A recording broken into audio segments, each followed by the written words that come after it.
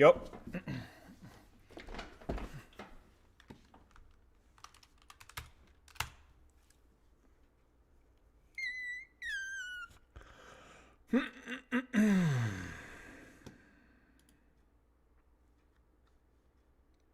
Hello. Oh, there it is. I was like, why is the YouTube stream not showing up? Thank you, Jacob. I appreciate that. That makes me feel special. When the first thing is people using my my sound effect. Hello, nerdy. Awful. YouTube gang. YouTube gang. Yes, YouTube game indeed. How was your day? It's pretty good so far. Pepper's out of town today. Will be for the rest of this week, sadly. But besides that, I'm good. Oh, hang on, frick. Malga Charge is so stupid. Why does it beat Reinstar? Holy crap. It is a little strange that it does that. But hi. Hello, Juicy. Party time then? Yeah.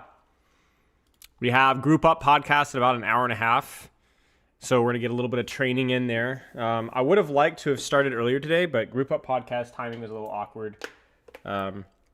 Just because there's like a lot of people's schedules that we have to kind of coordinate. And then I got off to a later start today because I had to make my own lunch. So, you like my Marvel Rivals shirt? Thank you. What time is the podcast? 5 p.m. EST. There's your shirt. So about an hour and a half from now. I'm manifesting you don't suffer today. I appreciate that.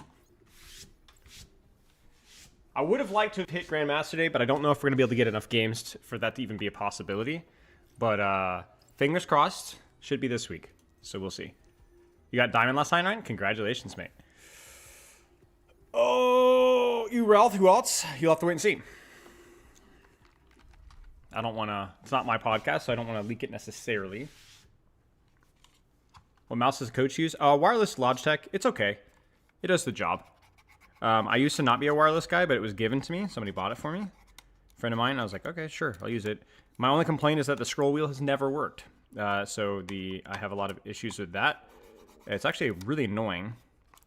It works, but it just goes... It doesn't, like, do proper things. So, yeah. It's okay. It's light, which I like. Pretty good. Unavailable null. Thank you. Done pretty good. How about you? Imre's pistol about needing to be spammed. I have been... The more I have played versus Imre and played as Imre... But I still lose pillow chair. Yes, exactly. Good. You deserve to lose. The more I have played with Imre, I'm actually starting to feel more flaws with the character. I think it's just natural, but I don't know. I'd have to think more about it. I do agree that a lot of his kit seems like super binary is not the term. Super one-dimensional, I think. I mean, which is part of the design, but like even you can have simpler kits that have like some nuance, but like maybe we'll talk about it later, but like it's pretty like just straightforward. You spam both nades. There's like no other way to use nade. You just throw it. Your shift is basically exclusively a self-defense tool, and there's no way to use it aggressively, really. I don't know. It's weird. I think he's got too much damage from range. I've given them some feedback on it, Legion, so maybe, but yeah. It's not really a good time for the conversation now. It's a great day when Spylo streams. I appreciate that. Hey, there's also, speaking of which, there's a freaking tryhard FFA. So I'm stoked. I don't think it's like wildly broken. There's just like a lot of aspects of his kit. Whoa, dude, that latency was crazy. A lot of aspects of his kit just don't flow super well for me. Because it doesn't feel like there's a lot of choice. Okay, let's put it this way. I've coached a lot of Emre, actually more so than almost any other character. And his gameplay loop is like really simple. He's not easy, because you know it's aim and stuff like that, but like there is like almost no nuance to this gameplay loop. It's like take an angle, dump your nades, use shift if you need it. There's almost no nuance with either his shift or his nade at all.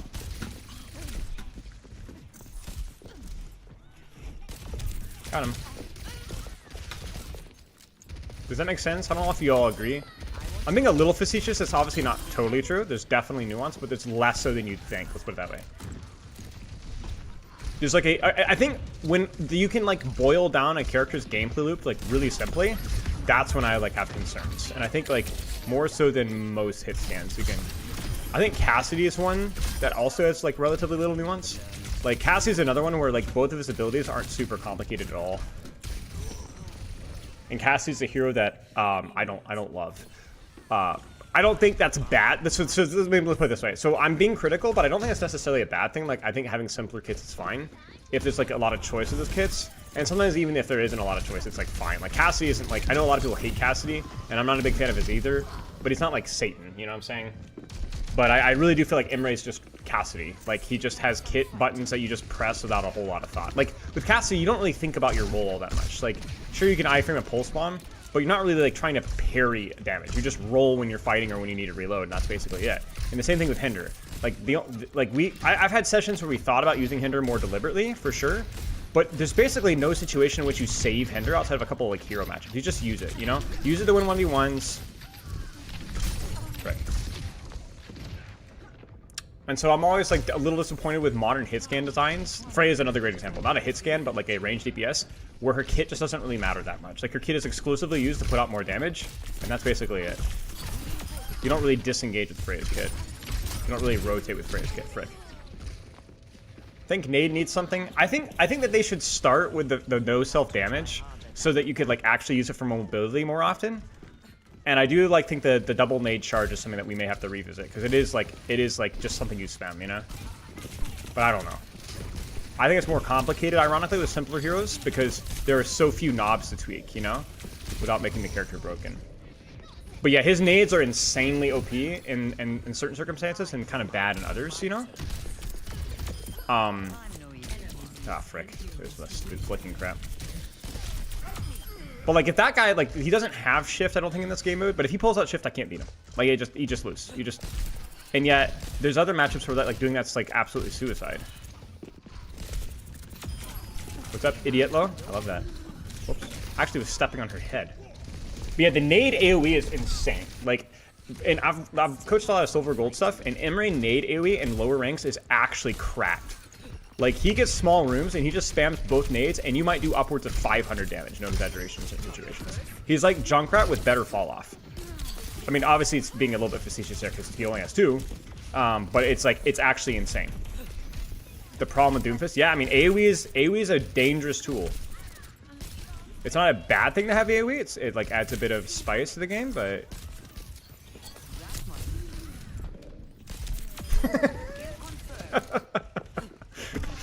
This is the highest effort goofy fight ever.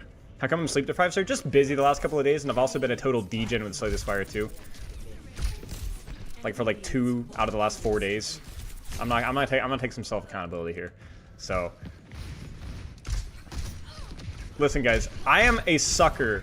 Here's what I'm a sucker for, guys. All right, I'm a sucker. I'm not a sucker for random game. Okay, what am I doing? I would never have played Slay the Spire 2, but you guys ever talk about like don't hang out with those kids, they're a bad influence on you? Dude, Tectris and Stefano are awful influences on me. I have so much fun playing with those guys. I would literally play freaking checkers to those guys, you know what I'm saying? And so I'm like, I enjoy Slay the Spire. I mean, it's fun, but like it's not like the all-time game of, you know, anything, but like I'm like, dude, I want to play with those guys, you know? So I always stay up too late playing with them. Doesn't matter what it is.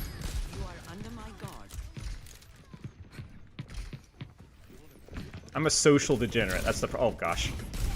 Frick. I have some friends like that too. Yeah. So everybody, Tectris is in chat right now, so it's his fault.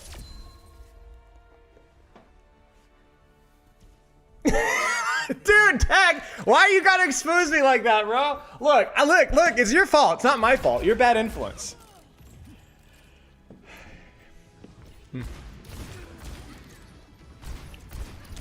Listen, even though I was sleep deprived, I did do my minimum dosage yesterday, and I did my minimum dosage on Saturday of Overwatch. I played like 3 games on Monday and Saturday, and I really tried. Is Malga difficult? Malga has like a low skill floor, but I think it's a pretty high skill ceiling. Actually, I don't even know if he has a low skill floor. I think he has a low perceived skill floor. I actually think he has a relatively high skill floor, yes. I would say he has a higher skill floor, medium skill ceiling compared to other things. Like, he ain't Winston. He's not Diva either, I don't think. Or Ball. You cook me with your sleep? Oh, you're in that game? Nice. Dude, I freaking love tryhard. I don't care if it's 130 latency. This is so much fun. I don't know about you guys, but this is like, it just feels so satisfying. I'm gonna nade myself, frick. Oh! Oh, sorry, she doesn't have Suzu. So is he difficult in simple terms? I would say he is a moderate difficulty tank in simple terms, yes. Like if you were to like combine skill ceiling, value floor, skill floor, the whole four, frick, went on her head. I would say moderate difficulty, yeah. But I think his moderate difficulty is also very meta dependent, if that makes sense. Like he has, he's like obscenely hard in certain matchups. But he's also much easier in other matchups, if that makes sense. So I think he's like not consistently high skill. Like you could put, like if you're playing Malga versus Roadhog, you know, and they don't have a counter for you, like it's not a hard game. Like you just like you don't have to make it. We guys talking about group up today? I'm not sure. I think it's just Overwatch. I'm not really sure. I think it's just like a general Overwatch episode. I don't know. You know. Frick. Can't react to sleep or flash. Yeah. Well, thankfully there's no flash here, which is way worse than sleep because he just dies and trades and oh gosh. Board game episode when? I don't know. I feel like woefully underqualified to talk about board games because board games to me are like video games, okay? You might respect my opinion. I hope you guys respect my opinion at least somewhat on like game design and stuff like that. But I actually don't know much about video games because I don't play very many video games. It's the same thing with board games. I don't play very many board games, but the ones I play, I grind the crap out of. So I have like this weird dynamic where I'm like ignorant, but knowledgeable, if that makes sense. Like I know a lot about, oh gosh. Maybe that seems too egotistical for me. We should fix that. Well, I'm working at that. That's why I'm like playing some of the GOAT. That's why I have like that video game list that I'm working on, right? I'm doing way too much right now. I've been super busy with sports the last month or so. Frick. I've had this whole Slay the Spire board game kick and the Slay the Spire video game kick. I'm still finishing up Ghost of Tsushima, which, if I'm pronouncing that correctly, which I need more time on that. Ugh, there we go. And then I'm also trying to do this. You started BJJ? Nice, mate. Hope it goes well. I did not see the Moana live action trailer, but I did see the wig. So I don't know if that's what you're referring to, but I haven't even seen Moana, I'm not gonna lie with you guys. I just have no desire to watch mid-tier Disney movies. I haven't seen Frozen, bro.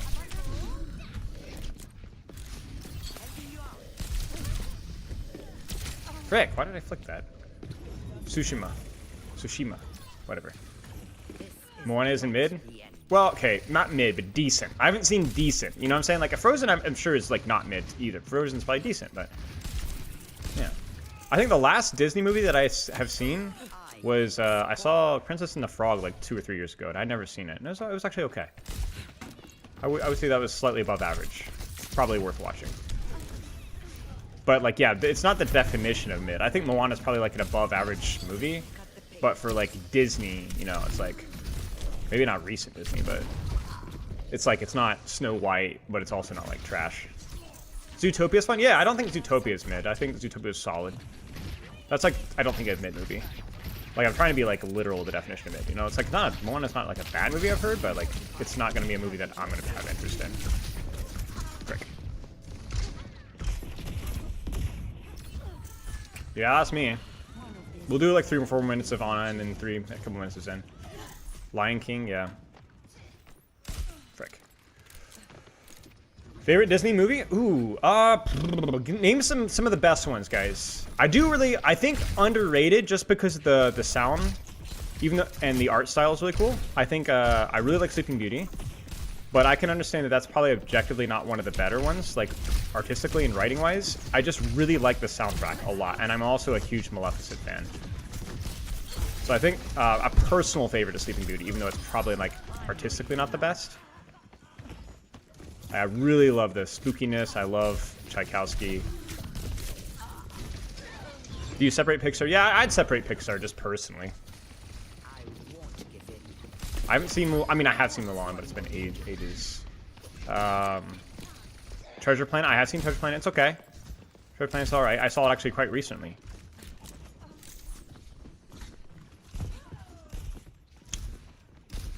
I enjoy Snow White. I think Snow White's solid. I think Beauty and the Beast is okay too. Beauty and the Beast is pretty cool. I used to think the Princess Belle or whatever her name was pretty cool when I was a kid. It's like, yeah, she's not like the other girls. Lion King, yeah, it's good. Aladdin, I haven't seen Aladdin or Hunchback of Notre Dame in a long time. Frick. And I don't think I've actually seen Hercules before. I have not watched K-pop Demon Hunters, but I probably will in the next couple of weeks. So this is like, don't make fun of me, guys. This is where the structure kicks in. So I've told you guys about like my movie list or whatever. K-pop Demon Hunters is on it, but I've been waiting until I have a full list of things to watch on Netflix. And so recently we just subscribed to Netflix again. And so, but we have like that's because there's like 3 or 4 things.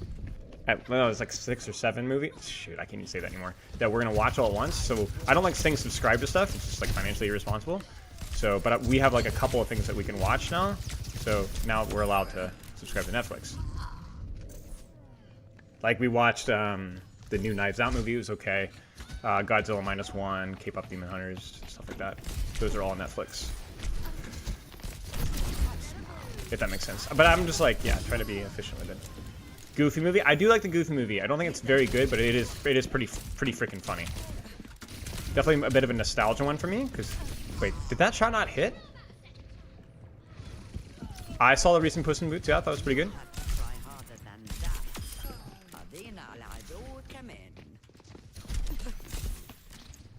But yeah, we'll do a month of Netflix because I think we probably will be able to get most of what we want to watch done in a month.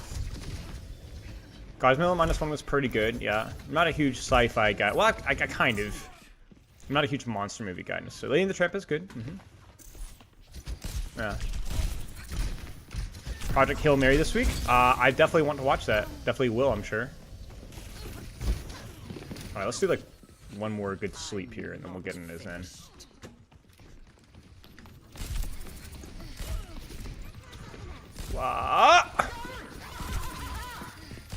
Frick. No? Alright, you and me, buddy. Wait, is she still there? Oh, she's saving blinks. Ah, could have sworn. Yeah.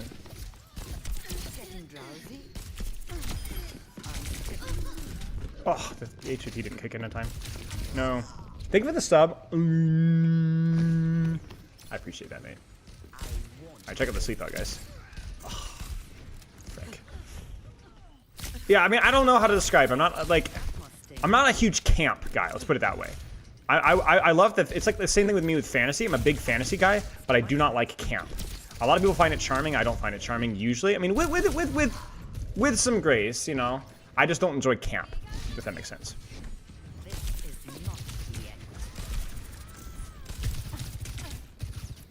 Too much of a snob. And I'm not saying that like egotistically. I am saying that like that does mean that I don't enjoy as many things as I probably should. Yo, Commander X! How's my favorite Winston player doing? How are the replays? I saw you were doing that while I was about to go live. I haven't caught like any of the games recently. Woo-wee. Welcome to the stream. Thank you for the raid, man. I appreciate it. Hope you're doing well. Well, I just spoke with you recently, but I hope you're doing well as of recently. All right, watch this. Ah, frick. Zeta Falcons is a great game. I've been told, yeah, I've been told. It's just been a bad time for me. I've got too many things going on to watch the Zeta. It's a pretty interesting wildcard power on the team. Nice. Who's on Zeta this season? Is it Shu, or am I misremembering? Frick, I can't sleep this fricker. He's gonna wall point, right? Nope. Shu proper, yeah. That's a crazy team right there already. Questionable. Bernard, dang Bernard. Bernard's a shout, dude. I don't know how Commander X feels about Bernard, but I always looked at Bernard as like a mechanical freak whenever I saw him play, and I was always like, man, if this guy had been on a better team, or I don't know. But like for years, I've always felt like he was like the next up and coming. Maybe it was just like a hero pool thing because he was always more of the off tank guy. Proper Shoe Violet. That's insane. That's actually such a stacked roster. Put the Saiyan paintball first? No. I'm just that good. I just one-shot everybody. All right, we can play Zen. We can play Zen. How do I'll die?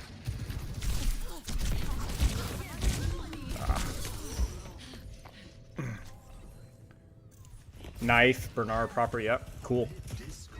What rank am I at now? I'm 2/3 of the way through Masters 2, something like that. We had you guys were here for Friday. Friday was a bit of a chumble day for me. I just was not. I was locked out. We still practice well. I still feel like Friday was a good training day. Like I really was like locked in. But our mechanics, my mechanics were terrible. Really bad that day. Even with all the warm up, just felt really slow. Could have been a sleep thing. Probably was. And then I was really busy. Just quite actually literally busy Friday, Saturday, Sunday, Monday. And so I only played a couple games, but we dropped into Masters 3 on Friday. But we played well the last couple of days, so at least a couple of games that I played. Gold. We all share your mechanics? Yeah, exactly, yeah. This ends now. One more good sleep, he says. Well, I mean, look. The way I look at this is like, I normally don't warm up this long, but this isn't warm up anymore. This is just aim training. You know what I'm saying? Like, if you get a good tryhard FFA lobby, when it happens, bro, that's just aim training. At least at my level. Maybe not if you're like champ or whatever, but for me it is. Like, these players are all better than me, or a lot of them are. And so I get like exactly what I need. I mean, you guys can see it. I've had a couple of hours on tryhard, and it works wonders. It's what initially got me my elite level mechanics that everyone talks about. Do I play fantasy this season? No. I don't really. I killed that person. Nice. I haven't really done a lot of the fantasy stuff. I'm just kind of out of the loop with Pro Overwatch a little bit, just because it's like one of those things where it's like something has to go. You know, if I'm gonna be like Mr. Hero Design critique guy playing sports and trying to work on my coaching stuff, like I can't do everything. You know, so I do still enjoy it, and I do still analyze it. But I can't. I don't really have up-to-date opinions on like team performance, or I'm like notoriously. And I think like the scene is in good hands anyway. It doesn't really need my help, you know. So I do pick up Ultimate Frisbee just for fun on the weekends occasionally, because it's a bit of an easier sport. And then I do flag football. I used to do a lot of competitive flag football stuff, a lot of tournaments. I don't know if you guys saw, any of you guys paid attention to the Team USA versus the NFL players and the streamers that happened last weekend. I've actually played with a lot of those guys. Vel and the gang and the Rush King and all that kind of stuff. But it's been mostly just kind of like recreational flag football for a while. Brady was cooking, yeah. But that was super weird to me, because I was like, I know these people. Played versus them. They've played, even a couple of them have even played with the team that I used to travel with. And I'm like, they're playing with Logan Paul and Speed and Tom Brady, and like, it was just weird. Such a weird moment for me. Realth will be there on the podcast, and like I said, the rest is, I don't know if the other guest is public knowledge, so I don't want to say. Vote for a man. You could have met Logan Paul. Yeah, I just, the thing with me is I've never had the interest to do the travel flag football stuff, because those guys, like, they've got full-time jobs and they travel constantly. So I've done several tournaments. Charlotte, Georgia, Florida, stuff like that. And Pepper's done a couple of them as well. Fun fact about Vel, first time I ever played versus him, Pepper actually sacked him twice. He's a really, really fast guy. It is like the hobby. You know, those guys are like the equivalent of like casual ranked players. I'm trying to think like a good analogy. They're like ranked grinders, champ 2, champ 1 ranked grinders, and it's just like they travel constantly, you know. Yeah, Logan just likes playing the heel. Logan Paul literally does it for content. Yeah.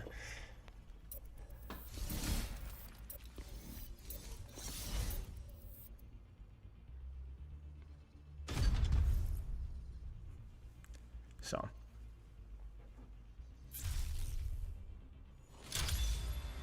it is a really fun sport. I think it's an amazing sport. I love football. I played a lot of high school football, and I missed it's got like that competitive itch just where I would have liked to have done college, but you know, marriage called, and also job called, work called, my degree called, and so you kind of get like you get to live through your dreams, and the sport is also just really fun to play. So I will not leave a broken world behind. I'll protect your friends. why didn't you ban anybody? I don't really care about banning anybody, to be honest. I rarely ban anybody. Sometimes I'll ban, but rarely. Just not worth it. You have Tackle or flag? Tackle, definitely. I don't think I should have played tackle any more than I did. I've had a lot of concussions. You gotta feel and So. enjoy the music. I enjoy the mathematics. I was in Masters 1 scrimming on Friday. Before the dark times. 5, 4, 3, 2, 1. Attack. Gaining altitude. I always like taking this angle, even blind. Oh, I'm not muted. George the W. Love that from him. Oh, just Shung.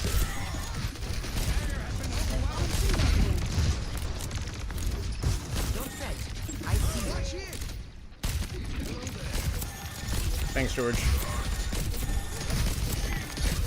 I don't think I can push this. Maybe if you get the shield break. There it is. Frick! Oh, shoot. I wonder if I should have shot the Genji. Okay, anyway, I'm gonna mute for a bit. Lock in a little bit. I still have some fight in me.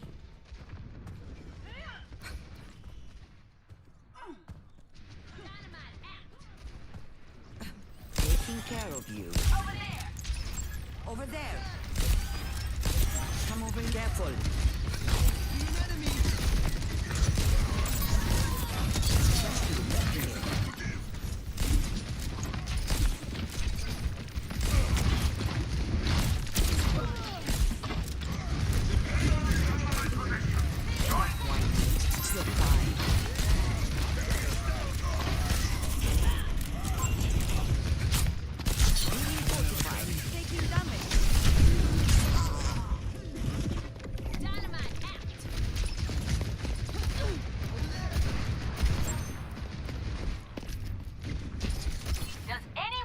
This is not the end.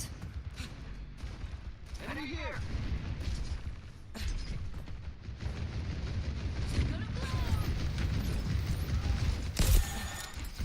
Vide mal suyo! For the Crusaders!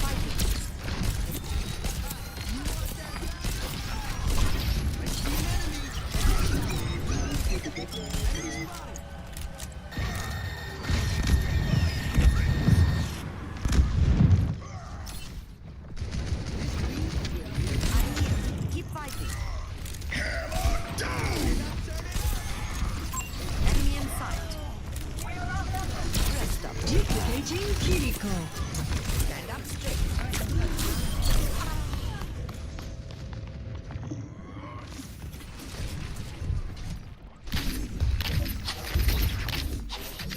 Get payload going, people. One of the get it and feel. My ultimate is charging. I'm feeling the burn! The payload is under my Eyes on protection! target. Join me! Enemy in sight. Eyes on the target. You need this.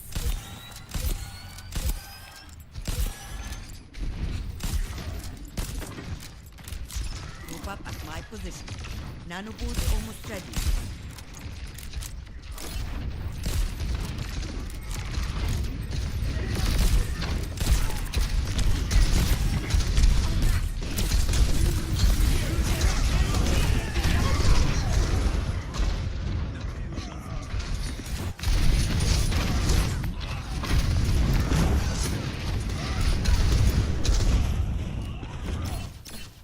Nano boost is ready to deploy.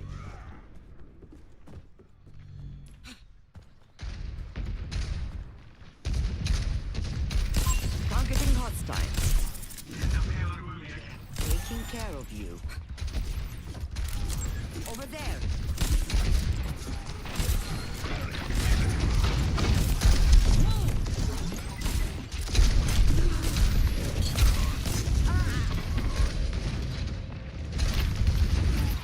Enemy spotted.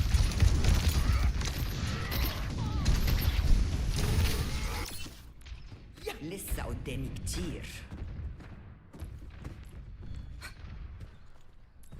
Nano boost is ready to deploy. I'm under attack.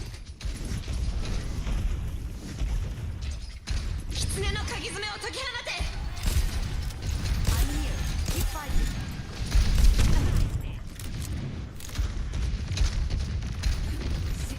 My icon is ready. Get in there. And Nano boost is ready. Get in there. You're powered up. Get in there.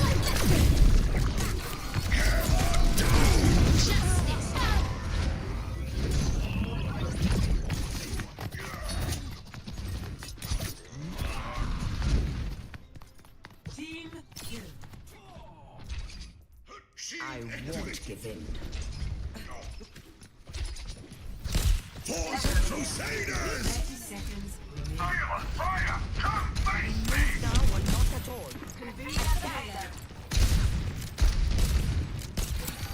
Covering you.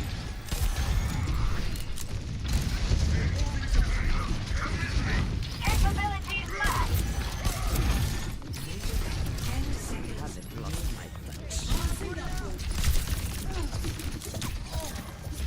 Let's watch it. I knew that. Overtime. I won't let you fall.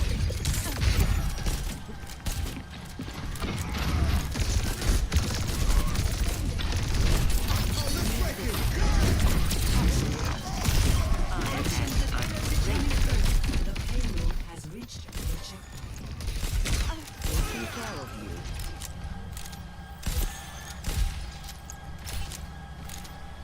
Being fortified.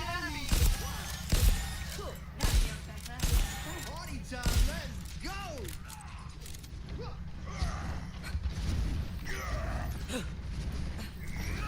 I keep you up.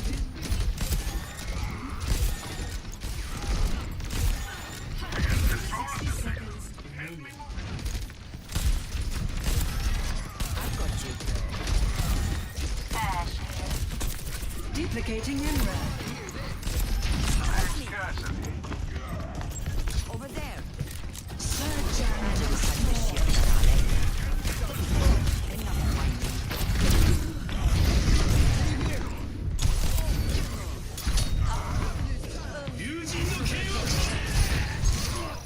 seconds remaining. I see an enemy.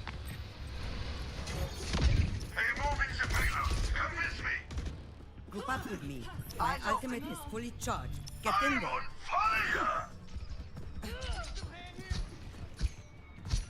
Stand up straight. Nano boost is ready. Get in there. 10 and I'll seconds hit remaining. you. You're powered up. Get in there. Overtime.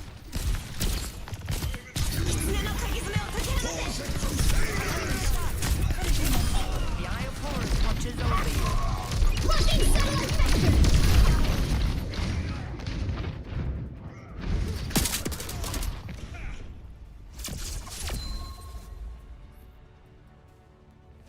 I kind of trolled there at the last couple of fights, man. 2 Shoot. to 0.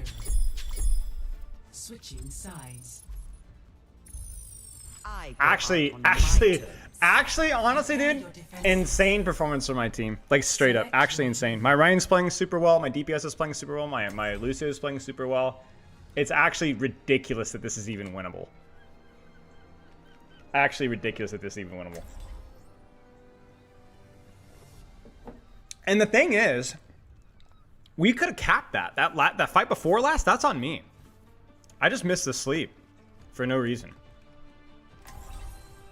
He came back after we'd already capped second. We had already capped second. We actually didn't win a single fight after he came We back. must all find a cause worth fighting for. Bro, I think we won 3 fights. I think we went 3 of 6 on winning fights without a player. I think we actually won half the fights without a player. I'm pretty sure. At least 2 fights we won without him, which is ridiculous. We'll make it out alive. Maybe. But yeah, very doable. Very doable, especially if I put on a bit of a better performance. Yeah. All right, wish me luck, y'all.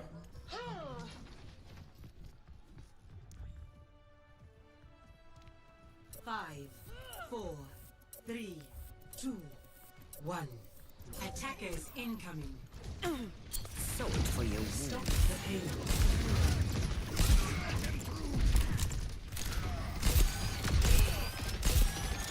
Gaining altitude.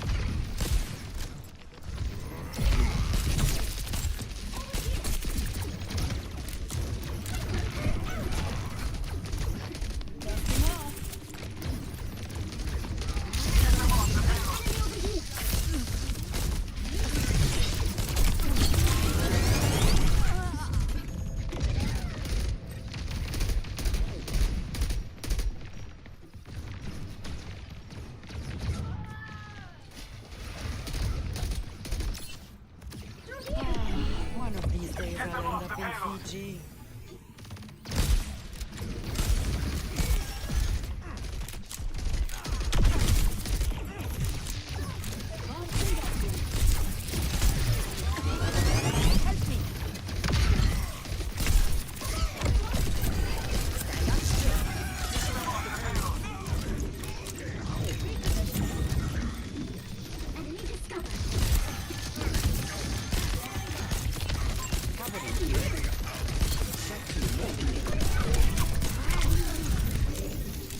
Healed up.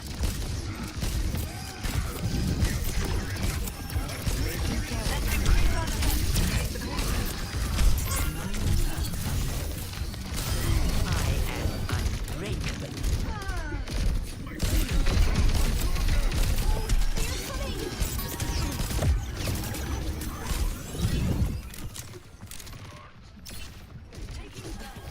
Eyes on the target.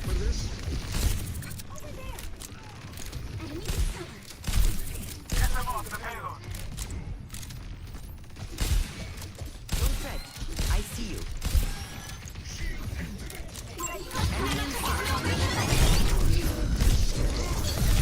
You're powered up. Get in there. Adaptive circuits engaged. Emran. Targeting hotspot. I've got you. I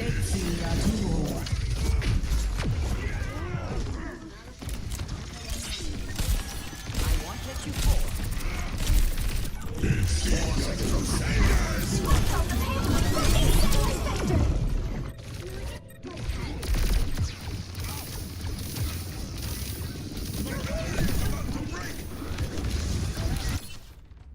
I still have some fight in me.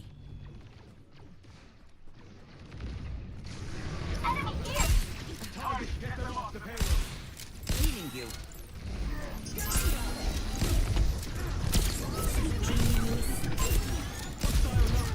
Thank you.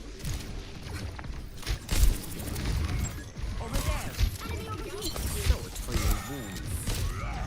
Stand behind me. Duplicating Winston.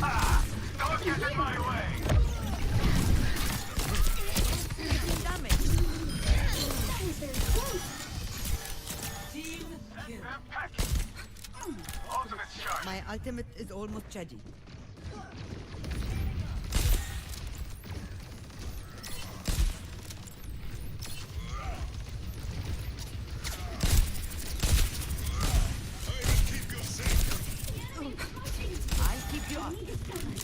Keep an eye out.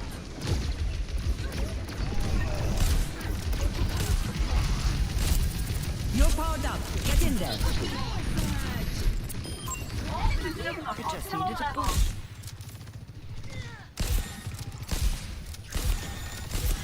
I won't let you fall. I haven't lost my touch.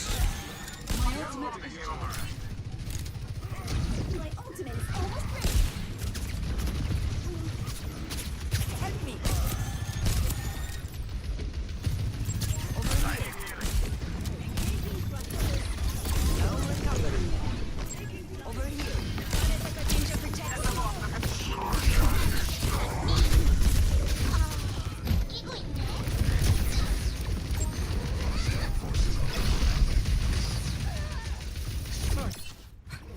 Lissa, come to my position.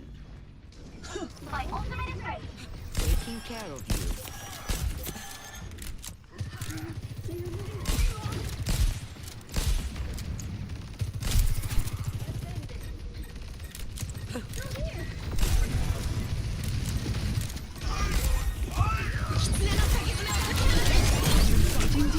For the Crusaders!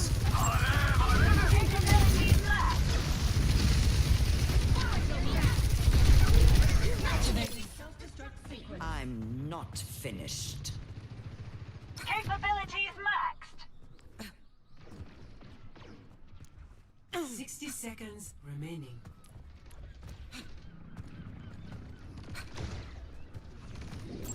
Over there.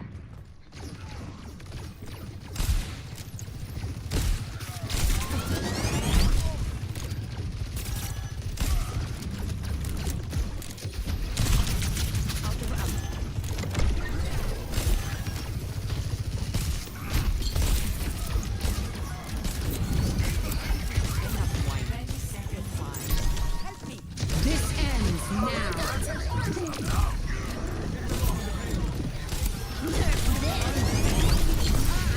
Adaptive circuits engaged. Emerald.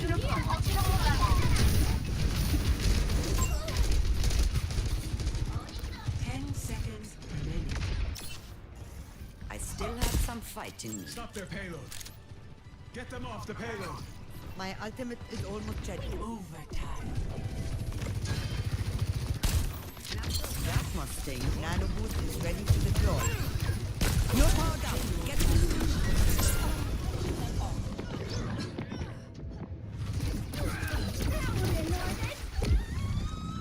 Payload's advancing. Let's stop it.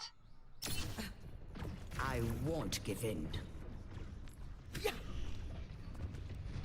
Covering you.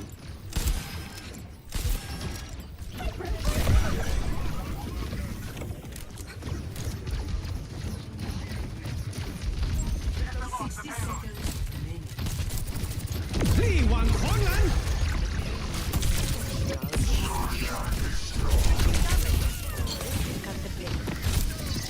I won't let you fall.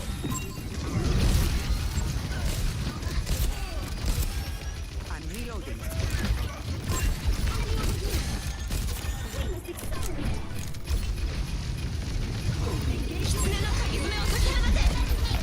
Duplicating Diva.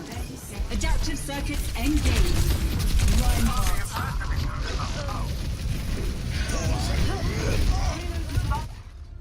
Defeat. Frick, man, we chumbled it there. I needed to rotate onto that right angle sooner. Play of the game. Sucks. They just had too many. Wait, lever compensation? Winston's when is this a thing? That's weird. Yeah, the fights were not the funny thing is just like the fights we lost weren't even that big of a deal a few seasons ago. Oh, okay, cool. It was like just a couple of important moments that we just choked. Like the nano one was really important, but honestly, I didn't feel like it was that bad of a like. What was the mistake here? The mistake, the mistake is this rotation. This is the mistake. I shouldn't have rotated there. And I don't even know why I rotated there. We could have easily nanted this and we clutched this.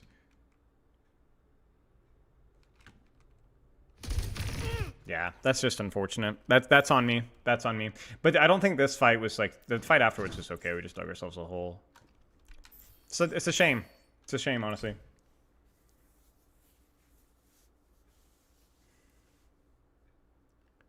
But, bummer. Bummer!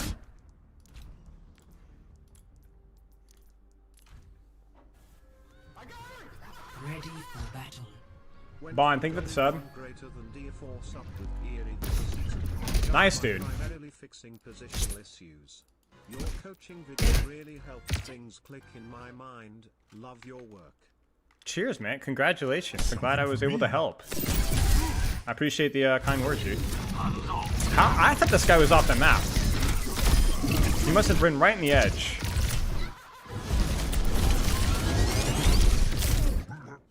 Oh, yeah, he was. It wasn't... Okay, it wasn't as close as I Finally thought. ranked up to gold today. I was masters yesterday. Hang on. Thank you I for have, all the coaching, man. Oh, Fallen One, thank you for the sub. Congrats on the gold rank, dude. Congrats on the gold rank. Thanks for the sub, dude. Welcome, Fun Minnow. Ah, dude, that one stinks. That one stinks. There was a lot of moments there, even going back to first point attack, that we had opportunities. It's a fun game, though. Fun game, fun game, fun game.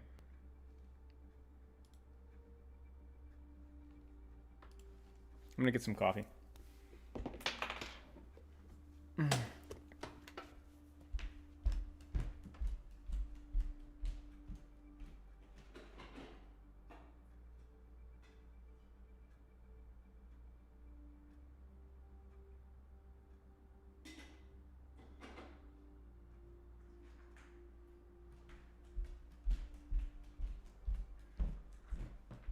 Sarah Lee, you missed it. I tossed, but we almost won a 4v5. No joke. Like, not literally. It was a 4v5 for like 5 minutes. And we won most of the team fight, or about half the team fights without the person. Yeah, and we chumbled it. So, still a good game. I didn't play bad all the fights. There were moments. There were good moments.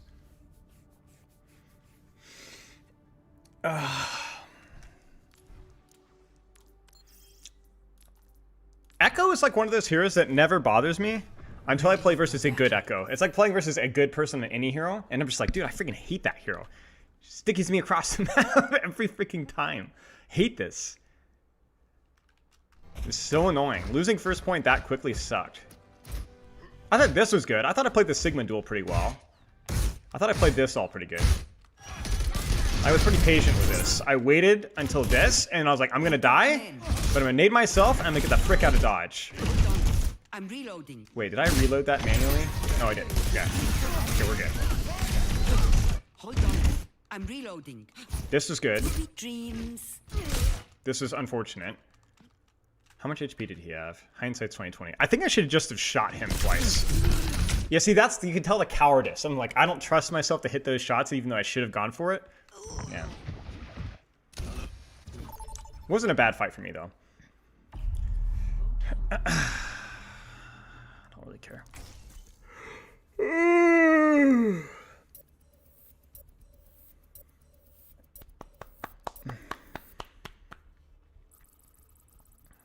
Please just no Route 66. Sure. Select your hero.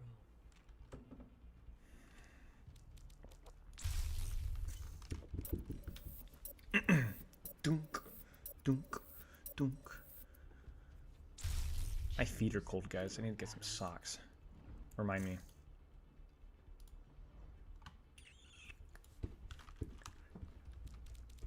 I can go right now. What am I doing?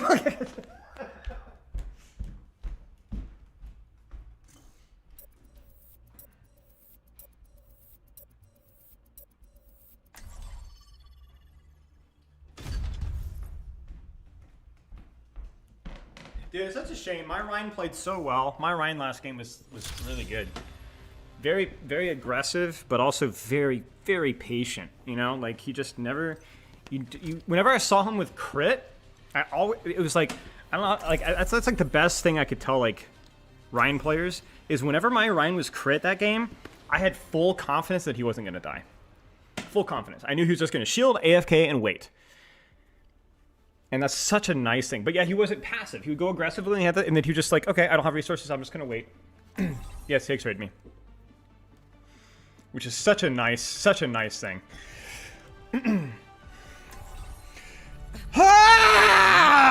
Leave a broken world behind.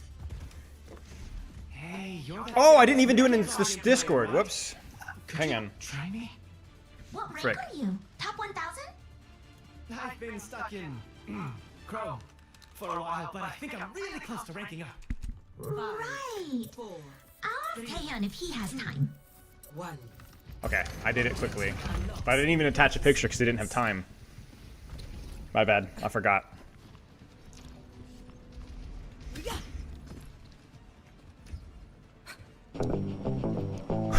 Oh no, my mic's unmuted. I'm just so unprepared. Is that Winston? Nice. This comp will be very challenging to play into.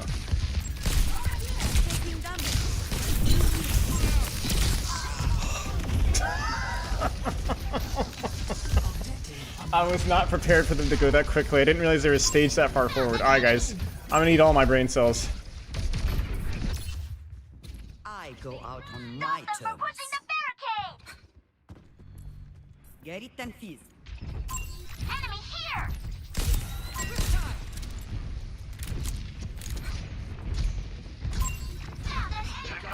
Over here.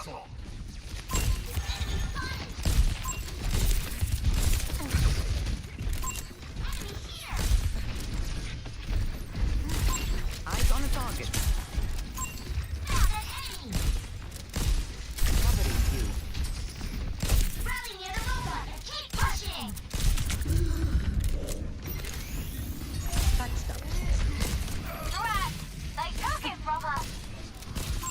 Enemy I fire! keep you up. They're moving the barricade. Help me.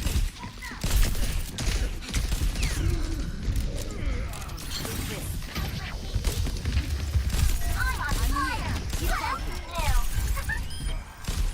new?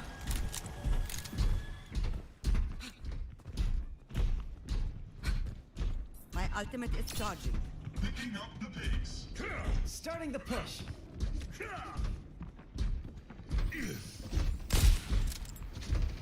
Your team is The lead is nearly ours. Keep pushing.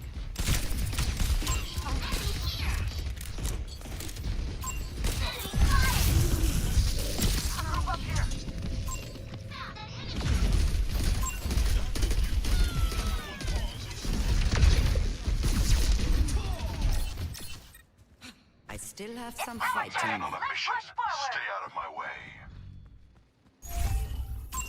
Enemy fire! Your team is close to taking the The lead. lead's almost ours!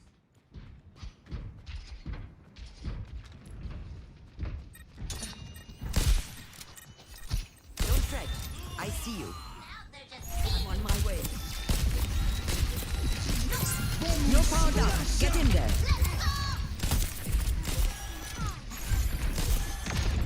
Come on, I have you.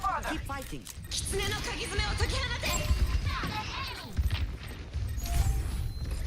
Activating self-destruct sequence!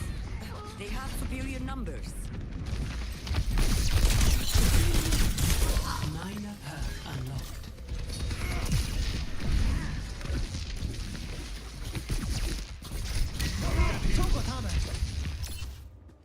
I won't give in.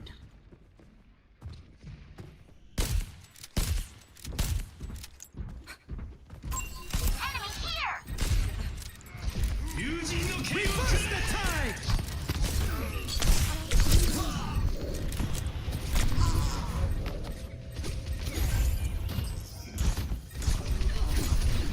I'm on fire! What else is new? I'm robot's not an enemy. finished. We need to put a stop to their push.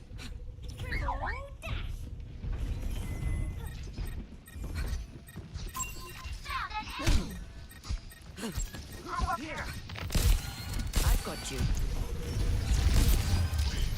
Enemy forward spawn.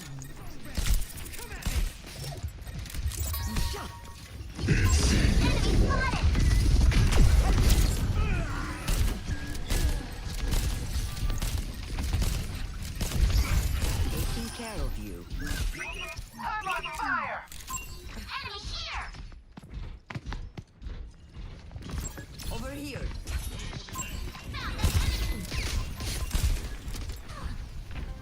Enemy forward spawn. Enough whining. You're fine.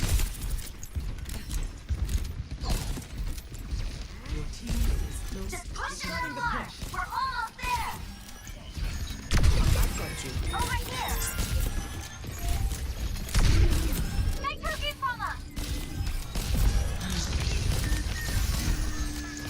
Enemy here! Taking care of you. We cut the cake.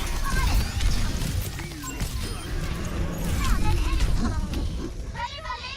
Activating self-destruct sequence. Calling in the big gun! Found an enemy! Enemy spotted! They took him from us. Get it and feed. Yeah.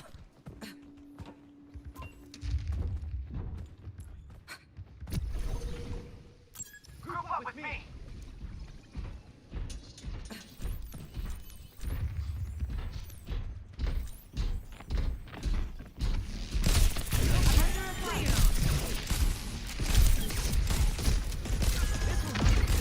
I appreciate the support.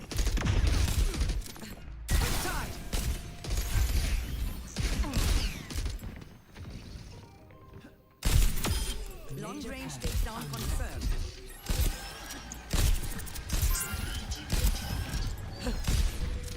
Ultimate's ready! My ultimate's ready! Just say the word!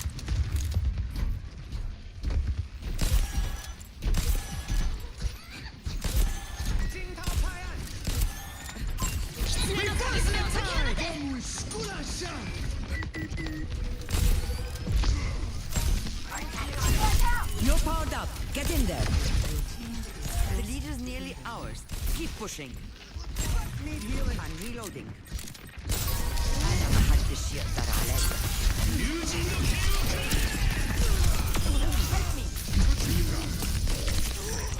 double kill. Moving right along! Kill.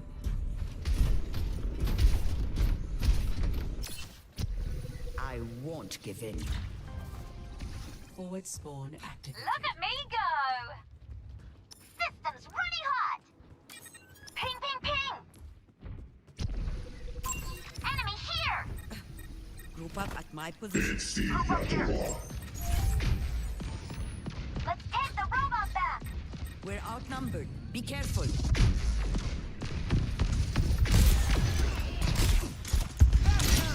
I've got you. Hold on. Reloading.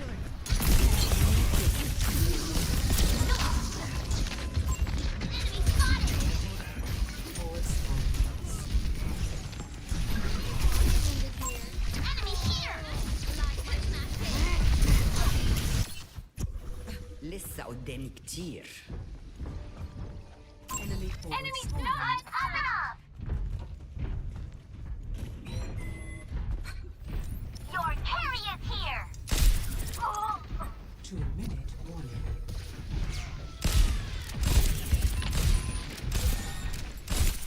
I'm under attack.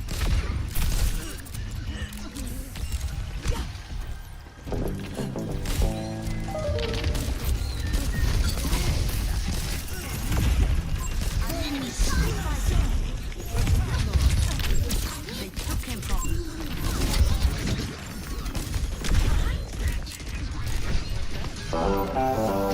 Take hands with danger. Need a guy who ought to know. I used to laugh at safety. Now they call me Three-Finger Joe. Stick with the robot! I go Found an out enemy! on my terms. Over here! What's up, everyone?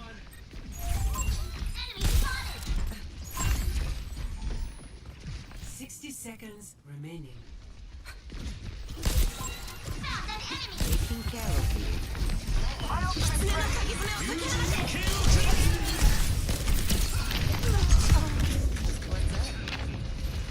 The enemy is moving the barricade. Enemy here. I'm popping up. I'm not finished. System's pretty hot. 30 seconds remaining. I have you. Keep fighting. Reverse the tide! I don't know, man. Like, the stuff at the end, like, I just didn't know how to position in that situation. Because it's like, my wing's on one angle, and I think I should have just pressed. I should have, or not pressed, I should have held the lane. That stagger with me in the wing, though, I should have just let him die. He was so overextended, I should have just let him die. That was my bad. That sucked, dude. There were so many, like, super close engagements. I just need to play a little better with how I'm positioning myself. Like, that last fight, though, that left angle, it's like, I needed to trust my gun more. Ready for battle. So, like, this is where I am here, but I'm like, are we pushing this? So I'm trying to push to heal my diva, but to push to heal my diva means I get too close. So then I don't know what to do. I'm indecisive. And so then I rotate forward, but I rotate forward so late that my diva just bails. So then, not only do we not have space, but I'm too close. I should have just said, screw it, let her heal up on her own. And not even gone there. I mean, the alternative, I mean, there really isn't an alternative. I mean, maybe I could have gone top. Yeah, maybe I should have gone top, but it wouldn't have mattered. Still would have been LOS off the heal. 60 seconds. And that was definitely a push stagger moment. Like, this situation here, this was a fight losing. This right here is just so bad. Like, so bad right here. Because look at my team's respawns. We literally respawned right here. What about the fight before?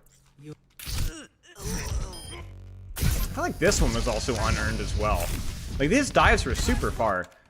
So, what was the plan here? You're powered up. Get in there. The lead is nearly ours. Keep pushing.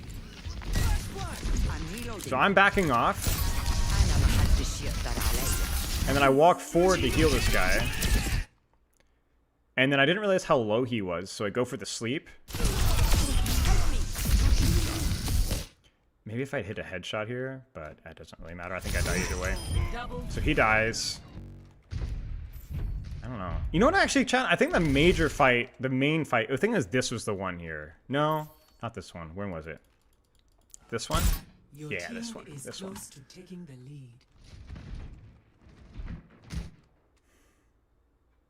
I don't know what I do here. This is where, like, good staging is hard. Close to taking the lead. Do I just muscle up and stay here? Have you set a time limit? My grinding GM plan? 3 more weeks, yeah.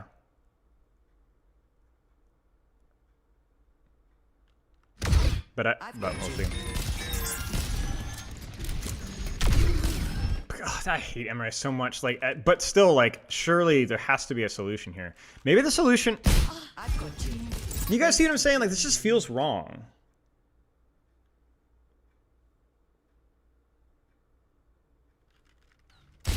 Your team. Maybe it really is just brute forcing this angle, like playing right here and just brute forcing it. Pop, pop, pop, pop, pop, pop, pop, pop. I love these matchups because I love this kind of stuff. I really do. Like, I'm being grouchy about this, but I actually, these are really fun. This is super fun to me, unironically. Maybe, chat, what if I dropped and disengaged out this way? What do you guys think? Is that trolling? It might be trolling.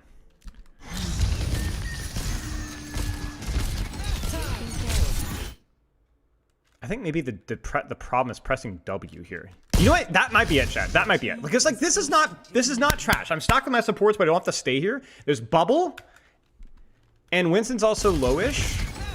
So, like, I think I was scared my Bastion was going into Bubble, but that's just me being disrespectful to him. I can nade this, walk away, sleep this, walk away. He dies. Keep my Wing alive. Genji dies. Yeah. I think I also did it in second point too. It's the W key nade. I think I've smelled it. I think I figured it out. Hello? I think it's the W key nade. Yeah, I agree, Loof. I agree.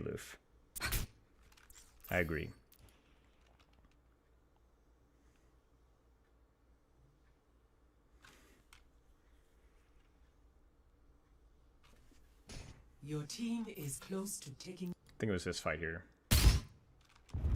Yes, I think this is it. I think. Was it this one? No, it wasn't this one. It was the one right after this. Yeah, it was this one. This one. Check it. I think this is the one. I'm pretty sure this is the one. This is fine. Frick. I needed to rotate faster there. That was unfortunate, but it's fine. I got the shots. I'm surprised he didn't die. I don't get the nano off in time. I think this is the fight, though. Much better. Right here. Yes. Oh, was it really that bad? Because I would have had to fight the Winston anyway. Maybe not. It wasn't that bad. Never mind. I do have the tendency to WQ with nade, though, for sure.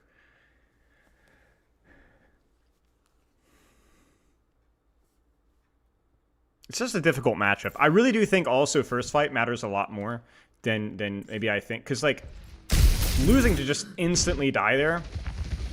Okay, to be fair, this is not all my fault. My D.Va's holding, like, no space at all right now. And also, both of my DPS are on the same angle. But, also, yeah. Let's choose our battles here, you know what I'm saying? There were some good fights. There were some good fights here. There were some good fights and there were some bad fights. This felt like the previous game, which is honestly like, I'll take the good with the bad, you know? This one was, this is the big mama right here. Right here. I hesitate to nade this because I'm like, oh no, what if I miss it? Did I place it well? I did actually. Oh, I didn't place it that well, but it was okay. But that's like a fight where if I hit that nade and I'm a little faster with my disengage to anticipate, I'm actually going to vote here. Actually, I'm not going to vote here because I want to play Zen and I don't want to play Zen on Flashpoint. Then I think it's actually okay. If that's a situation where in a 5% better Spylo. It feels weird to talk myself into. Okay, whatever. Third person. Nade hits there, and then I'm faster disengaged, sleep Winston, grab Mega, and I'm fine. Take double nade, shut the frick up. I think we have to play Ana again, guys. Select Yeah. hero bands. I love this matchup so much, though. Were you inspired by Christopher hitting GM and Winston? No. Also, Christopher's freaking boosted. Hate that guy.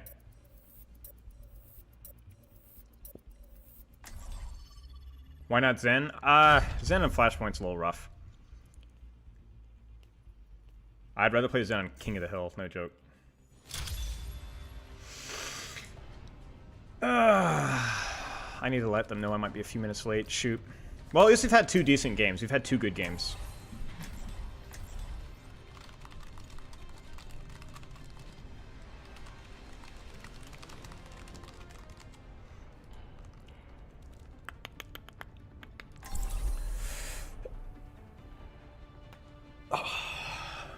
Why is Ana better? Because Ana has more self-defense, slightly more self-defense than Zen, I'd say. Not much better.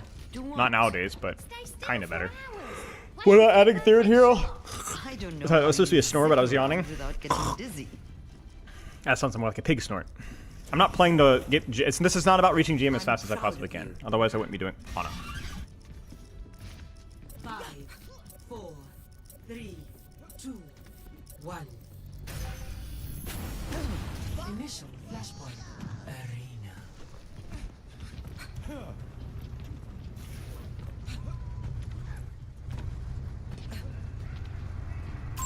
Enemy over here!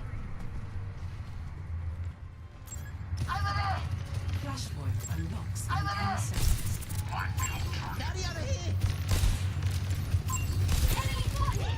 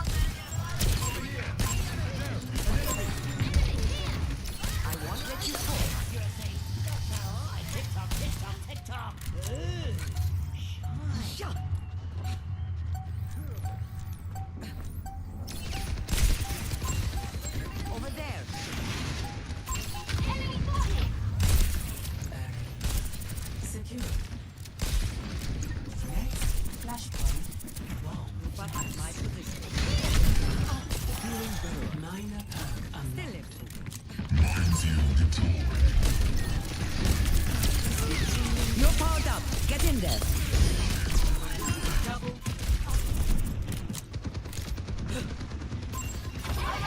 Shukran. Flashpoint unlocks in 10 seconds. Over there. I keep you up. Why not join me on the objective? In tip-top shape. All in, Wayne. A pleasure. So for your wounds. Enemy over here.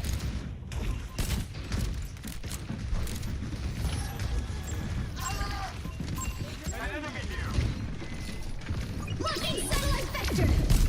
Ladies and gentlemen,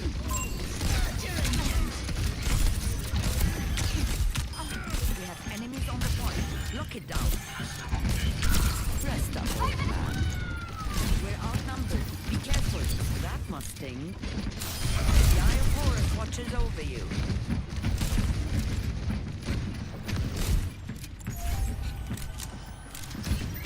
Taking care of you. Nanoboost is charging. Enemy here. Enemy here. You're powered up. Get in there. Brimming with firelight. Vide mal suyo! Don't make it easy for me, young man. My tree is north. My cover. Getting drowsy? I slept the target. Patched up. The Eye of Horus watches over you. My ultimate is charged. My retire is charging.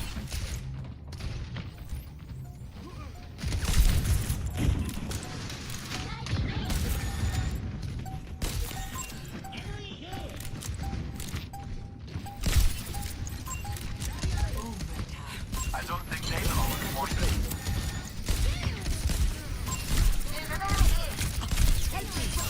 I am unbreakable.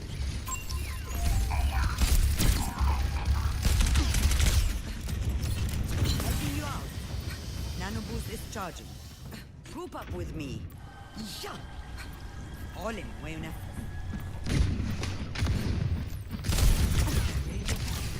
haven't lost my touch. Brimming with firelight.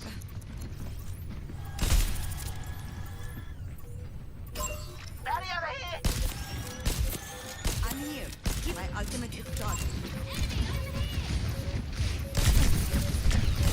So for you.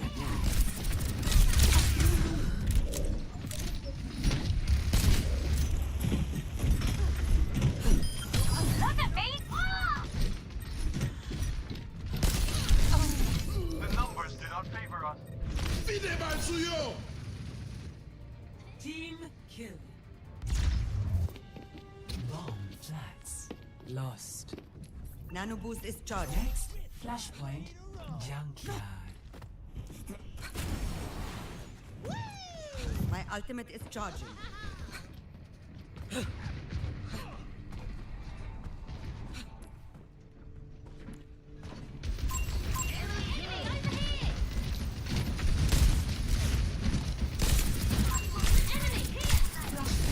nerf this.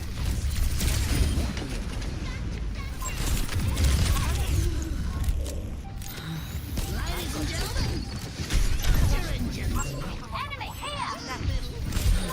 Enemy in sight. Enemy spotted. You're powered up. Get in there. An enemy.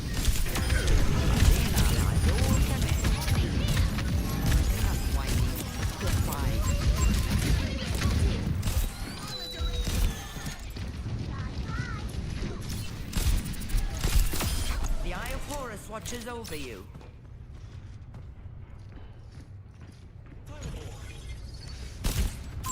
Targeting hostile.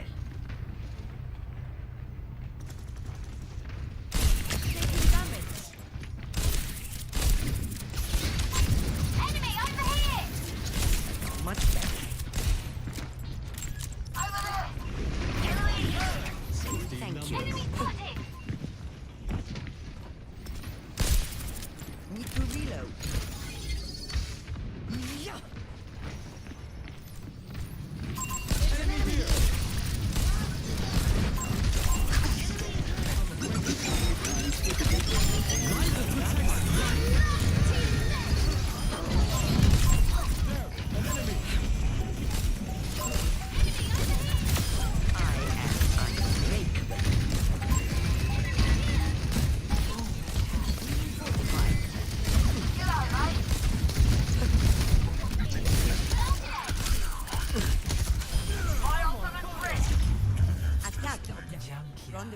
position. Secured. Next flashpoint, the ducks.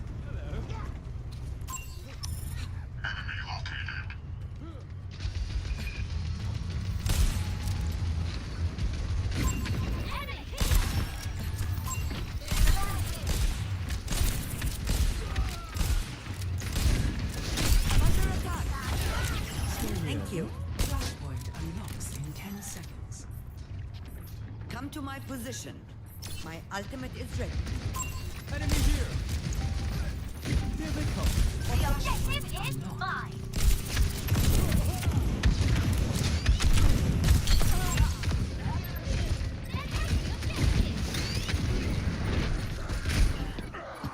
Lasers are alive! Group up with me. Nano boost is ready. Get in there, and I'll hit you. There's an enemy here. Healing you. My ultimate ready. Enemy over here. An enemy. Enemy here! Ladies and gentlemen, start your engine!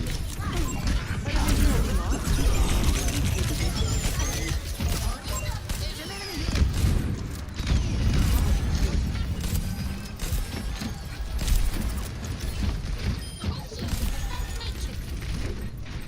Nerf this!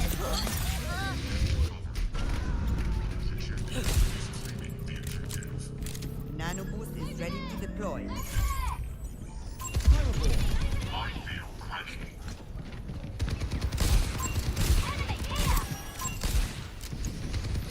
I'm here. Keep fighting. You're powered up. Getting drowsy.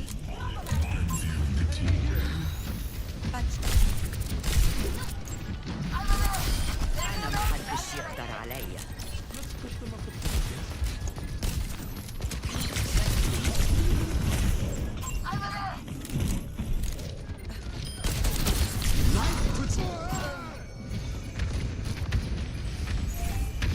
There's an enemy here!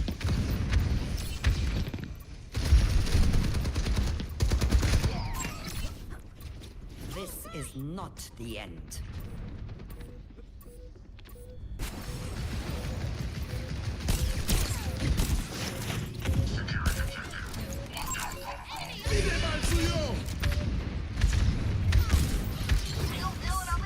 Lost.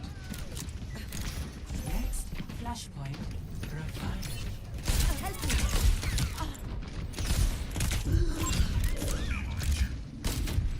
I won't let you fall. That's much better.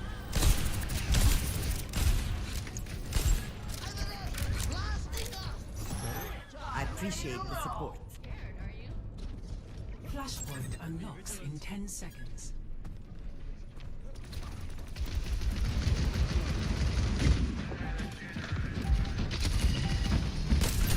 Ladies and gentlemen,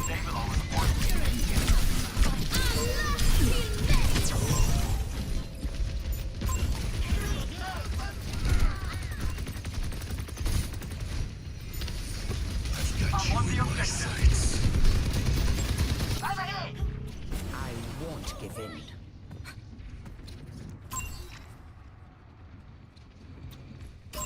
Enemy spotted. Covering you. Group up with me.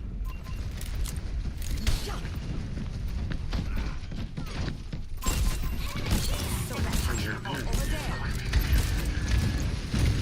I'm here. Keep fighting.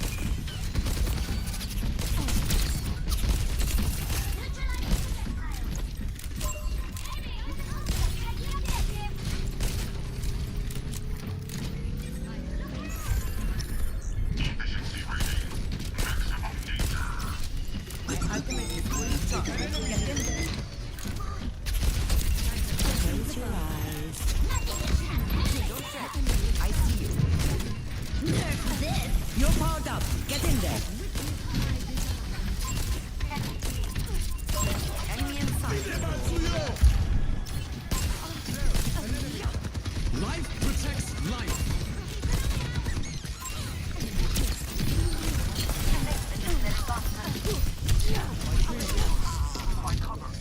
An enemy here.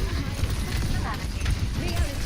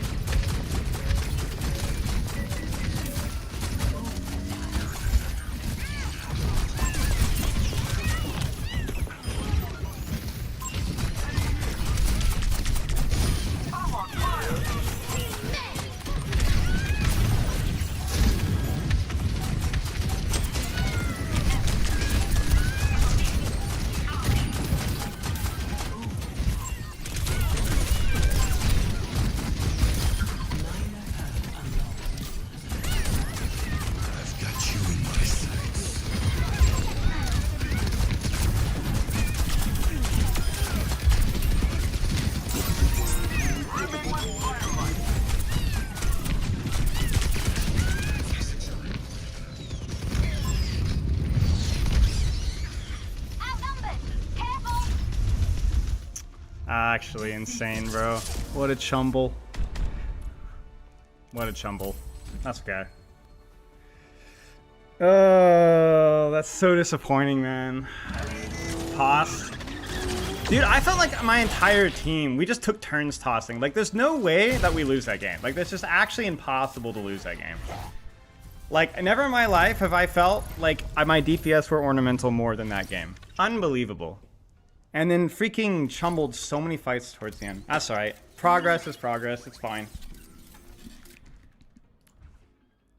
That is what it is.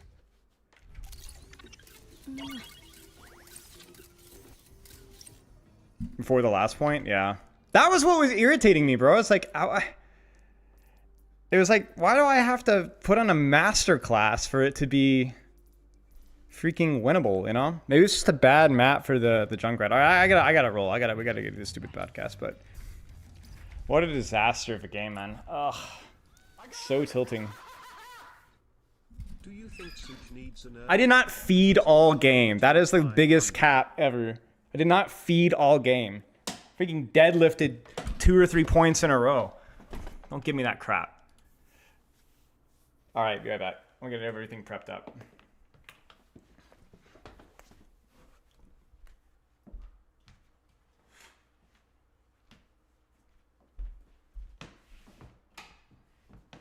Listen, the Ana is getting there. It's getting there. It's getting there. It's getting there. Thank you for the sub, by the way.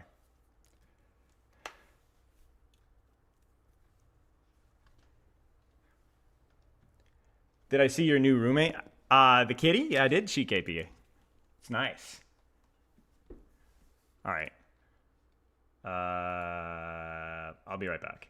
I guess we gotta get this thing started. I have to disable my face cam first. Whoops.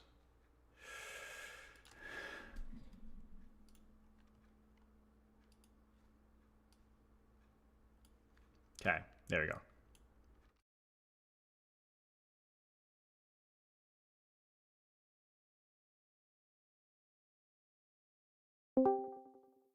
Who have like, I think either Spilo's coming in live. I don't know how they do it.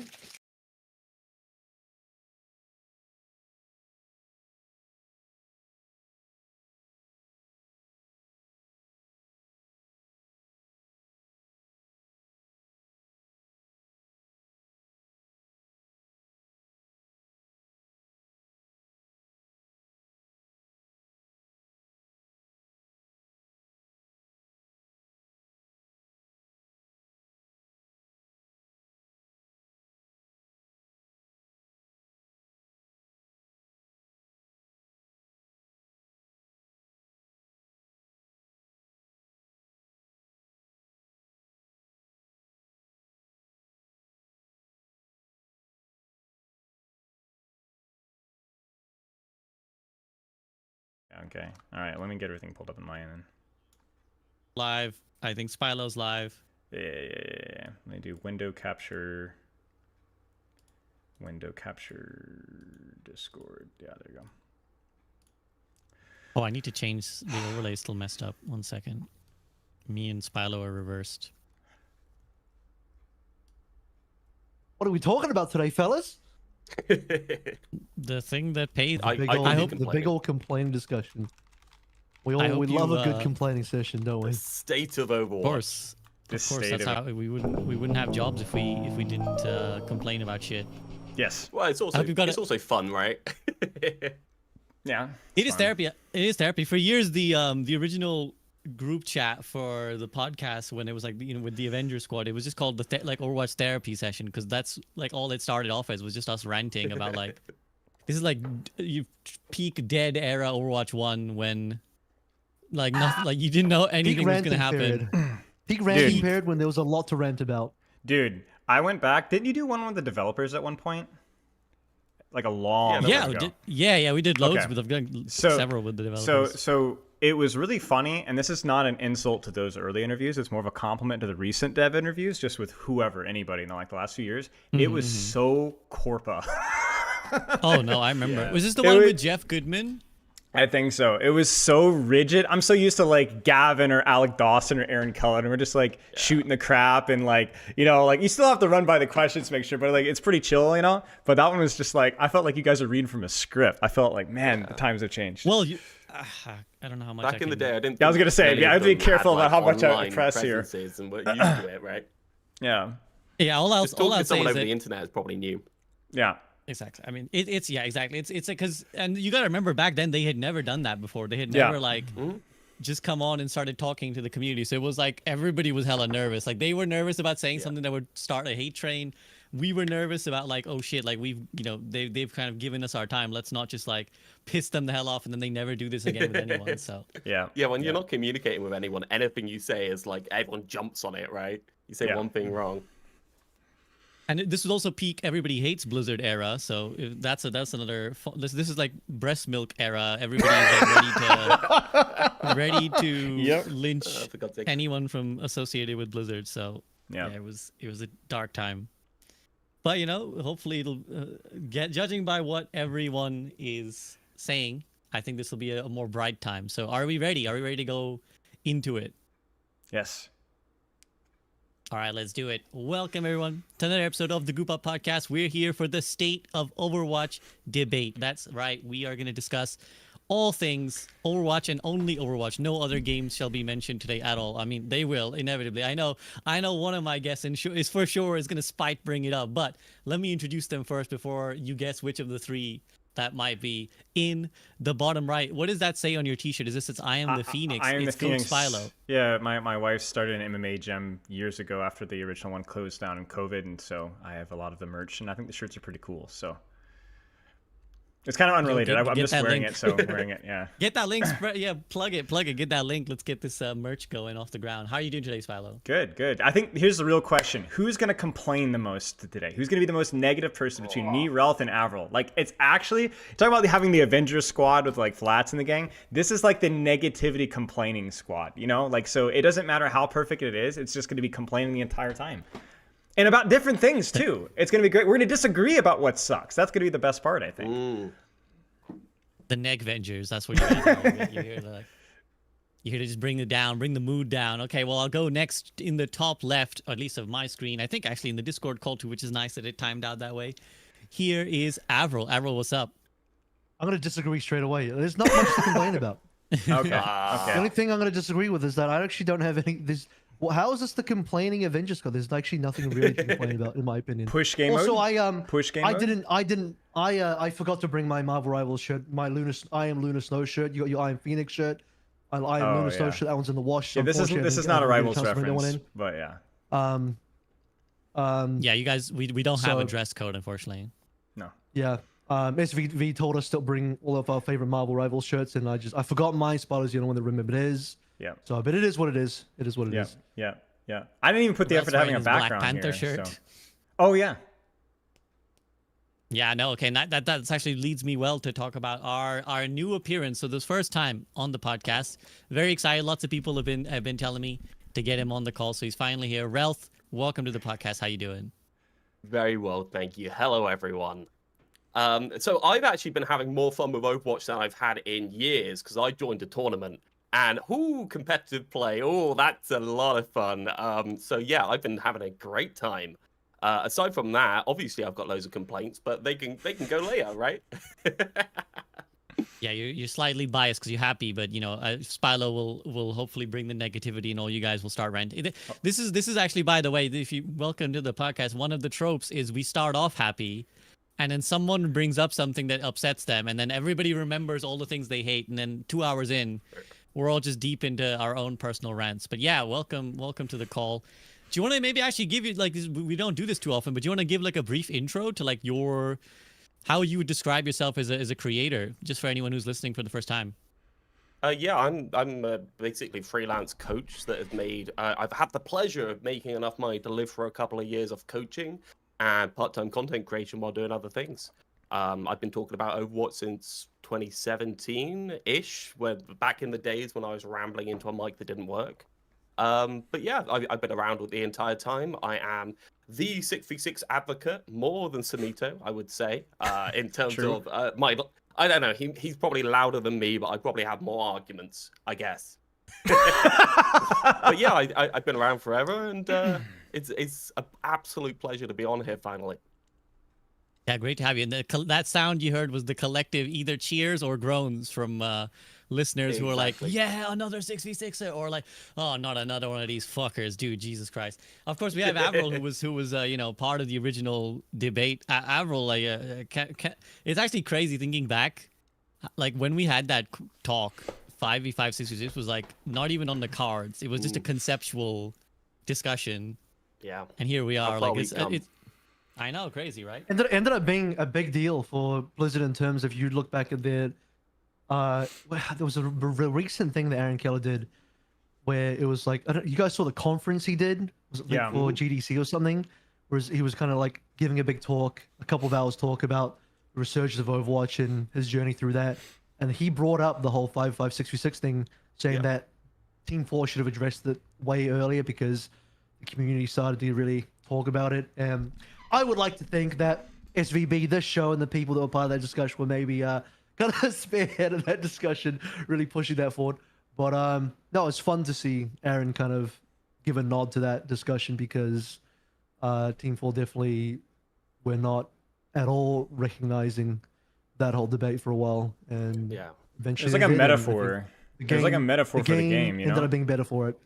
I think it's pretty, like, you can't bury your head in the sand about these things. If there's a community, like, talking point and you seem to be ignoring it, I think it just gets worse over time, honestly. And I think he learned a lot from that. I think addressing 66, like I said, was like a metaphor for just addressing elephants in the room in general, and just being willing to kind of like, ignoring 66 is seen as like, it wasn't just the format, it was also just like ignoring a very common complaint or controversy, which probably needed to be addressed no matter what side of the defense that you sit on.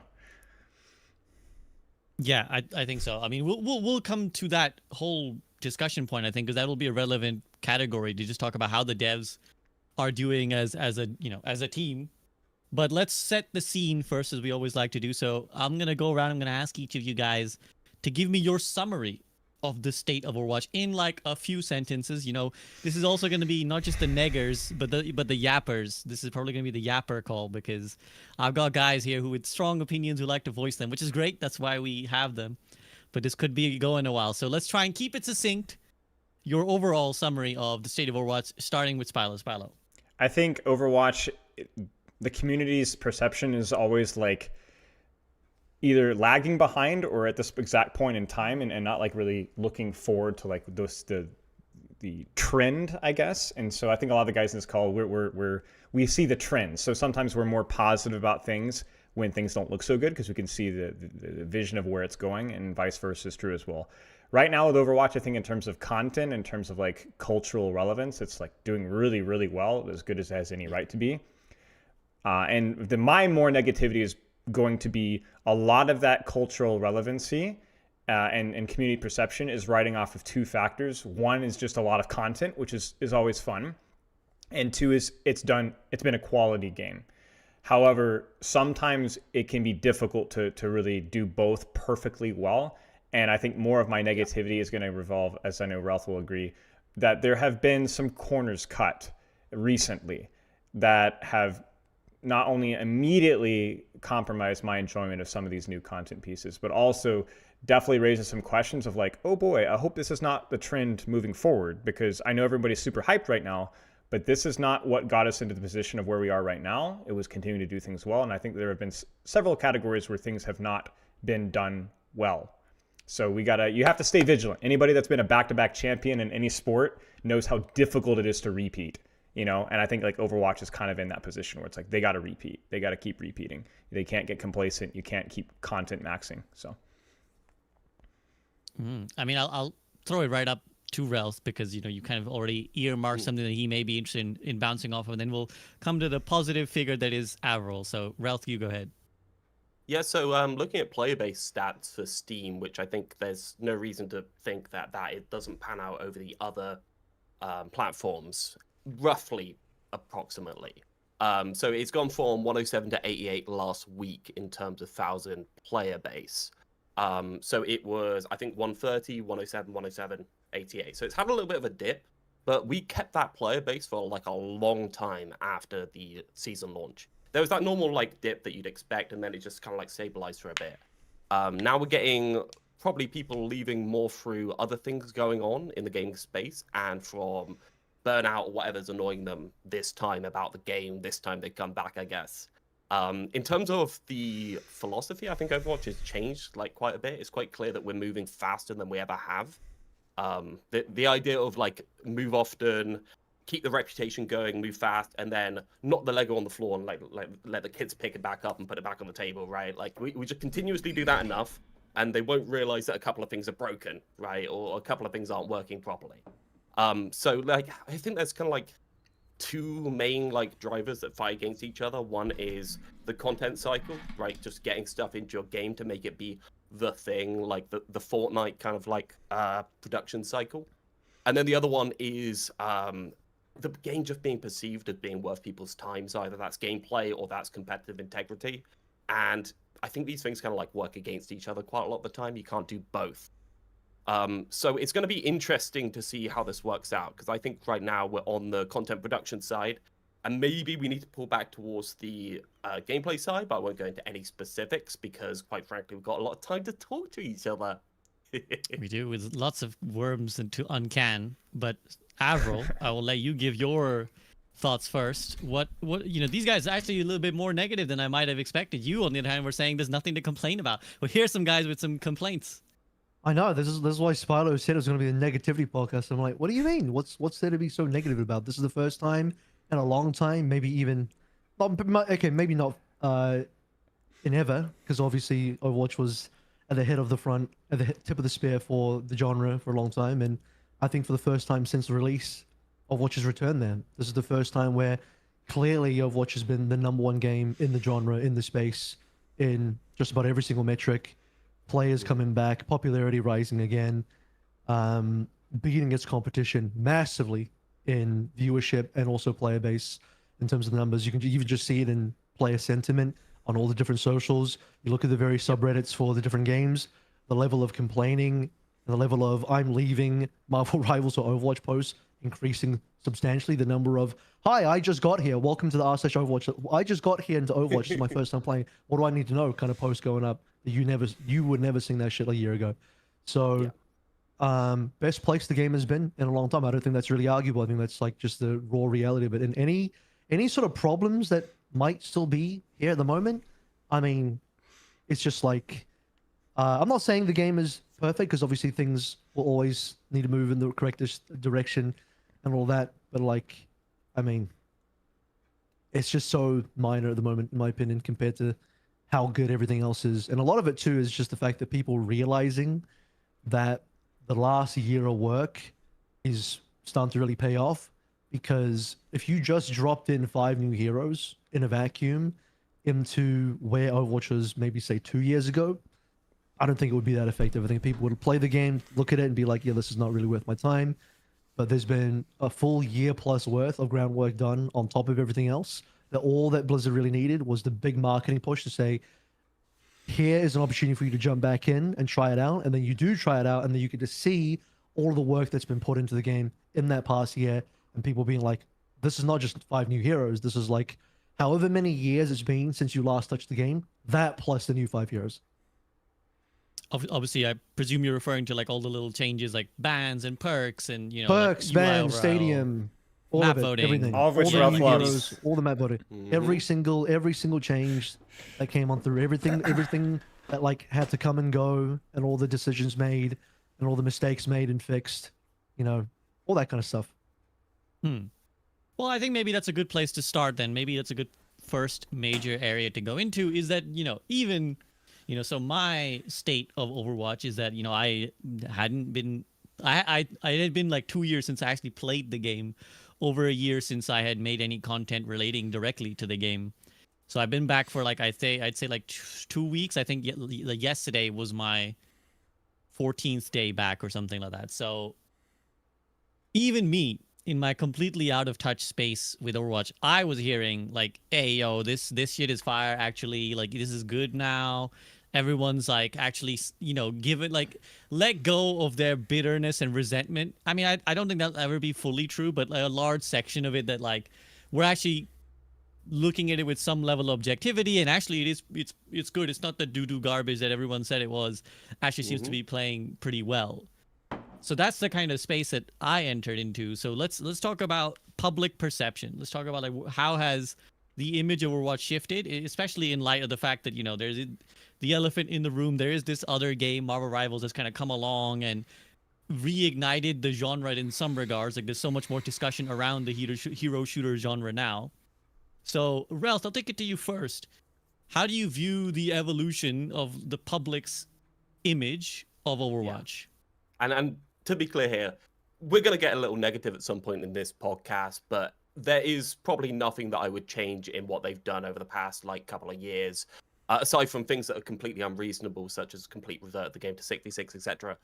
That I would change it anyway, because Aaron has completely revitalized this game. I will literally go to friends that I haven't spoken of in a while, or people at work, and they will be playing Overwatch, and they will be saying good things about Overwatch. Overwatch is in the best place it has been for, I don't know, for like 6 years at this point. It is doing incredible. In terms of public perception, I don't think there is anything to change. I'll just leave it at that, to be honest, because realistically, aside from that, I can start putting butts on it, but there's nothing to butt there. Okay, well let's not keep some big butts in and displease Sir Mix-a-Lot. Avril, I sort of saw you kind of really mulling that idea over. Obviously, you brought up this public perception thing. So do you want to maybe elaborate on your point, and then we'll take it to Spilo on just how the public have responded? I know you've kind of been quite. I saw on social media you've been quite involved in the Rivals Overwatch, let's say friendly competition. I think it's always been a public perception issue for like the longest time. I think the amount of time the game's been truly really bad hasn't been that long compared to how long it's been good for. Considering the start of the game and where we are now, I think the public's perception, like if you looked at where the game was in the last year, at various points over the course of the game last year, I think everyone that stayed with the game already knew it was moving in a really good direction. And everyone who came in was like, you know what? I should have given this game a bit more of a chance. And all the negativity you saw, particularly from the rival side, was so much old shit that wasn't even applicable in the game anymore.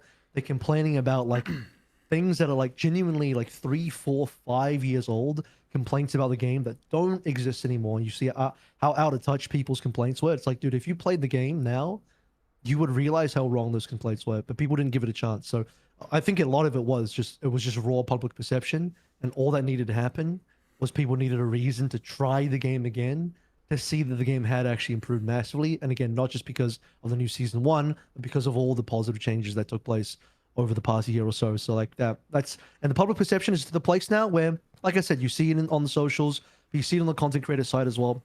You see it on the big content creators. Tim the Tatman's a big one where like his audience and his crowd are super, super, super negative on Overwatch.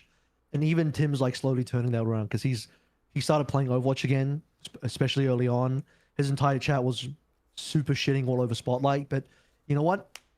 Nothing denies the raw stat line of the game's actual numbers jumping up in undeniable ways, to the point where like the people on the rival side who are like so invested in that debate can't even use Steam numbers to clown on the game anymore. In fact, you can use Steam numbers of Overwatch to clown on rivals now, which is hilarious to me. You can't even deny it. Like you can't even deny that the game is in an incredible state, and all it takes is for people to have a look at it and try it again. Yeah, very good to hear. Spilo, are there any wrenches in this bright picture that's being painted? Are there any dark spots that you can see on the public perception of Overwatch? Not in public perception, for sure. I kind of agree with what's already been said. I think one of the things that Overwatch did really well is they kind of let Rivals have its day without trying to rush things. I think we saw that really starting with the perks, right? Like there was, if you guys remember the December 2024, January 2024, was that when Rivals dropped somewhere around there? I think people were super. December, I think. Yeah, it was like Overwatch is dead, and Overwatch is just doesn't try. and then they kind of like let some of the negativity of the rivals start, and then I don't think this was purposefully timed, but like they just stayed true to their schedule, right? And then Perks drops, and obviously Perks, the whole the initial spotlight wasn't as big of a deal as this most recent one, but it was, people were like, oh wow, that was actually pretty soft from Overwatch, you know, and like maybe I'll go try Overwatch again, and like they focused less on the comparison and more on just like doing their own thing. And I think that's kind of like the main theme, whether we're talking about rivals or not, is that Overwatch just focused on making good content, making a good game, and then having these marketing events occasionally that really brought new eyes towards the good things. I mean, you see it even with the Blizzard Spotlight this past year. The Overwatch Spotlight in 2025 was so successful that they did a global Blizzard Spotlight this year for all of the Blizzard games. I don't know if it was all of them, but they did one for like Diablo, I think. They did one for I don't play Blizzard games, World of Warcraft, whatever else. So obviously this works. You have this big content drop. And if the content is good, and as we've already said, the content has been good for... okay, this is a hot take. I'm not a huge fan of all the changes of Season 9, but I think Season 9 was like the season for Overwatch 2, because it was the line in the sand where the team publicly communicated more and were willing to take risks with the game. And so whether you like Season 9 or not, I think it was a mixed bag, but it was showcased a willingness to take risks and commitment to like, actually, let's just try something. Let's just go. And I think Aaron talked a little bit about that at the convention that Avril was mentioning, right? And I think like that was like, so right around a little over 2 years ago was like the moment where you could tell like Overwatch 2 was like actually really hustling, and probably even sooner than that, but at least not publicly. And so all of us in here have known that for quite some time. Avril said like the last year, I think Overwatch has been great, right? Even before that, it's been moving in a good direction. But obviously public perception is fickle, it's slow, it lags behind, and it also needs its flashy lights, like Realth talks about, to draw attention towards what we already know. Jingly keys. The jingling of the keys, right? So for me, it's just like, that's kind of how like the live service gaming audience, but those people are fickle and they'll move on from game to game chronically. Most gamers are like that. So for us, hardcore Overwatch fans, you know, the key jangling will fade away, and then we're gonna be like, all right, what's going to be the next 9 months? You know, what's it going to look like in terms of balance and design and communication and quality of life, right? Like, what's that going to look like? Because you can't jangle keys forever, as Rivals is learning. Eventually, the babies, even babies, will get bored with key jangling, right? So that's kind of be my main point. I like the content side, and I think public perception is great, but I think the public perception is never going... The public will be like, whoa! Anyway, right? Like, that's just how people are, so you can't keep that forever. Yeah, I wanted to actually quickly, two things that came into my mind that I'm not sure will be worth on their own an entire section, but I think worth putting as part of this one. Two things that relate, I think, to the wider public's knowledge of Overwatch is obviously the fact that they no longer are Overwatch 2. It's back to Overwatch. Yep. Right, I think that's something worth discussing, and whether we agree with that decision, whether we think it was like a worthwhile decision. And then also recently, of course, the forgotten man, Jeff Kaplan, you know, has been in the media cycle recently. Obviously, this big interview that he did on a podcast, some dude. I watched the podcast, and he didn't really go into too much specifics of like, this is what was going on in the Overwatch team. It was more of a general, this is what it was like creating the game, and this is what it was like as like the development team. But there were a few bits in there, you know, that he kind of dropped that made people start to reassess Overwatch again. Like I heard some people being like, oh my God, I can't believe this is what it's like in the Blizzard, you know, internal system. Like this makes me really, you know, nervous about Overwatch. It makes me not really want Overwatch to do too well because it feels like there's all this nefarious shit going on behind the scenes. So let's talk about those two things. You can kind of springboard either side that you want to. I'm going to take it to Avril first. I feel like he's probably got the most spicy take coming in. So Avril, what do you got for me? Jeff Kaplan, king of vague posting, spends 5 hours talking on a podcast. 20 minutes is like Overwatch, you know? It's like, all right, dude. And doesn't actually go into the real details that you actually want him to go into. Doesn't go into the part where he like straight up says, this is why I left. Never answers that question directly. Just vague post kings the entire way through for 5 hours. All good. Don't worry about it. Well, I should say for his sake that, you know, he probably still has some NDA shit. I mean, they did bleep out some number stuff out of his non-disclosure agreement. So who knows how much he's limited to say. But yeah, look, there's the corporate side. I get it. And I don't defend any of that. I think that's all terrible. But that's also like every company. You go to EA, same shit. You go to Ubisoft, same shit. Riot, same shit. Every single, number crunching, suit tie motherfucker over there who's just like, make money now and I don't care what it takes. And if you don't make the number of monies and dollars I want you to make, I will fire everybody and it will be your fault. Yes, that guy exists in every single large company of that side. And yes, I did watch the podcast / listen to the podcast for the person in chat that's wondering. Thank you very much.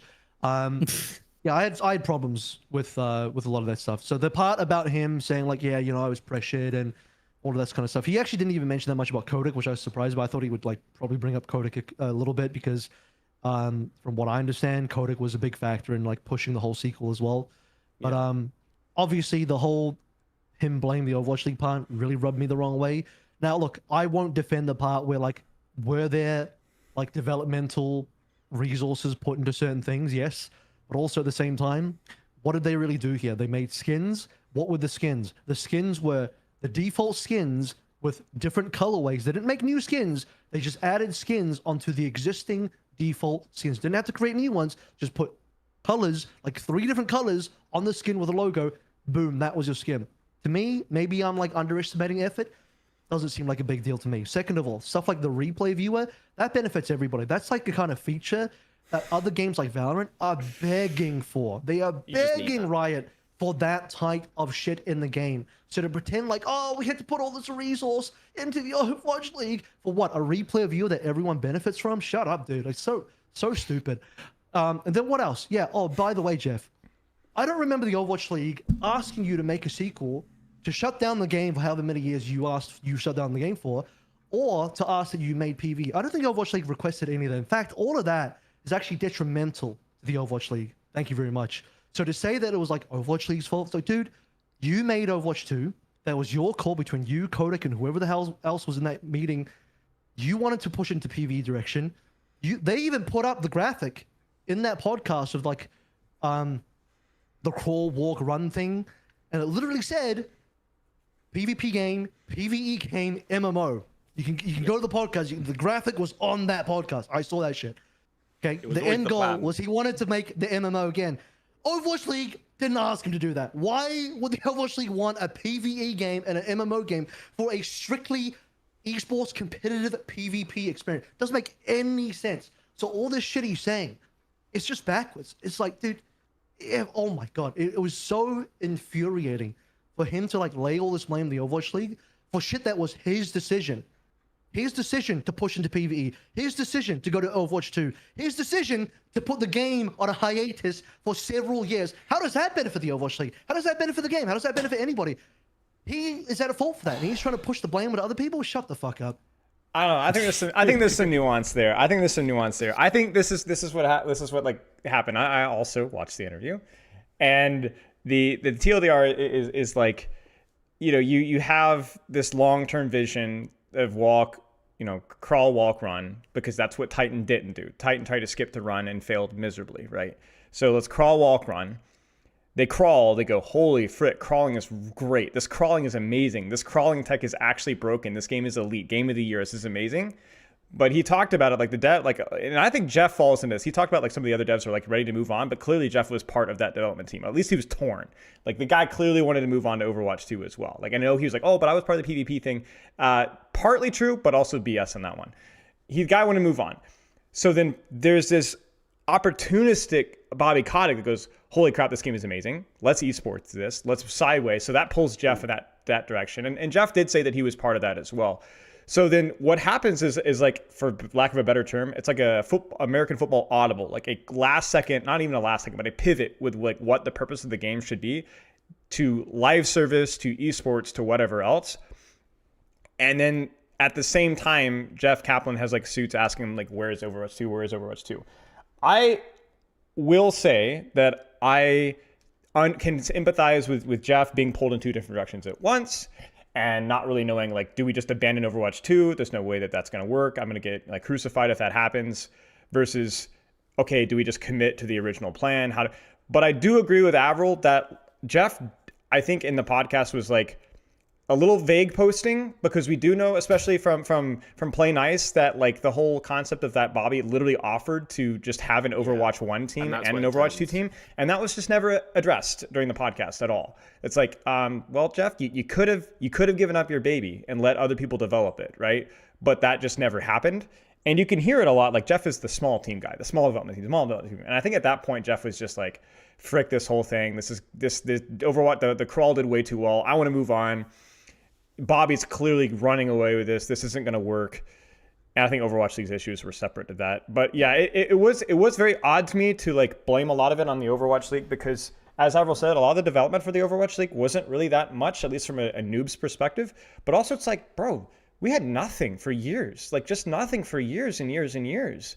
So like saying that like, oh, I did care about the PvP, the team did care about the PvP. No, you didn't. You didn't. So that's just not true at all, or at least not enough.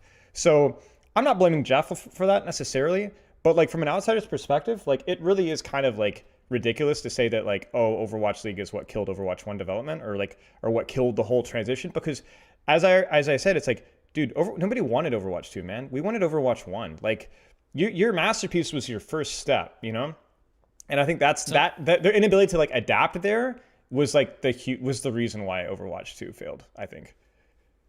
Just in the interest, because I know, I love hearing you guys' thoughts, but I also know you've all got your rants you want to go on. So I'm gonna I can see Realth just like fidget. He's got I'm fidgeting because I'm desperate to say something, body language. So I'm gonna maybe cut you guys off in between here and there. That's fine. To let others chime in. So Realth, I can see you really want to chime in on this. So I'm gonna let you go.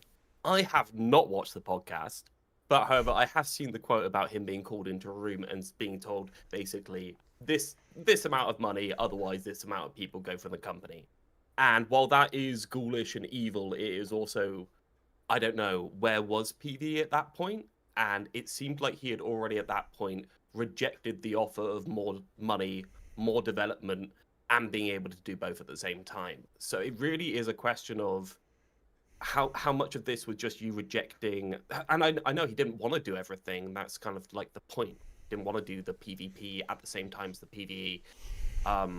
But yeah, like how much development time did it really take? Like how much would it take to support Overwatch 1 PvP as well? They were still developing heroes for Overwatch 2, I would assume. Apart from that, I think numbers patches was good enough to keep the game on better life support than it was, quite frankly. But instead, it was just nothing and a turn off of the support when I'm like, one guy is numbers patches, right? Obviously, it's not one guy because you have to ship to consoles and other things like that. And any patch turns out to be a lot of work, but the amount of effort you have to put in to get a lot more back seems very minimal to me. I feel like Jeff Kaplan was never the guy to run Overwatch 1 after 2019 and 2020. Like he was clearly had already shifted his mindset moving forward, and I think the best case scenario for that organization were for him to just cut ties and move on to Overwatch 2 and just like let somebody else run the game. I think even like from their balanced decisions and knowing a lot of the stuff behind the scenes with how he understood the game and how limited his viewpoint of, I think, even like game design and hero design was. I'm not saying that I disagree with all of his ideas, but I think like you look at like what Overwatch 2 has done since and Overwatch 1 has done since then. It's like, I think Jeff was just never the guy to keep Overwatch 1, and he just needed to let somebody else handle it for him. Now, whether they would have done as good of a job, whether PvE, whether Overwatch 2 would have actually worked, I don't know. But like, it sucks that like, Jeff was like just not letting somebody else run the game for him, and it's like, I mean, you guys know we literally had nothing. Like Echo in 2019 or 2020 was like the last drop, and like we just had nothing. So like I don't care whose fault that is, but that's just inexcusable. That's just totally inexcusable. Yeah. At the end of the day, like I don't think his team, maybe it was him as well, they were not prepared for the level of success that Overwatch had in 2016, and they were not prepared to support it as a live service game. When you find out how small Team 4 was when they actually launched Overwatch initially, how small that team was, you're like, bro, you cannot run a live service game with the amount of devs you have compared to the amount of devs. You need like an army. You need hundreds, if not like 1,000 devs to do like a Fortnite style live service, a League of Legends type of thing, a Valorant type of thing. Well, now that we have an Overwatch, the Overwatch current team is under Aaron is gigantic. And that's actually what you need to be able to put out the level of content at the pace it needs to be put out on. And then to pivot entirely into a PvE without you know, allowing a different team or just upping the size of your team to also account for the continued development of PvP. I mean, there's just so much short-sightedness in there. And then to lay it on Overwatch League, like I said, Overwatch League didn't ask for any of that. Overwatch League, that is all detrimental to the Overwatch League, by the way. Overwatch League, it makes no sense to blame Overwatch League for any of that. Beyond that as well, people don't realize this because I guess people don't understand business, but Overwatch League, it operated completely separately to Team 4. Okay, the devs were not fucking making the rule sets and standing behind the PCs, the players, doing referee work and making the tournament rules. That was, Overwatch League had its own staff, completely separate to Team 4, doing its own thing. And yeah, I understand. There was probably some development time put into the Overwatch League to help them out because they needed to make some stuff for that. But I would argue a lot of that was good for the game's overall player base anyway. Yes. And look, if that was enough to derail the development of Overwatch 2, that's still your fault, buddy Jeff, because you could have hired more people. You could have had more people on board. Considering you shut down the game for a couple of years, I mean, dude, that, like Spider said, it's inexcusable. He had every option, he had every opportunity to avoid that situation, and it came at him fast, hit him in the face, and ended up being absolutely terrible for the game. And here's a rhetorical question. For the past several years, we've had to make up, say we, but like Overwatch has had to make up for that. Aaron's team has had to make up for that, and it's taken until 2026 to finally make up for that. Rhetorical question for you, Avril. What would Overwatch 1 development died faster without the Overwatch League? That's a funny question for you.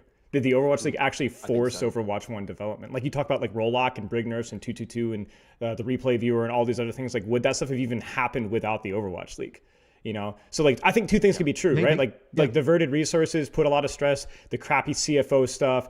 Jeff is like some serious ethical questions going on behind what was going on behind that. Like that's just ridiculous, right? I can tell you this. But two things can be true at the same time. Like I just from what little I know, I didn't have a lot of faith in Jeff's leadership at that point in time, right? And I think like that's like I think the major question here. So like we're here analyzing Jeff Kaplan, we're not here analyzing the CFO. That's like comically, caricaturely, stupidly and wrong. Like that's why we're not debating that, right? Obviously everybody agrees that that's dumb.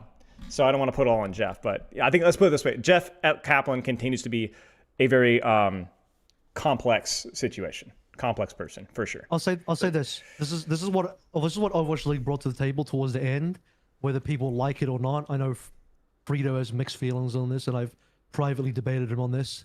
That could have been a good podcast. No, maybe not. I don't know. But Overwatch League did force the hand of Team 4 in the sense that Overwatch 2's release timeline was very likely pushed forward in terms of when it actually came out to the public. It definitely did. It definitely did.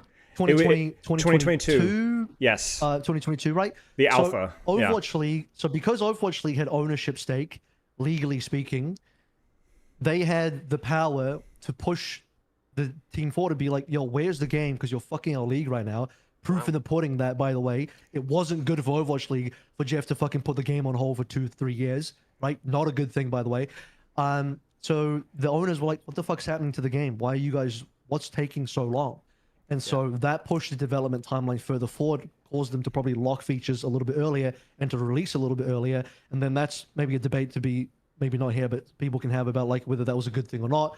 But hindsight 2020, you'll be like, oh, that sounds terrible. But actually, if you were there at the time, at the moment, and we were already in a 2-year state of nothing, do you think you could have held out for another 1 year or 2 year? Imagine if Overwatch 2 didn't release in 2022, and in fact it came out in 2023, or perhaps even 2024, of how much of a meltdown. Think about where this podcast was back then, and how much complaining, and how much dooming, how much depression there was. Imagine then, on top of what that was like, then being like, oh yeah, so the game's actually not coming in 2022, guys. It's now going to be 23 or 24. How fucking terrible would that have been? It would have been the end. It genuinely would have been the fucking end. So actually, the Overwatch League pushing them to release in 2022 was a good thing, actually. Yeah, I think we always assumed it was just like investors coming knocking and being like, you said you were making a game, where's the game? Like, yeah, it's been years at this point. What have you got to show me? Probably not enough for them to be happy, but maybe our Lord and Savior Bobby Kotick, the God Emperor, actually saved us. Who knows? There was a lot of unhappiness. There was like, hey, where is this freaking game? Because I was with the league at the time, and the people, we were like, guys, like The season starts. We have to scrimmage. Like we had you can remember Gunva, Avril. Gunva literally had a custom workshop code to mimic what we guessed Overwatch 2 would be, so we could actually scrimmage. I remember. Yeah, no, sorry. No, go ahead. I want to cut in here just because I know you guys are all passionate. You're all on the competitive side of the thing, right? So you guys are all on the, Overwatch League was the big thing. I'm gonna try, in the interest of being a moderator, I'm gonna try and actually offer the other side. And I'm actually going to try and sort of assume Frito's role, which is to play Jeff Kaplan Whisperer a little bit.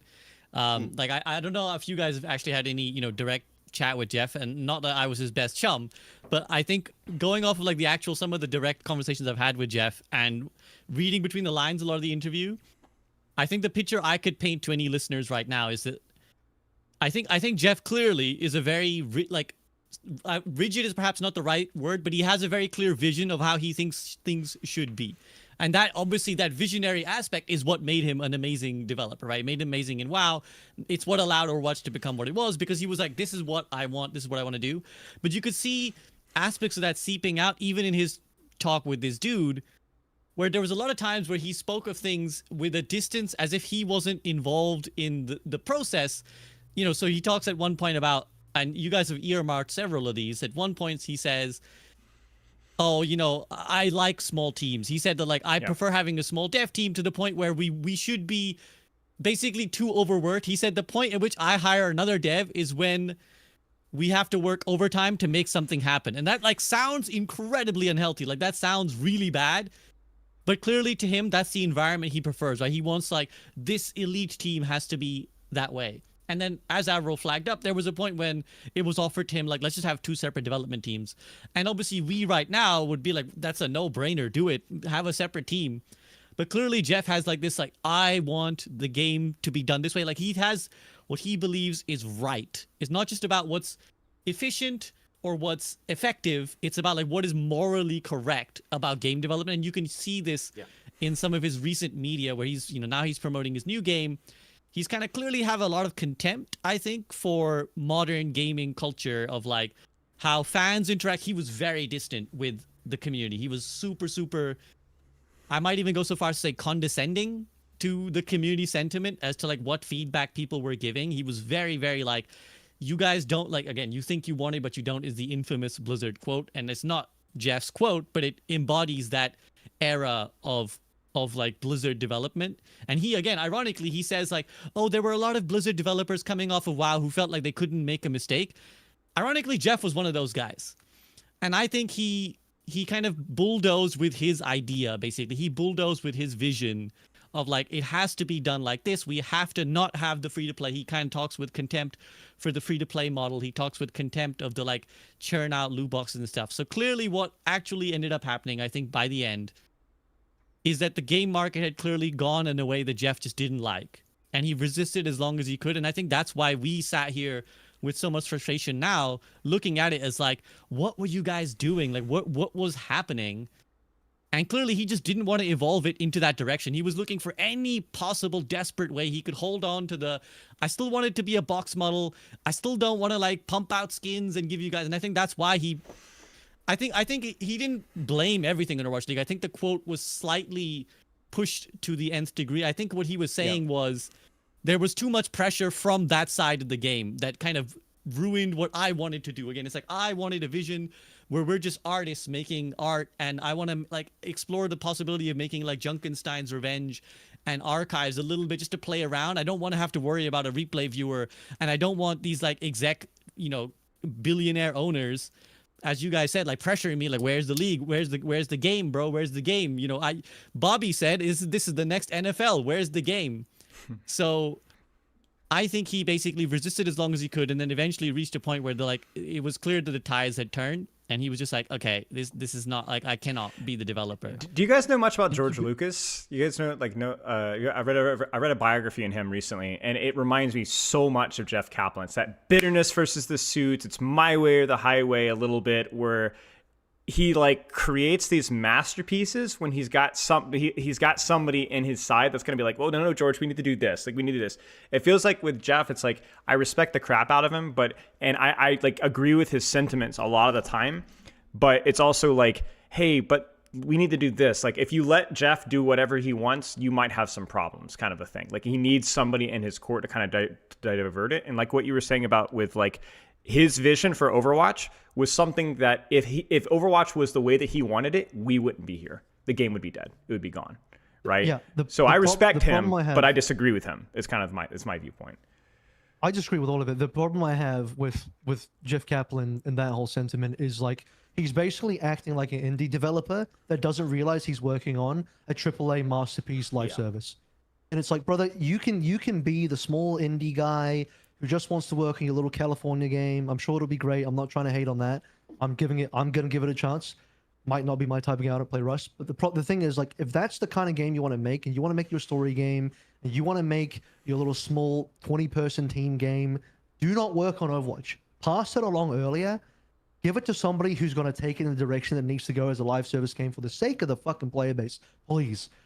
And not like treat it like, oh no, it's so successful. No, fuck, I didn't want it to be this successful, guys. It's too successful. Now the game's too big. Like, bro, move on. If the game didn't go where you wanted to go, and now the reality is this: you want the game to be B, but the reality is the game is A. I'm sorry, the game ended up being A. You want it to be B. Give it up, brother. Hand the reins over. Stop pushing the game to something it's not. Stop pushing to some PvE fantasy land where the game is not that. Because we saw what those 3 PvE missions that eventually came out was, and if that's the tone for the PvE direction that Jeff had, dog shit. Sorry. That's the truth. Complete I was bullshit. always saying back in the day, it's never going to be better than like Left 4 Dead 2 multiplayer. Like that's a really cool thing. I love this kind of stuff. Like maybe Destiny missions. I don't know. I never really had the vision for it. I think Jeff's kind of like this guy who we all wish he was our manager in our workplace. Like everyone listening to this, he probably knew like the name of every single person's partner in the team and 3 interesting things about them, and it morally outraged him the fact that his team could get bigger and like big enough that he couldn't know everyone personally. But I just never thought that was realistic for the type of game that it ended up being, even if it wasn't when he started, right? Yeah, and I think we've kind of we've kind of gone through this topic well enough. So does anyone else have anything else they want to chime in on the whole Jeff and sort of development? I brought it up because I didn't think it would go quite this well, but I think it was fun. It was fruitful. Yeah. Because I think that was a big part of like Overwatch in the news cycle. A lot of it was because Jeff was. Turns out I did have something to complain about, and it was Jeff Kaplan. Yeah, apparently it was just Kaplan, the guy who you just needed to know which buttons. Yeah, well, he showed up again out of the woodwork to talk about it. So welcome back. See, I told you, Realth. I told you that it starts off positive, and then I mentioned the trigger word, and everybody goes off. It's just like fuck this guy, fuck this guy in particular. Yeah. So I think the sort of way I'd round it out is I'm also sad that we never did actually get the vision that Jeff wanted. Like we kind of ended up with the spilled milk, which is that we didn't really get a live service Overwatch 1 game. We had to go to 2 and then back, and we never got the PvE thing that Jeff really wanted either. So it's actually kind of. The ultimate loss was, I think, the gaming community, because like everybody would have. I don't think it's a loss. Well, okay, you may not have wanted that game. You may not have wanted that game. I mean, there was a loss for sure, which is that from 2016 peak Overwatch, if you had just been like, let's just go comp Overwatch, where would it be now? Like think of like that competitive game had it only ever been a competitive game, and think like had they just released 2016 and then Jeff had gotten to do whatever he wanted to do, what would that game have looked like? What would the actual realized version of that look like? We never got it. We got like this really. I can tell you what it would look like. Not Overwatch is what it would have looked like. Completely not Overwatch. That's the truth. Yeah, and that may be fine, and that may be a game you didn't want to play. But what I'm saying is the world didn't get that game, and it would have been nice to see what that game looked like. At the cost of Overwatch potentially being completely put in the shitter, wouldn't have been worth it. The amount of time they were spent working on it, delaying for another X however many years, we got to see the small tiny tidbit. I don't know how much of a percentage of what their final plan was, but the 3 missions that we did get, whatever representation that is of his grand plan, I don't want to see the rest of the plan just based off that alone. I'm being honest. How many more years, right? Like, I used to laugh at safety. Now they call me I don't know. Three-Finger Joe. We're thinking like it would have been nice to see this theoretical game that clearly was very, very long off, like 3 or 4 years maybe. Yeah, it would have been nice, but I like this video game more.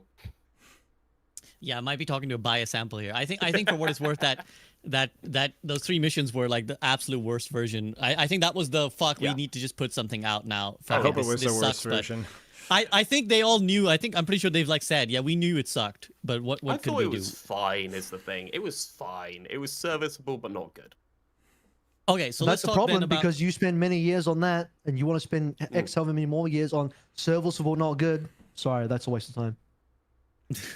Well, let's talk then about the current game. Then let's go back to actually talking about how things are now.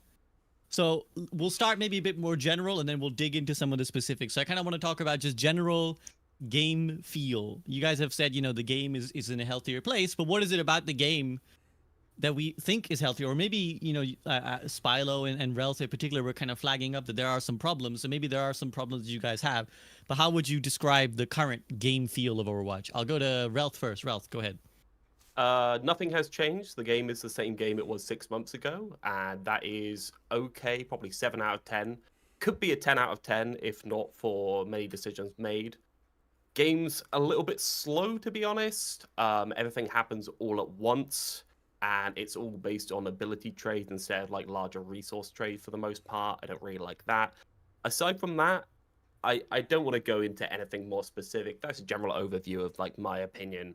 6v6 currently is in the gutter because they, I think, accidentally put the DPS passive up to the way it is in 5v5Q for some reason. I think it was accidental, quite frankly, when they changed the sub roles. So now it feels very slow because that game really needs the regeneration of resources in order to be able to get you back into the action when a tank starts chipping you from across the map. So yeah, that's more or less where I am. Interesting. Spilo, I'll take it to you. How do you feel about just the overall current game feel? It's good. I mean, I enjoy playing it a lot. I mean, for me, the negativity is less to do with how much I enjoy the game right now and more along like the trend of like, I could see that becoming slightly a problem. I think sound design has fallen off a little bit. I think, rank reset has been a bit of a train wreck. I think we've had performance issues. I think the optimization has taken a downturn as of recently as well. And then there's just a little bit of polishing that's been needing on the last couple of characters, as well as we're coming off probably the worst balancing quarter in Overwatch 2 in the last 2 years. I think the fall winter of Overwatch this past was like the worst in terms of like win rates, like the worst mismanagement of balance that we've had for a while. And, things like that don't just magically randomly happen, certainly not when they're clustered like that. I think any statistician will tell you that, like, if you see that many things happening simultaneously, that's a bit of a red flag. Why is that happening simultaneously, right? And I think a lot of it is what we just saw at Spotlight. Like, that takes a ridiculous amount of developer resources to release one hero, much more so 5. So, for me, it's been, as Realth has said, it's like, okay, you got your content drop, you got everybody's attention now. Are we going to actually clean up our mess? You're one of these like Jackson Pollock paintings here, but you've left paint all over the floor. We need to scrub this stuff up before we go crazy again. And I think like there has been we haven't had a hero rework in years, to my knowledge, right? Has it been Pharah since like season 9, I think? Like it's been a long time. Map reworks, I know that those are got reworked. Yeah, no comment. But map reworks, I know, are coming up. They've talked about map reworks coming up. I think Antarctica is the one that's coming up at the soonest. But that's been also a long time since we've seen map reworks. We haven't seen the optimization addressed. We haven't seen the sound design addressed. We have characters like Vendetta and Freya that still have really problematic both sound and gameplay loop designs that have not been addressed since their release.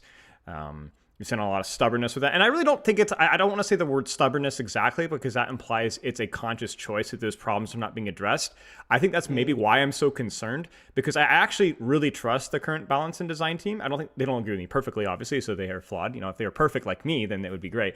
That's a joke for the one YouTube comments getting mad about that. But the one thing is that I feel like they just don't necessarily have the time. I don't think something has to give when you release this much content. And I feel like that's been my general problem.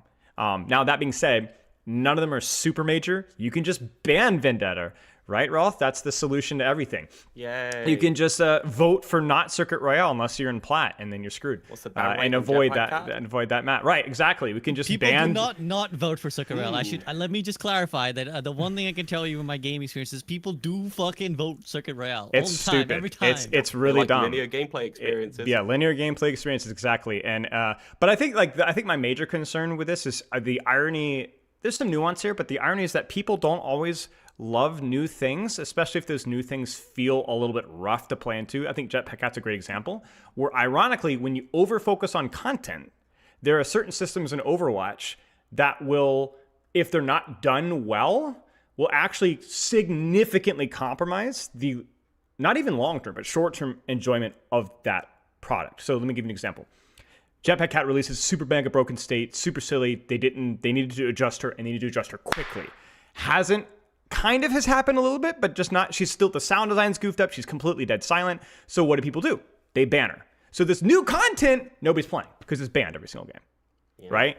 Another example would be something like the rank reset, right? Everyone is excited to log back into Overwatch. We're gonna get our rank reset, guys, rank reset. But the match quality is so incredibly bad because of this rank reset that all of the people that are excited to log in because of the rank reset, not all the people, but a lot of the people are going to have like a really negative experience with the game. So I'm all for content, but there's a line that you cross there where it's like, okay, well now everybody's just banning new content. People are not enjoying the new content. That's obviously not true, but there is a certain percentage of me that is a little bit concerned about that. And those problems escalate, right? Once the shine of like, oh my gosh, that Becca is so funny, I want to kill her, right? That lasts a couple of weeks, and then it's like, okay, we gotta clean this stuff up because it's the novelty is gonna wear off. You know what it is? Okay, here's a terrible analogy. That one quirky friend that you had in high school that was hilarious the first time you met them, and then 3 weeks later, like, dude, shut up, like please, like it's not funny anymore. The gimmick isn't funny anymore, and I think that's the content, that thing that you have to make it quality.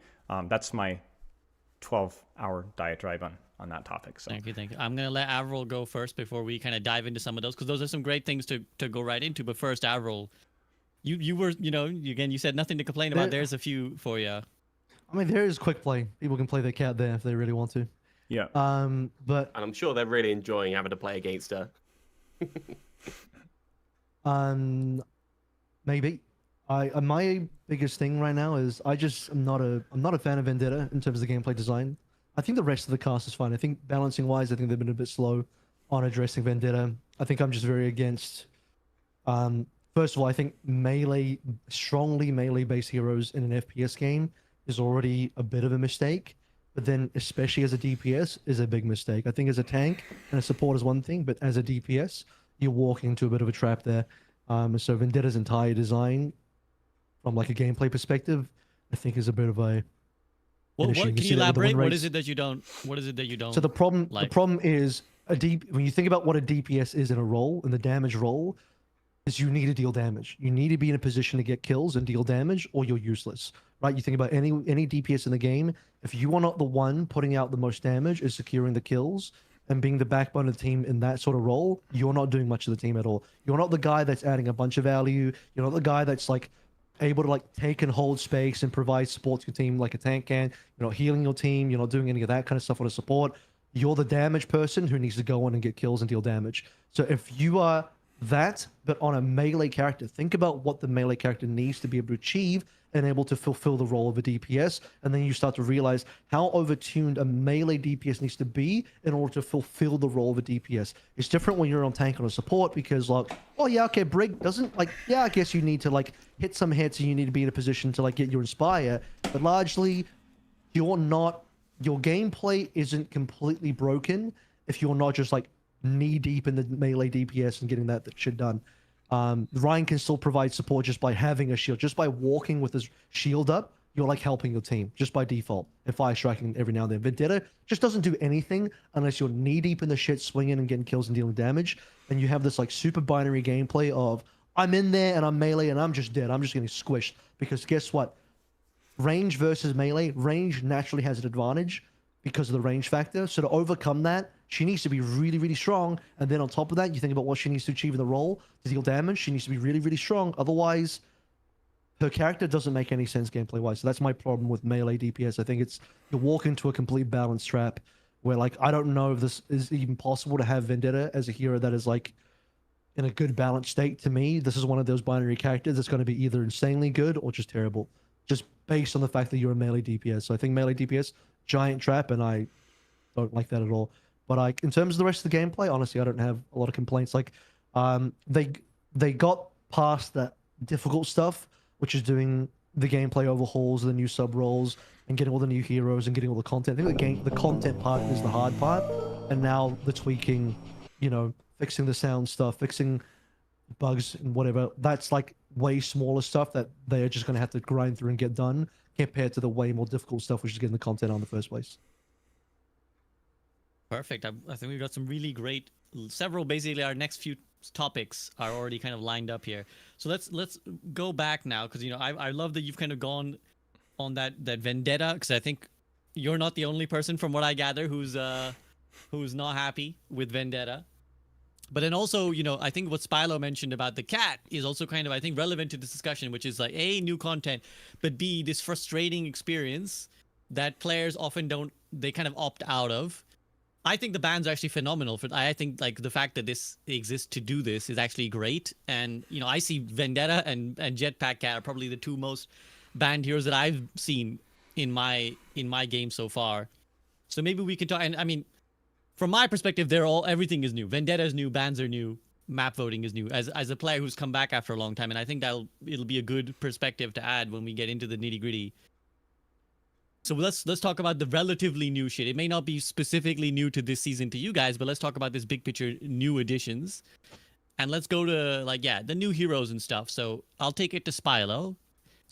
So you kind of have, it sounded like you had a bigger beef than just Jetpack Cat, right? It sounded like you had some kind of like, this is an alarming trend. I don't like what's happening here. So you want to elaborate and set the scene of like, what is it that Jetpack Cat represents that you're not happy with?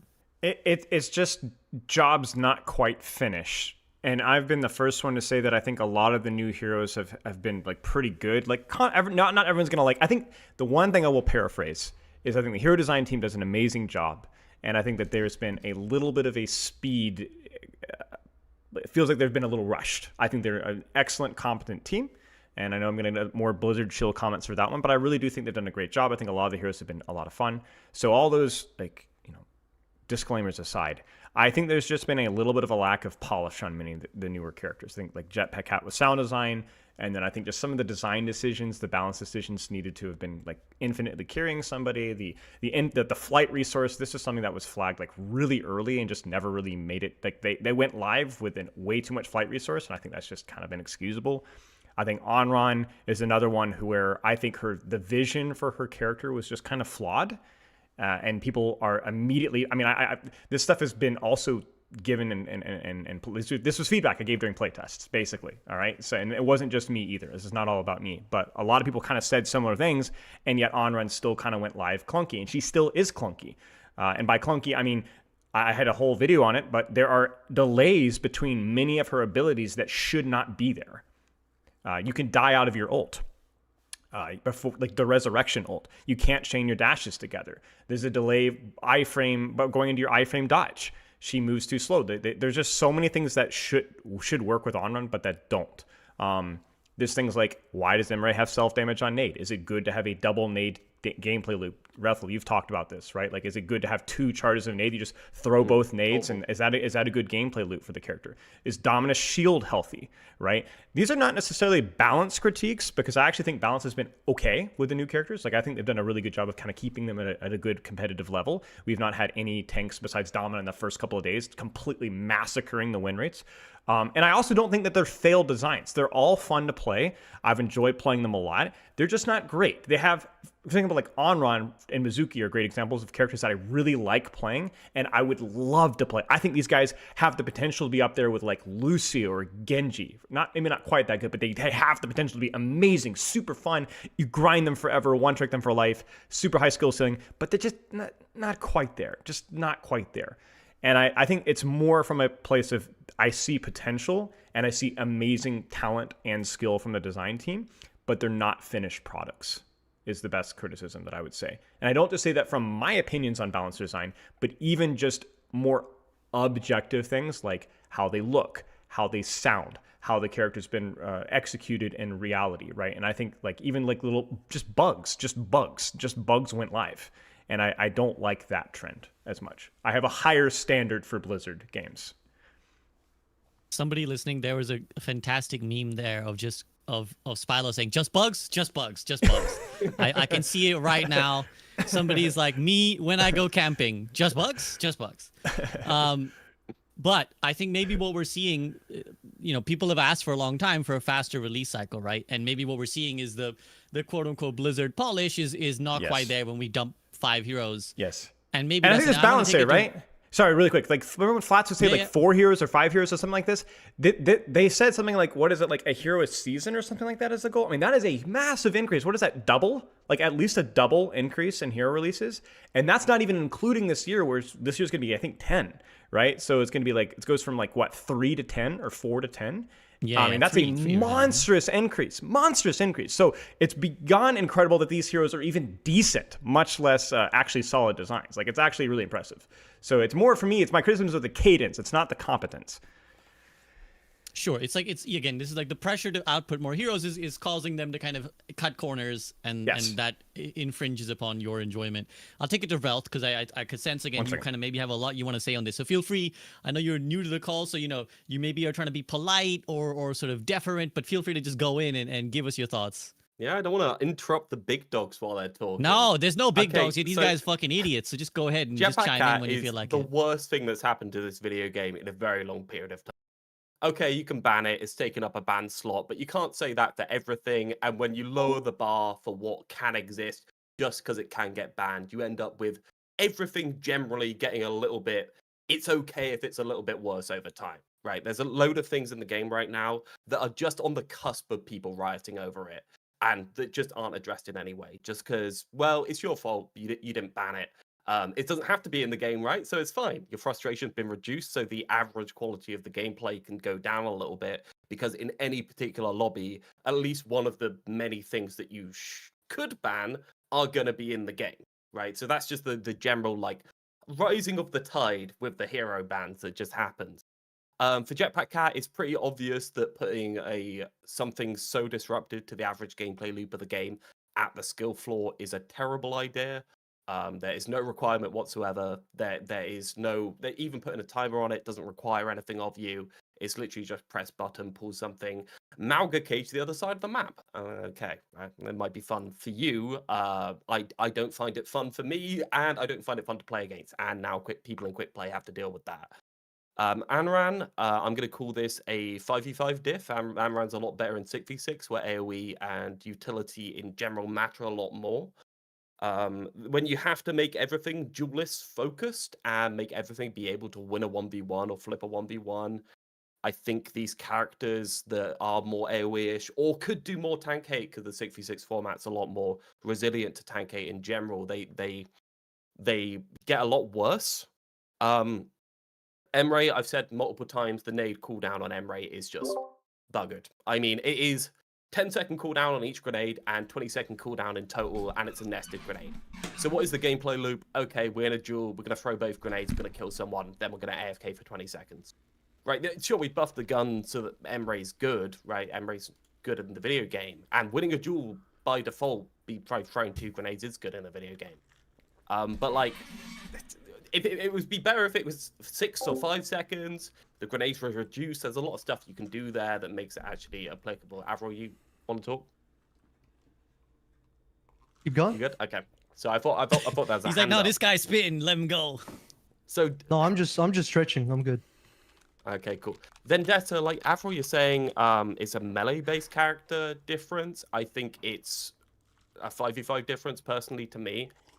The problem with Vendetta is the way that Vendetta interacts with bursty tank resources. That's just it. Vendetta gets a bubble, especially with Custer 25% extra movement speed.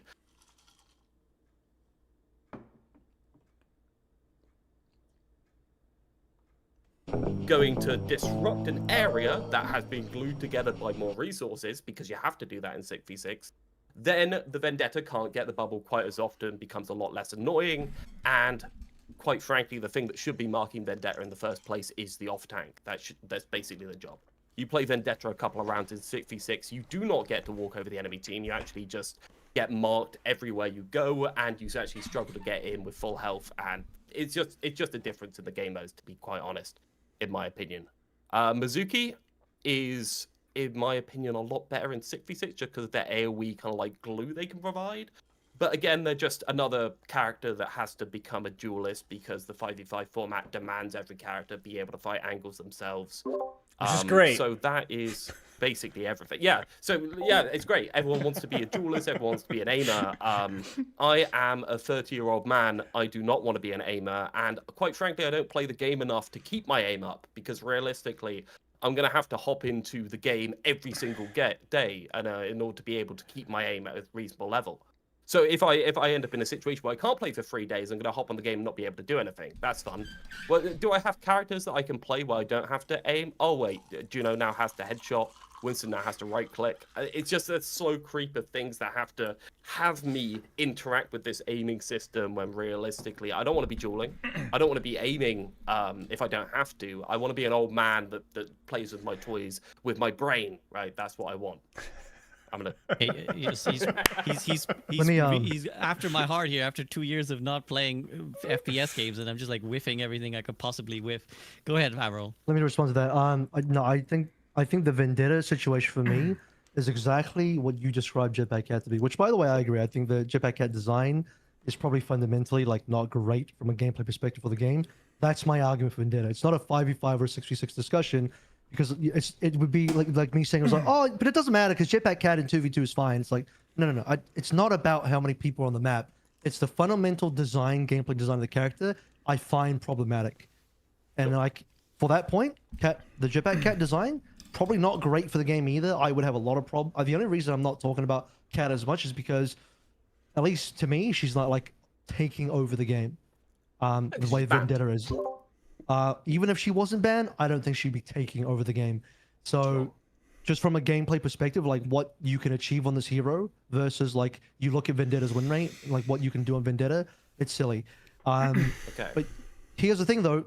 At least Cat is like from a artistic design perspective, really good for the game because that's the kind of thing that grabbed a lot of attention. Like out of the 5 new heroes, she was by far the #1, and it wasn't close. Yeah. The #1 in terms of grabbing attention for the average player to be like, holy shit, they put a cat in the game. And then they came back to the game maybe because of that alone, perhaps. Yeah. So like from an artistic perspective, perfect for the game. Gameplay, not ideal.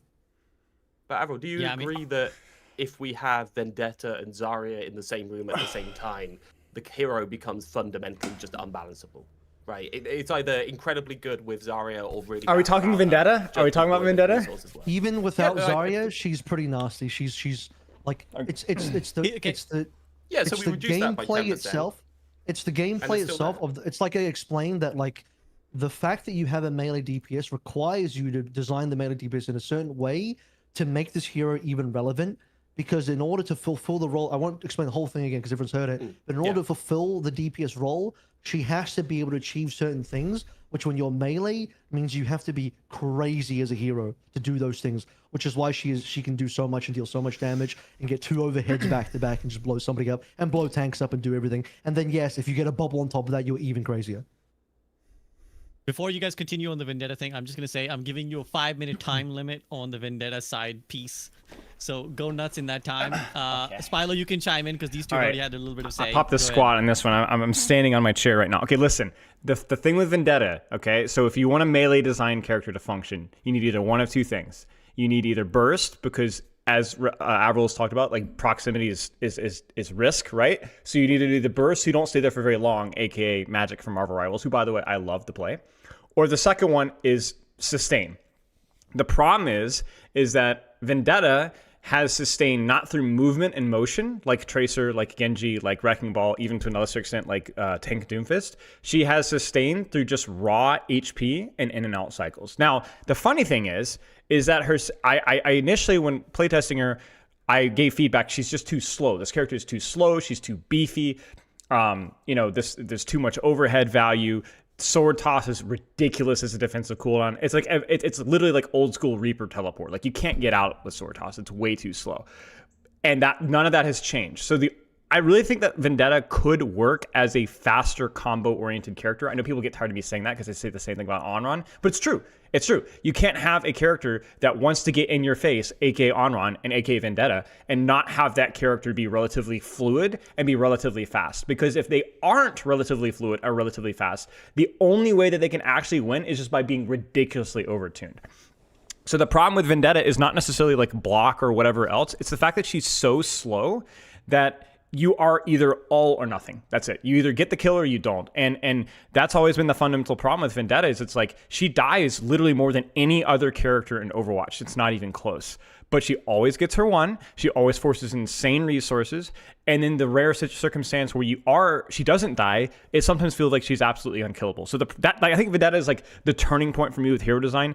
Because like Freya has her own issues, but at least she's fluid. Vendetta they never really figured her out. Like they never really made her flow the way that a melee DPS, like even Magic and Rivals, should flow. And so it's impossible. You can number tweak her till the cows come home. And they've tweaked all the wrong numbers, by the way. They've taken away. They've finally nerfed it with overhead recently, but they just nerfed everything but her overhead. 30 seconds. Okay, last thing. But if you want a melee DPS character to work, the sustain has to come through skill play and motion. It could be a parry mechanic, it could be movement, it could be fluidity, and they've done none of that. So she's just a brawling, hulking DPS that smashes you over the head in your face, which not only makes her skill ceiling really low, but also makes her skill flow really accessible. She's accessible for anybody that just wants to swing on front line and get away with it. It sucks. It sucks. There's potential, I think. That's the one thing. Okay, so we've got 3 different takes here. Avril says just fundamentally melee DPS broken. Spilo says it's that she's too slow and clunky. Like if she was faster and more combo in and out, it might be acceptable, but this iteration is not. Rel says it's mostly a format issue of like in 5v5 it's giga busted. So Relth, go ahead, carry on. Where do we lead from here? So Spilo, you're saying it's like which one would you go? Like bursty combo? You said like dodge. Not bursty kind of combo. thing, That's right? DPS Doomfist.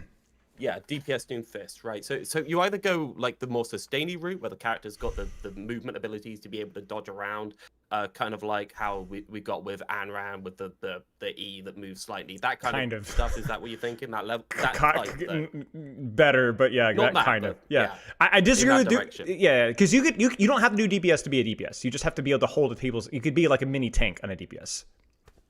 Hold attention. Yeah, I think the problem is just this, like, melee-based designs always lend themselves closer to tanking than they do DPS. Yes. They demand such a disproportionate amount of cooldowns and resources from the enemy team when they're close, and they will always eat that because of proximity. So they will always take these resources better, like DM or Zarya bubble. Oh, by the way, my team for the tournament, it is votes, which is Vendetta Goats. So what we do is we bubble the Vendetta, who is me. We diva DM the Vendetta, who's me. We put a nade on the person. We nano me. We speed boost, and we put break packs on me. And we attempt to kill the enemy team or die immediately. And that is possibly the most fun I've ever had in the game. But yeah, it's the way this character interacts, and even in 6v6 with all of that on me, and yes, it's me feeding 3/4 of the time, but I blow up very consistently just because all of that is just eating through a bubble and then sleeping me just instant kills, right? Somebody can mark me before I get in and take my health bar away, and that takes some of the resources, right? There's a lot of stuff that you can do in terms of angle control that is like, I don't know, it's just a lot harder to do this angle control without the tank, whose job is to trade resources for space at a certain point. Like, that is the tank's role. And if you don't have that, you end up in a one-to-one duel where the melee character is always going to win if you get on someone, and they're always going to win more if you get on someone with resources. And I think that's just unstoppable, right? Vendetta should be able to run over a Cassidy on an angle if they get a Zarya bubble. That's how the character should be designed. But yeah, it lends itself more to tanking. I said from the moment of release, these type of characters are a lot easier to make in the tank role. I just think that they probably can't exist in the DPS role in 5v5 specifically.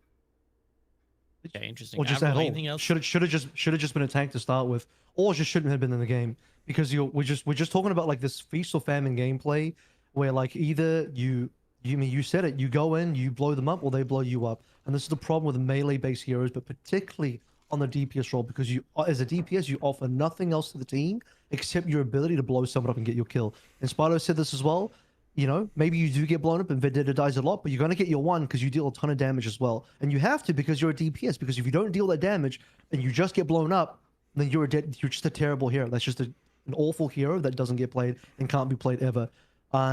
So yeah, the proximity issue based on you being a DPS causes this feast or famine gameplay. And even if you decrease her HP or you made her faster, you do all this other stuff, I think the feast or famine gameplay is still just going to exist because, in my opinion, she just kind of lacks the neutral game that a shooting character has.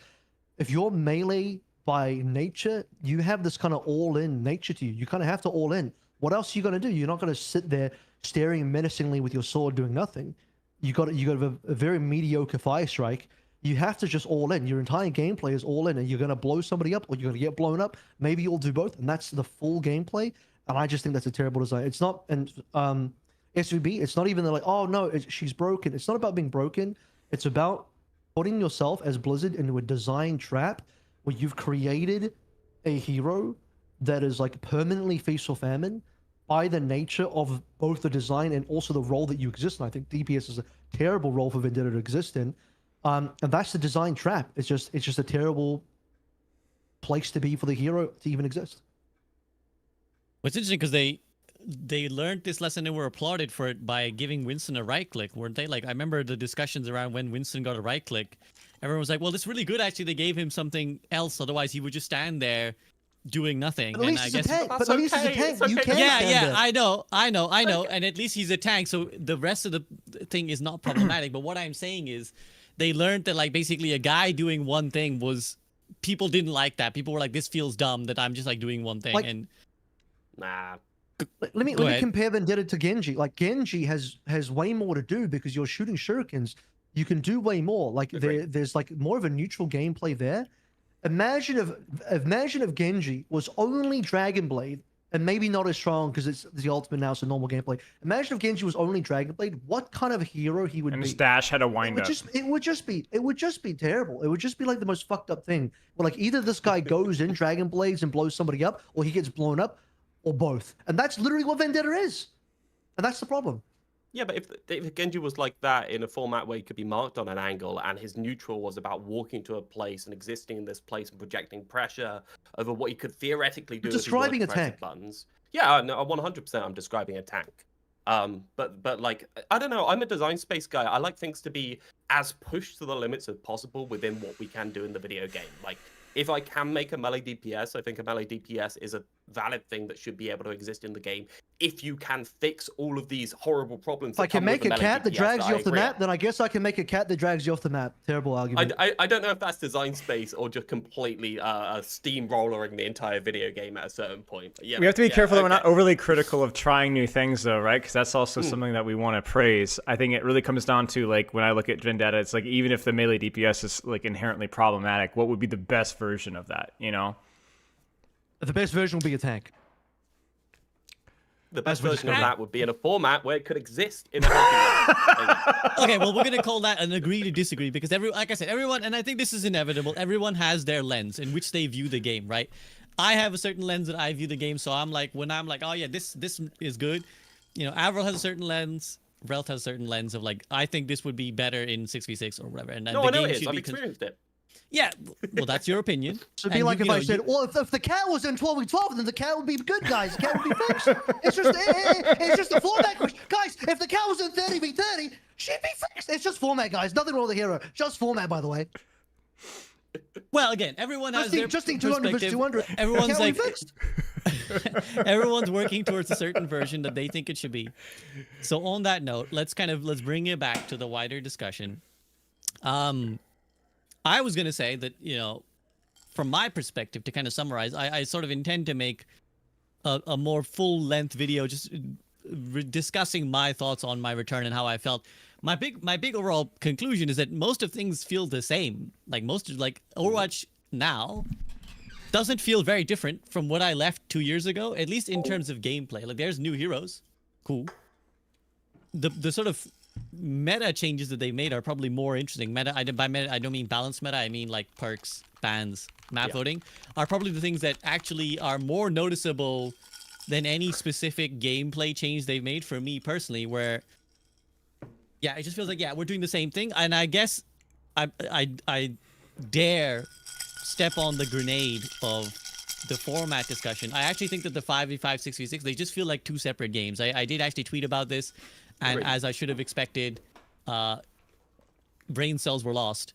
But I think they're basically two separate games. Like, I think 5v5 has its problems, and it's like, it's team deathmatchy, and I think we mentioned it earlier as like linear experiences. I think what I've realized on my return is that players love opting into the linear experience, and we'll kind of use this to segue into some of these systems of like maps and bans and stuff.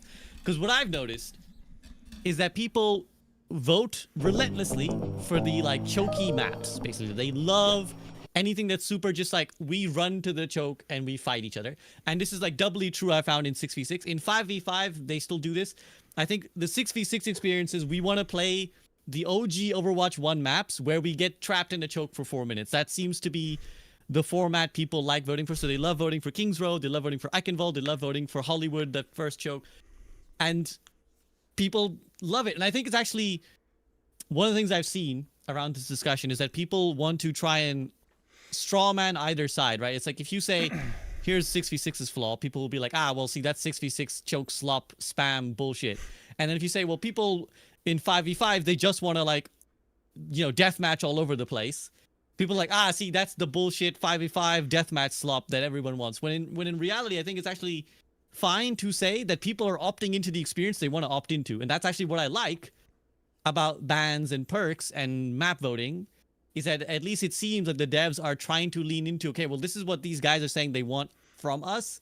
Can we give them what they want? And I think that it's fine to say 66 players actually seem to really like, by judging by their voting, they love voting for the choke fights. They like it. Yeah. It's not disingenuous to just be like, I think they like that. So let's bring it to the additions of bans, perks, map voting. Let's start with bans, because I feel like that one is maybe one that people have opinions on, and whether I don't actually know your guys' opinions and stance on how bans manifest in this game. So let's start there. Hero bans, good, bad, the way they've implemented good, bad. I'll go to Realth first. Realth. Yeah, so me and Spyler had a lovely conversation this summer where I have steel man the position that hero bans are actually bad, actually. And to be fair, you have been proven a little bit right with Vendetta. Did I make any headway in that? Like, I don't know what happened with the conclusion. I make a little bit of headway. You made a little headway. Do you want to summarize for us who weren't there? Like, what was the discussion? What was said? What was? Yeah, essentially, there's a load of problems with hero bans, from like gameplay stuff, like, okay, well, I can just ban my counter, which is pretty obvious, to community stuff, which is, if somebody gets banned repeatedly, what impact does that have on the community for that audience, and exactly how much can you decimate the Sombra player base, and how many content creators for Sombra have to leave before something happens, if you get what I mean. Like, bans are quite disruptive to what is the most dedicated audience to the game in general. And I think, because if you look at quite a lot of characters like Jetpack Cat, where's the Jetpack Cat main subreddit, I know it exists, but realistically, it's not that big, and it's not that big because you can't play the character. So bans, obviously, there's a lot of discussion as to whether Rivals is better or Overwatch is better. Rivals has a system where it's a percentage chance of banning that particular hero. Overwatch has a system where it is randomized between the different votes. Most voted, the opposite of what I said. And I think Overwatch, for all its strengths, might lead a little bit towards snowballing on something that is already meta, because if you don't vote for the meta thing, you can't ban something else, because you don't even have a chance, right? You go into a match right now and try to ban Torbjorn, it's not happening, realistically, unless you're in a very low level of console. So aside from those, there's the developer incentive problem, right? We we raise the level at which players are happy to experience bad things, basically, with it. Right, it's fine. You've raised the level. You've given yourself more leeway in terms of design to make more interesting things, more wide out things, things that are crazy. Jetpack Cat is in the game now, right? That couldn't exist without bans, 100%. But at the same time, all of these things that simmer under the surface at kind of like a 4, they slowly raise to a 6 and nobody complains. Slowly gets to a 7, nobody complains, and then you have an entire game with bad experiences where you're really just choosing the bad experience you want over time. And now you can say, well, the developers don't have to do this. They can just mark these at the pass, right? Just knock them on the head. But when we're talking about Sombra, I mean, is that realistic? We have to put development resources into the new heroes or Sombra, and, well, we may as well just leave her, right? There's no real incentive to do that anymore.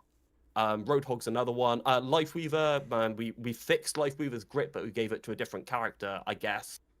It's So another can one I of ask those...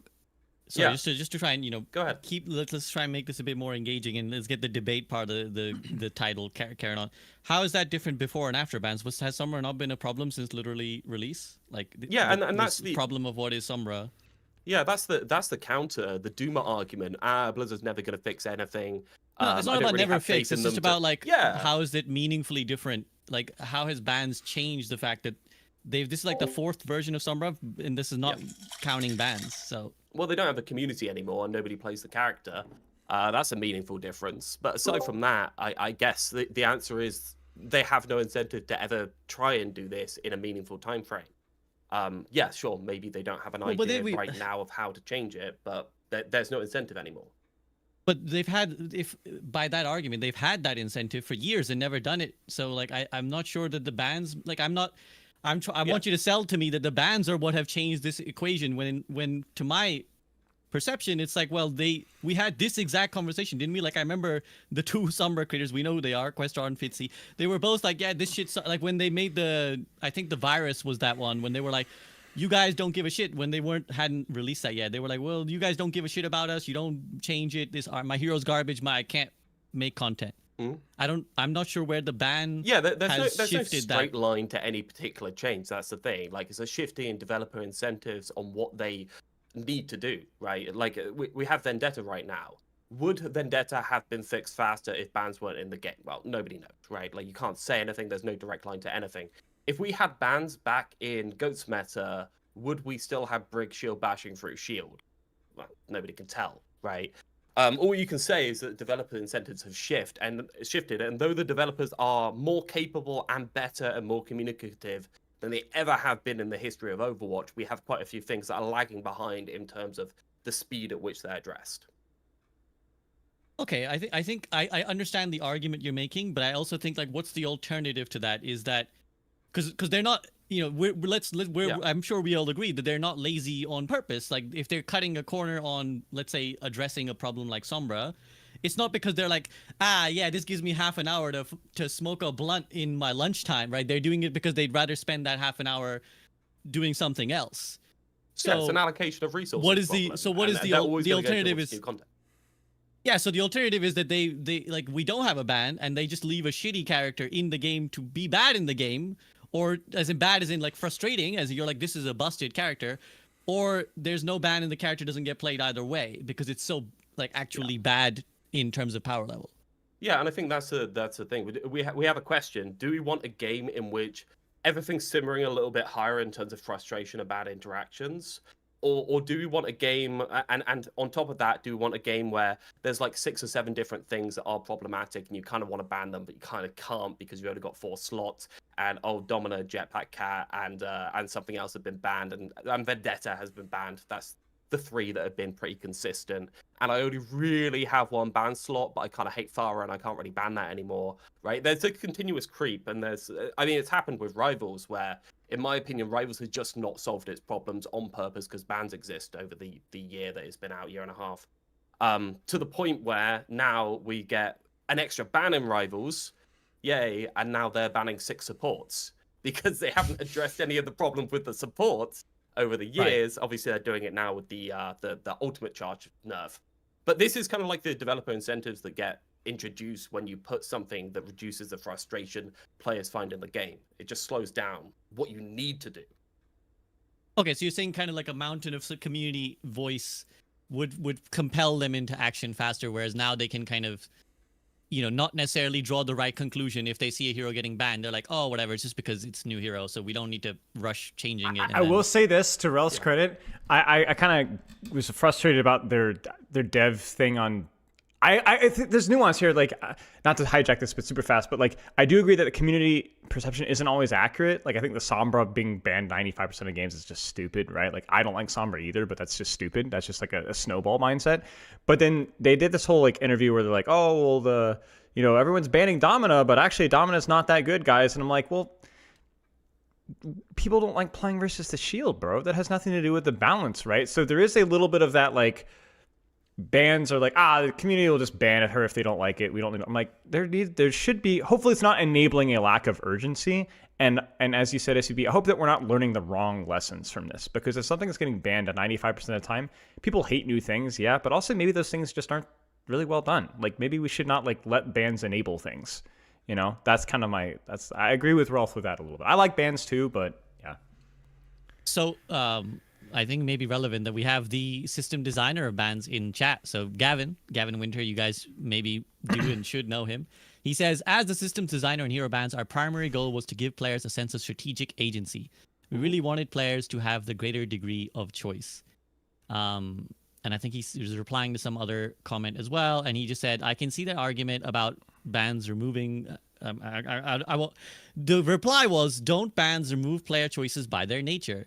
And Gavin replied, I can see the argument. I'm sorry, Gavin, you probably didn't need every word of yours scrutinized, but it's relevant to discussion. You're part of the podcast now too. You're also yapping. Welcome, Gavin. I can see the argument, but it's giving control over the metagame of each match, letting you decide what's optimal in a given match. And I'm a big ban advocate, so I'm probably partial to Gavin's take. Yeah. I do want to bring back to one thing you mentioned as well, Realth, which is the way it's done, which is that it's actually interesting because with map votes, it's the other way. It's actually random, but with hero bans, it's an overwhelming choice. So, like, do you want to maybe talk about that? Like, you kind of don't like the number aspect of it. It kind of creates a snowball, you said. Yeah, I don't think it's the worst thing in the world. And like when we talk about hero bans, I'm not saying like this is ruining the game or causing like massive issues, but it does create incentives for players to ban what's already banned, and it does, in my opinion, theoretically at least, there's no numbers behind this, speed up the rate at which community forms opinions on heroes and sticks to those opinions after the fact. Obviously, it gives you it stops Joe Random banning just like this random hero that you never wanted, and that frustration that comes from that, right? Like you don't want them banning something that's just completely not relevant to the video game, but at the same time, it does create a couple of incentives, right? Yeah, I think the way I would summarize it, and again, feel free to challenge me again. Yeah. You may be feeling too polite, or anyone. Avril, I'm going to take it to you in a second as well. You look like you're ready to transcend to the next level. I think with any system, and I'm sure you guys will agree on this, any system has a set of criticisms you could make. Like this, we added this system, and now these problems arose. And I think you always have to look at like the loss and gain. I think people in general try to fixate on what is lost by adding a thing rather than what is gained and where the net actually comes through. So for me, I'm always like, I hear you. These are actually legitimate complaints, but it's like, what's the alternative? Is like a world where we are forced to play. Yeah, again, if you cited like 6v6 Brig, we're forced to play. Everybody's playing Hazard or everybody's playing Maoga. Like that world to me is like orders of magnitude worse than a world where like Jetpack Cat is like needs balancing, but they won't do it because she's getting banned, and they'll defer that 2 months down the line. Yeah, I think the thing is that the development team have verbally in their patch notes been designing into bans, into making heroes better because they know they're going to be banned on the maps where they're very good. They did it for Widow very explicitly in patch notes, saying, well, we've made Widow better because you're going to ban her anyway on the maps that she's good at, which just means by process of elimination, if they do not get banned on those maps, you end up with a Widow that's overpowered to a extra degree on those maps by design. I just don't think that's something that I want them doing, and I don't think they have to do this, don't get me wrong. And there was the Reaper Tracer situation, which I think me and Spyler wanted to talk about bans, and the day before they released patch notes saying, well, it's on Flashpoint and Control that these characters are better. We can kind of do this now, right? And I think that kind of like looseness is something that I just disagree with in general. Again, I don't think it's the end of the world, but go ahead. I'm gonna need to see that patch note. Either Blizzard, either Gavin's gonna have to bring it up, or someone's have to bring that up. I don't know if I fully just buy that off the rip. I'm not saying I've read every single patch note, but like, yeah, we might need to bring it up on stream. I need to see that because I don't. That just sounds. It sounds a little ridiculous to me. Yeah, sure. Part of the reason heroes like Reaper and Tracer had the damage reduced in the past was due to the shift to the 5v5 format. Solo tanking and less frequent peeling made flanking heroes more effective. Along with their strong performance on certain maps and game modes like Push and Flashpoint, this is now less of a concern with the introduction of map voting and hero bans, which help limit overperformance. So we're restoring some of their damage potency. So they kind of like call it in there. And that's not entirely the whole point. It's also, we reduced this a little bit too much in the past, but they are more happy to purposely make something a little bit far. And I think we're like 5 trains down the line here now, where we've got perks and we've got sub roles and we've got all these new heroes, and it's kind of like, I don't know. I feel the thing is, I feel like all of this is kind of purposeful, right? Hero bans allow the development team to move faster and do more cool, interesting things, which allows them to get the public reputation of the game turned around. So it's not like I want any of this change. Can you just send that to me real quick so I can read it? Yeah, sure, man. I'll put it into the group. Yeah, it's not like I want any of this changed or anything like that. I don't want any of it removed. But it is one of those situations where I just think this is the development direction, right? We move fast, we knock the Lego onto the floor, the kids put the Lego back onto the table pretty fast, but we can keep moving it. And I just think, I don't know, Blizzard has always been the quality company in my mind that focuses on giving the best experience they possibly can and not purposely designing things in a way that is just in terms of public perception, just purposely done wrong. And now we're in a situation where, yeah, the developer incentives have shifted. And I can't point to anything in particular, apart from maybe that.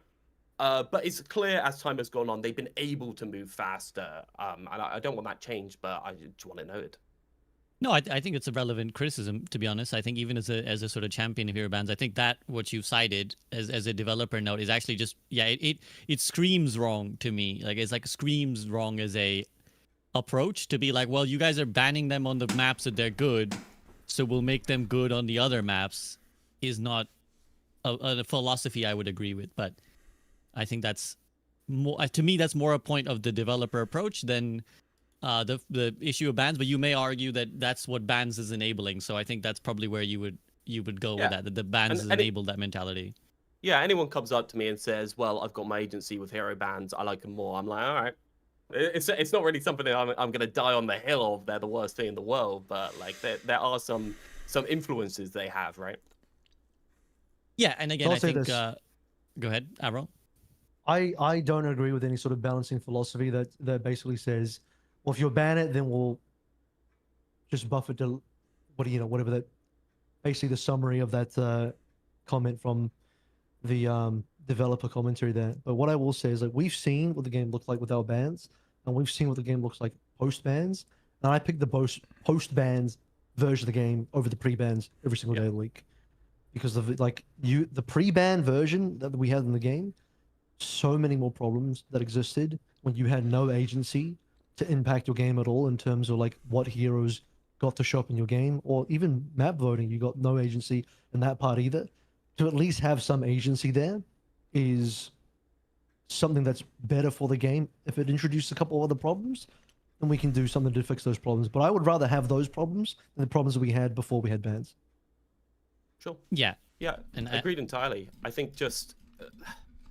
No, I think you're right to bring up these criticisms. No, I think it's fair. I think the stance you've taken to me is very fair. Feel free to correct if I'm putting words in your mouth, but it's like, I like bans, but these are the problems with the way how we're using the bans, and I think that's actually good to flag up, because that's our job in many ways as content creators is to flag up, like, hey, this is, I'm not sure you're doing this right.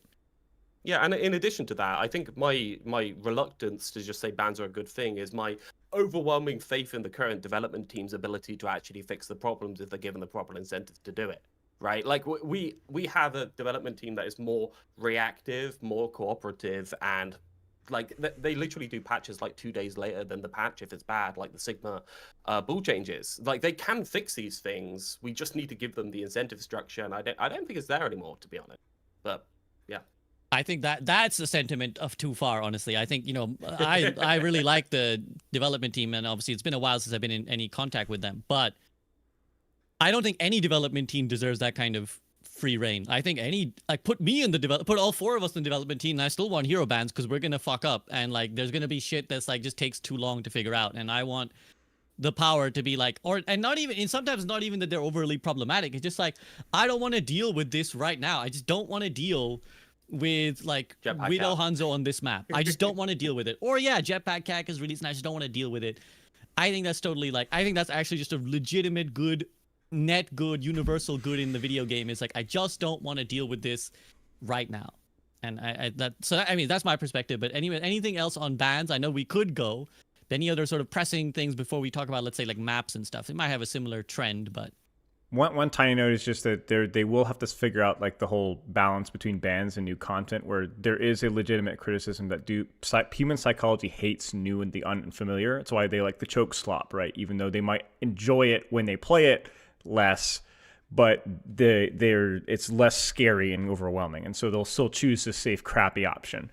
So like with bans, it's like, I don't care what your opinion is on Jetpack Cat, but she did not deserve a 95% ban rate or whatever it was. Like, that's just ridiculous. Like, to the point where, like, there were a lot of tank players that I was coaching that didn't know that they could... Wait, you can actually hit her with your hammer when you're being ulted? It's like, they didn't know because they never played versus her. They just knew that, like, Realth said, it snowballed. So that's definitely a negative thing for your game long term, because you need people to have at least brief exposure to your new content and for them to form their own opinions and not to just follow community perception. And then also, it kind of kills the entire point of new content if like half of the new content is not even being banned. Like whether it's a new map, right? Like these cool map reworks, nobody's playing them because nobody's voting for them. Like we saw that with Atlas. We've seen that with a lot of the map reworks. So they're going to have to find a way to like Jeff Kaplan things and say, you don't actually know what you want. You have to play the new content and then you can form your own opinion. At least soft to a little extent, right? So I know that there's been some discussions about how they would do that. I'm not smart enough to figure that out, but yeah. Yeah, with map bans right now, I see so many situations where people come to me saying, I don't want to play Gibraltar, or I don't want to play Numbani. And I'm like, have you ever played on them to know how you play on them? And it's like this lack of experience that they self-selected away from these map types where you have to go up a lot. And now they just don't want to touch it, right? There's some exposure therapy to be had with these type of things that I think you can self-select out of given the choice. I think this is an aspect of the whole banning and player agency that's actually super fascinating. I think it's actually, and it is literally, worth loads of literature. Like there's loads of research and discussion within the dev industry on this, because as you guys have already pointed out, there's like actually loads of spiral effects that come, which is just like, one, there's the community homogeny, right? Which is, I noticed, again, this is one of these things I'm sort of looking at the community from very, blank slate. Even when you go to the map vote screen, the way people seem to homogenize based on like what gets selected early is really stark. Like you go to like a map, the 3 maps come up, and if like 2 people start voting for, let's say Hollywood, it's you just see like 8 votes get slammed. And I again, anecdotally, I saw this to be a lot more true in 6v6. It felt like in 5v5 people voted less. Again, very anecdotally, it's not a big data set. Just off of my observation, people just voted less for the maps. They were just like, you'd get like 3 or 4 votes wins the map vote. In 6v6, it was like everybody's getting like 10 votes in for Eichenwald, right? But then all of a sudden, on some blue moon, 3 votes come in for Atlas early, and everybody's now voting Atlas. So there's like the homogeneity of like actually on the screen. There's the homogeneity outside of the game where like everybody's agreed that Jetpack Cat is the thing we hate. The content creators told me that I should ban Domina because she's busted, so I'm just gonna ban Domina. But then you come with the counterpoint where you're like, but if that's what people want, is that like to some extent our job is to serve, even if their desires are stupid? And that's maybe Spylo's correct point of like, you need to sometimes do the Jeff Kaplan thing of like, no, you guys are dumb, listen to what we're telling you, play this map or play this hero. But then the counterpoint probably the developer team wrestle with is like, but maybe at some point our job is to serve them. If they say we want the dumb thing, give us the, because ironically we applauded earlier the fact that they're now listening to about, let's say, 6v6. But if they had taken the perspective of like, well, we think 6v6 is the dumb thing, so we're not even going to bother. You guys are dumb. Sometimes you do actually just need to be like, okay, this is what they want. And that's how I feel about the whole like 6v6 and 5v5 experience is like people want this. You may not think that's a good experience. You may think 6v6 is terrible. You may think 5v5 is terrible. It's like people are telling you that they want it. And at what point do you just let them have it? Yeah. One more tiny little detail as well on the ban thing is Realth, I think, brought up earlier, is that like it does really favor certain one tricks, because remember we were all like, oh, the Mercy main is going to drop to gold. It was actually kind of the opposite, where it's like if you're playing a one trick, it's super easy to protect your character because people collaborate because they want to win. So I've had this experience recently where I freaking hate Roadhog. So I get this jackass Roadhog main, Locks Roadhog, which by the way, Custa, I love you, buddy, but you cannot buff Roadhog. Please, buddy. Second, so these Roadhog mains, he favorites Roadhog. So what does he do? Bans Ana, Zen, Orisa, which I like to play Ana, Zen. So I'm annoyed about that already. Then all my teammates want to be helpers, and they're going to ban Ana Hog too, or Ana, Zen, Orisa now. So now not only am I unhappy because he's banned my main, which is like whatever, not a big deal, but also everybody in my team enables the Roadhog because he is the one hero that we need to win, whether that's Widow or Mercy or Roadhog, the counterable character. You remove those counters from the game, and now you've just boosted that guy's SR. And that happens a lot more frequently than that player's hero gets banned. And the reason why this is so bad is not just because that player's boosted, but because what happens when Roadhog does get banned? How is that player playing? Okay, here's another one. What happens when Ana doesn't get banned? And now that Roadhog player who has had Ana banned in his last 9 games, all of a sudden doesn't get what he wants. And now he has to play versus Ana.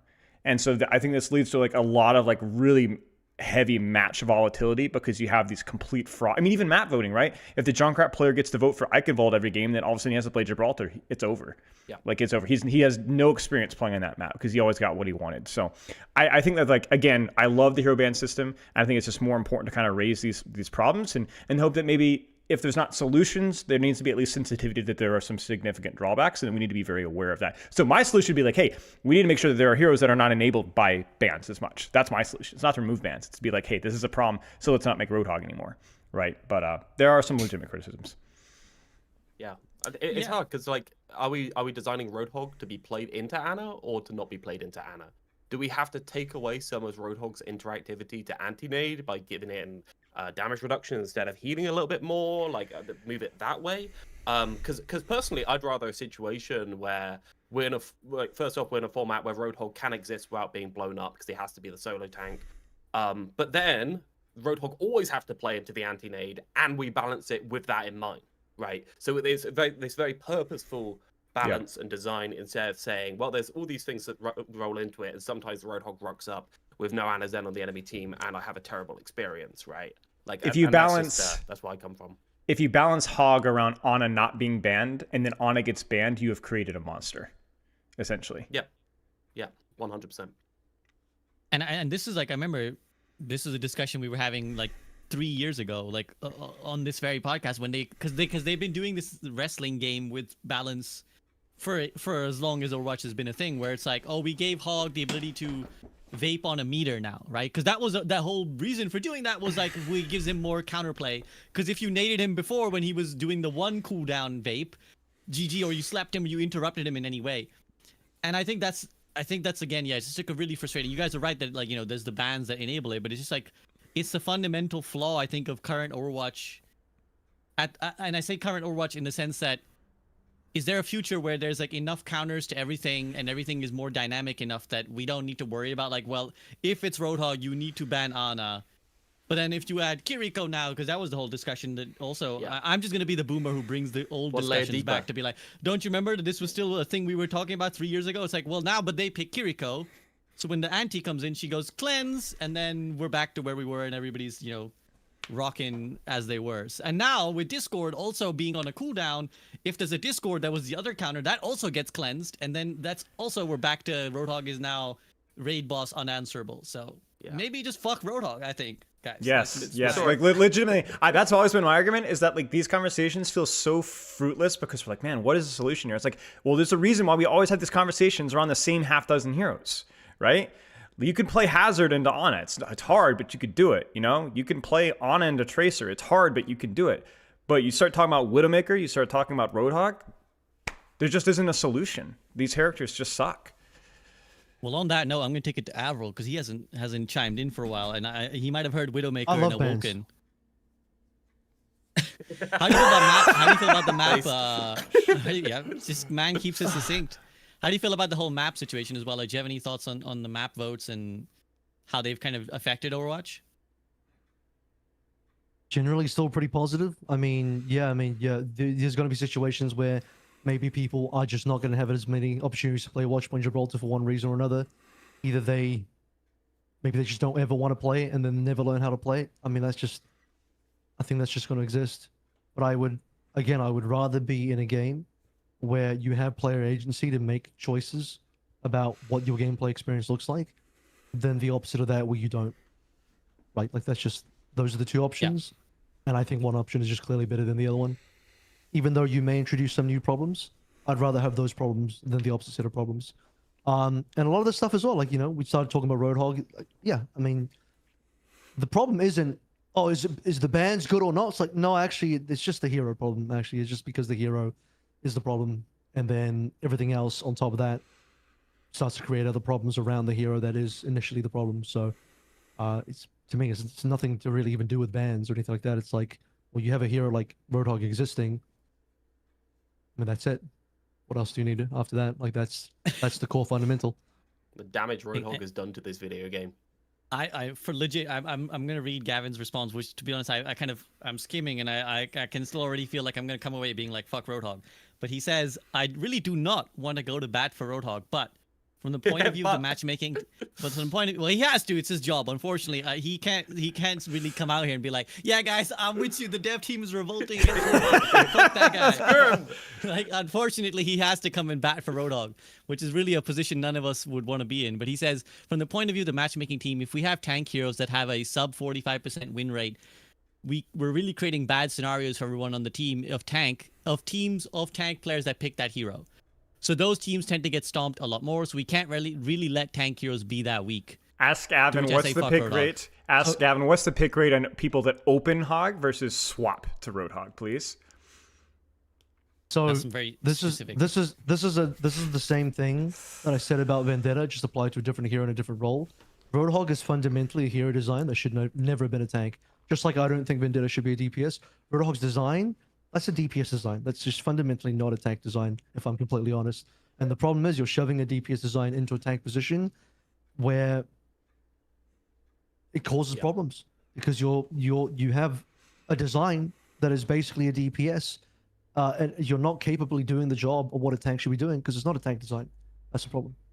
Yeah, the difference between DPS and a tank, in my mind, is just lethality and sharpness in their damage profiles and the ability to generally be able to do the things that the game mode demands. But yeah, like, in my opinion, Roadhog could be fixed. As I said, I think I said to Spider, it could be fixed in the 6v6 format if you just threw your vape at the other person, right? That just be able to donate it, turns it into a Zarya profile, and you've just fixed the hero, and we've sold all of those bad tank combinations in the process. But realistically, I don't think there's anything to that bursty damage profile of a hook every 8 seconds, or however long it is now, that can be fixed, because the format fundamentally demands consistent pressure. And if you don't have that consistent pressure, I think there's, like, you really can't do anything with the hero. I don't know, Ralph. I don't know, Ralph. I don't want to, like, can of worms this, but you're the priority pass guy, the DPS, the conspiracy theory with Roadhog, and man, I played Roadhog in 67 versus Roadhog with Roadhog in 66, and that guy was just as awful, man. Like, so. All you have to do.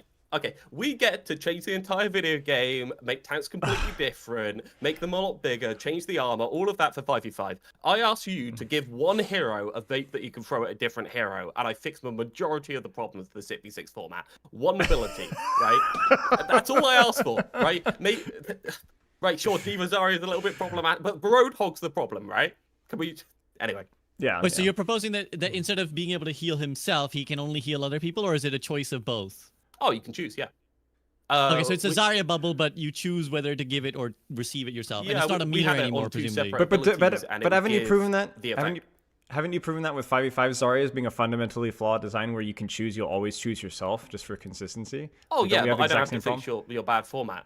I had to fix 5v5. I don't fix 6v6. I see. I'm gonna just say this guy has been a problem since day one. I Exactly. booted up Overwatch in 2016 and I hated this fucker. I booted up Overwatch in 2026 and I hate this fucker. So like, you know, I think send him to the farm, you know? Just send him to the farm. Yeah, it's okay. Yeah, so let's then talk about the other big new change, perks. So Avril, how do you feel about perks? Good. Nothing really. I mean, it's just fundamentally reinvigorated the game in terms of different options you can have and the depth of the hero design and giving more levers for the devs to potentially balance as well. I mean, you're not going to get it perfect. Sometimes you are just going to find a perfect, like, you are just going to find the ideal minor perk and major perk that you're going to pick every single time. But I think they've done better. I think perks have evolved over time. We've, you know, the perks that were obviously too good got moved around between minor and major, or they got changed or potentially even removed. You know, stuff like the original double nano from Mana, where you nano yourself, stuff like that. You're like obviously extremely strong, and that had to be dealt with. And more you're starting to discover that, again, they don't get it right every single time, but more and more when you're moving in directionally the correct position, which is you're starting to get more and more heroes where you have to make a meaningful choice between what perk you actually want. But it's another situation where you look at the game pre-perks and post-perks, and I choose the game post-perks because the game pre-perks was not as interesting. The game post-perks a lot more interesting in terms of where you can take a hero's design.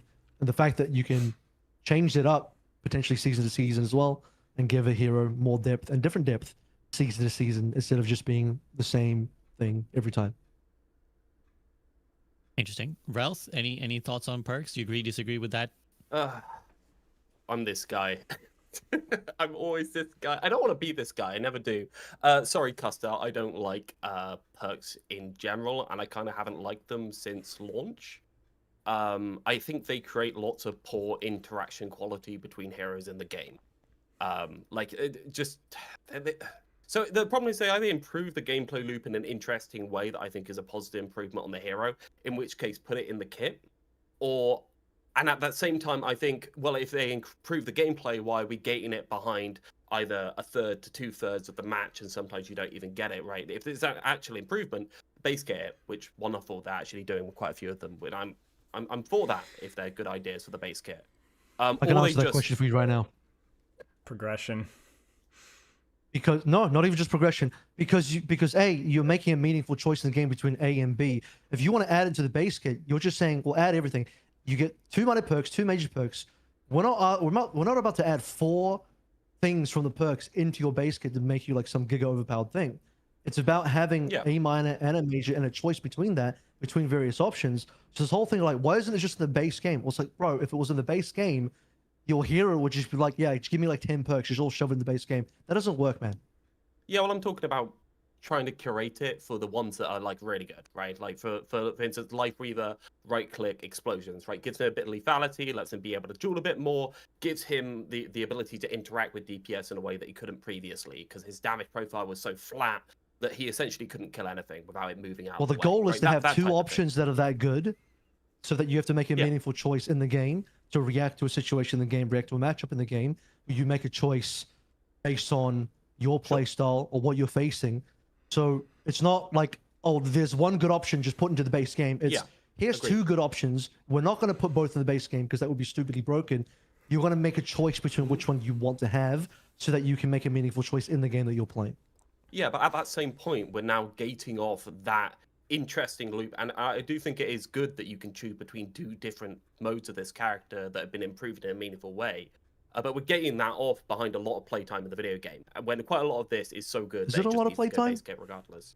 I mean, for I don't think it's a lot of playtime. I think it is meaningful for major perk in terms of it's meaningful for major perk for sure. And here's the other thing: this is part of the system that also tries to incentivize people not to just counter swap all the time. Because the fact that certain things are gated means you have to put some level of meaningful game time into the hero mid-game. Otherwise, you're just going to get into counter swap again. This is one of the key things that actually does something. I'm not saying it fixes counter swap, but at least does something to incentivize you to not constant counter swap. And that's a good thing. Which is why I'm much more for it in terms of 5v5, because I think they do need that to mitigate quite a lot of the counter swapping problems. Like, I think 6v6 is a lot more resilient to specifically like hitting on the tank with abilities or other things like that. And you see all of the tanks have some sort of adaptation, but like aside from that, there's quite a lot of bad interactions like Zarya speed boost and health regen on bubbles. I'm like, okay, well that just makes the bad They can interactions just change that. worse. Yeah, They yeah, can of course change they can that. change it. Yeah, they can change it, but you can say every little bit of this interesting extra power that you give to a hero, okay, we can shave, we can shave, we can shave, and then eventually we'll have this beautiful core of perks that is good enough that it never creates any unfun interactions. What about Ilari holding captured sun for 8 seconds, just sitting in the air as a Narnia robot, and then just shooting somebody after all the cooldowns are out? It's one of those interactions that I'm like, does Bastion need 3 grenades? Like, is that one of those things where I'm like, cool, I'm enjoying the video game more? Like, does Anna bounce nade hitting me from across the map by accident one of those things where I'm like, because I've been hit by bounce nade across the map. I was Not like, every perk is good. yeah, I think they're agree, improving. But I think they're improving overall. I think they're improving too. I just think that quite a lot of these are ones that people would say are fun to play with, but aren't fun to play against. And even if they're improving, I just don't think the depth is needed on the video game. I like the game at its fundamental core, where quite simple heroes interact in a very complicated way together, right? So you have these simple kits, you can come in, you can understand, they're very telegraphed, they're very understandable to other players, and then they interact together, and that creates emergent depth from the gameplay, right? But the problem with perks is, on top of that, you have these questions as to whether they have these perks or not, as to whether you actually can be able to see that. Like, there's no telegraphing on the kits or anything like that for the perks. If that was there, I'd be a lot more for it, but obviously that's an obscene amount of work, and that's not realistic for the development team. It's a difficult one. Like, in general, I don't think my format of the game needs perks in order to have that level of interaction quality. I can understand how, if you are struggling with things like counter swapping, that gives you an easy out. If you're struggling with things like, I don't know, it's very difficult. I think that when you add an extra player, the amount of interaction between players becomes so much more that you just don't need the extra complexity. Yeah, we may have to add that asterisk to all of Rel's takes. Basically, it's like, this is for 6v6 primarily. You know, like, this guy, he's like, fuck 5v5, whatever you guys are doing over there. I'm nothing if not consistent. Yeah, I mean, it's interesting on the perks. I think I'm also largely side with Avril. I'm curious just to hear Spylo's take, but I think that, like, maybe this will surprise, because I was the anti counter swap guy. I was like, this is the fucking worst thing ever. I'm not sure the perks need to be earned. I'm not sure, like, that's one part of the perks I'm not necessarily sold on, because, like, I think to the point about meaningful versus not meaningful time spent, it really varies on game mode, because it's like, on push you can swap and you'll still get it, but then it's like control or whatever, there's the ones where, like, you swap, you can't, I don't think it's control, but there's the ones where you swap and it resets at halfway.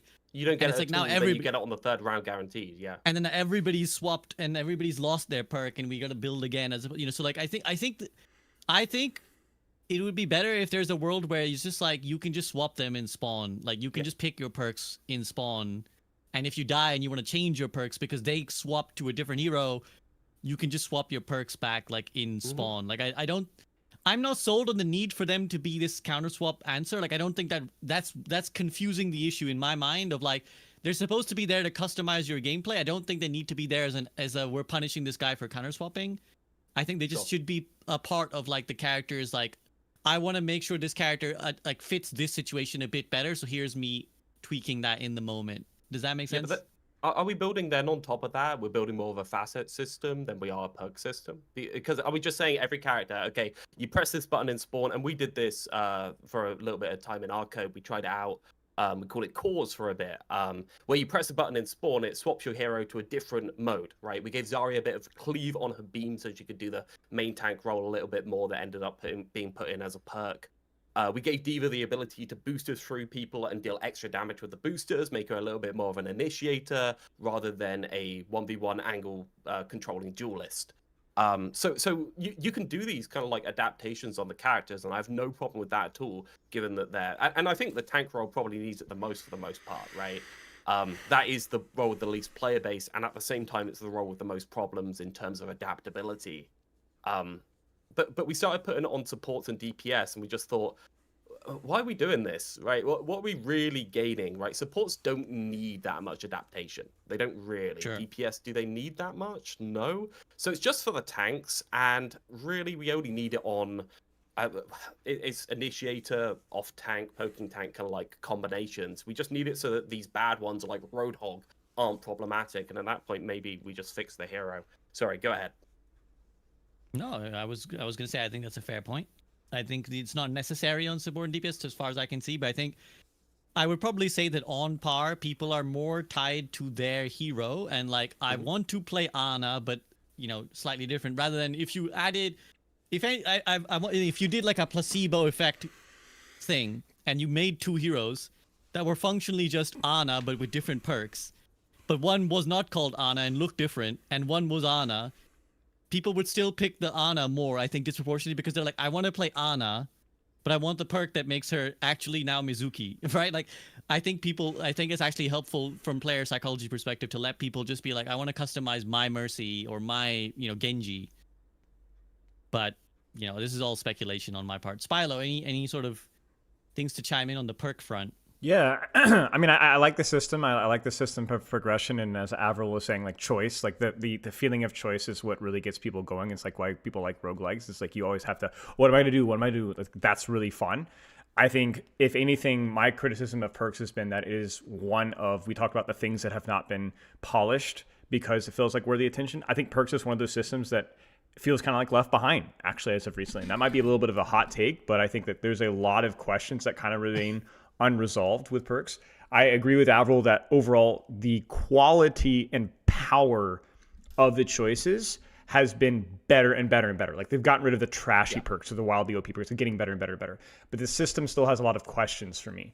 One example is the transformative counterplay perks. For example, you have Sigma with the float, Sigma with the melee knockback, Wrecking Ball with the adaptive shields, Hog with the speed on Vate.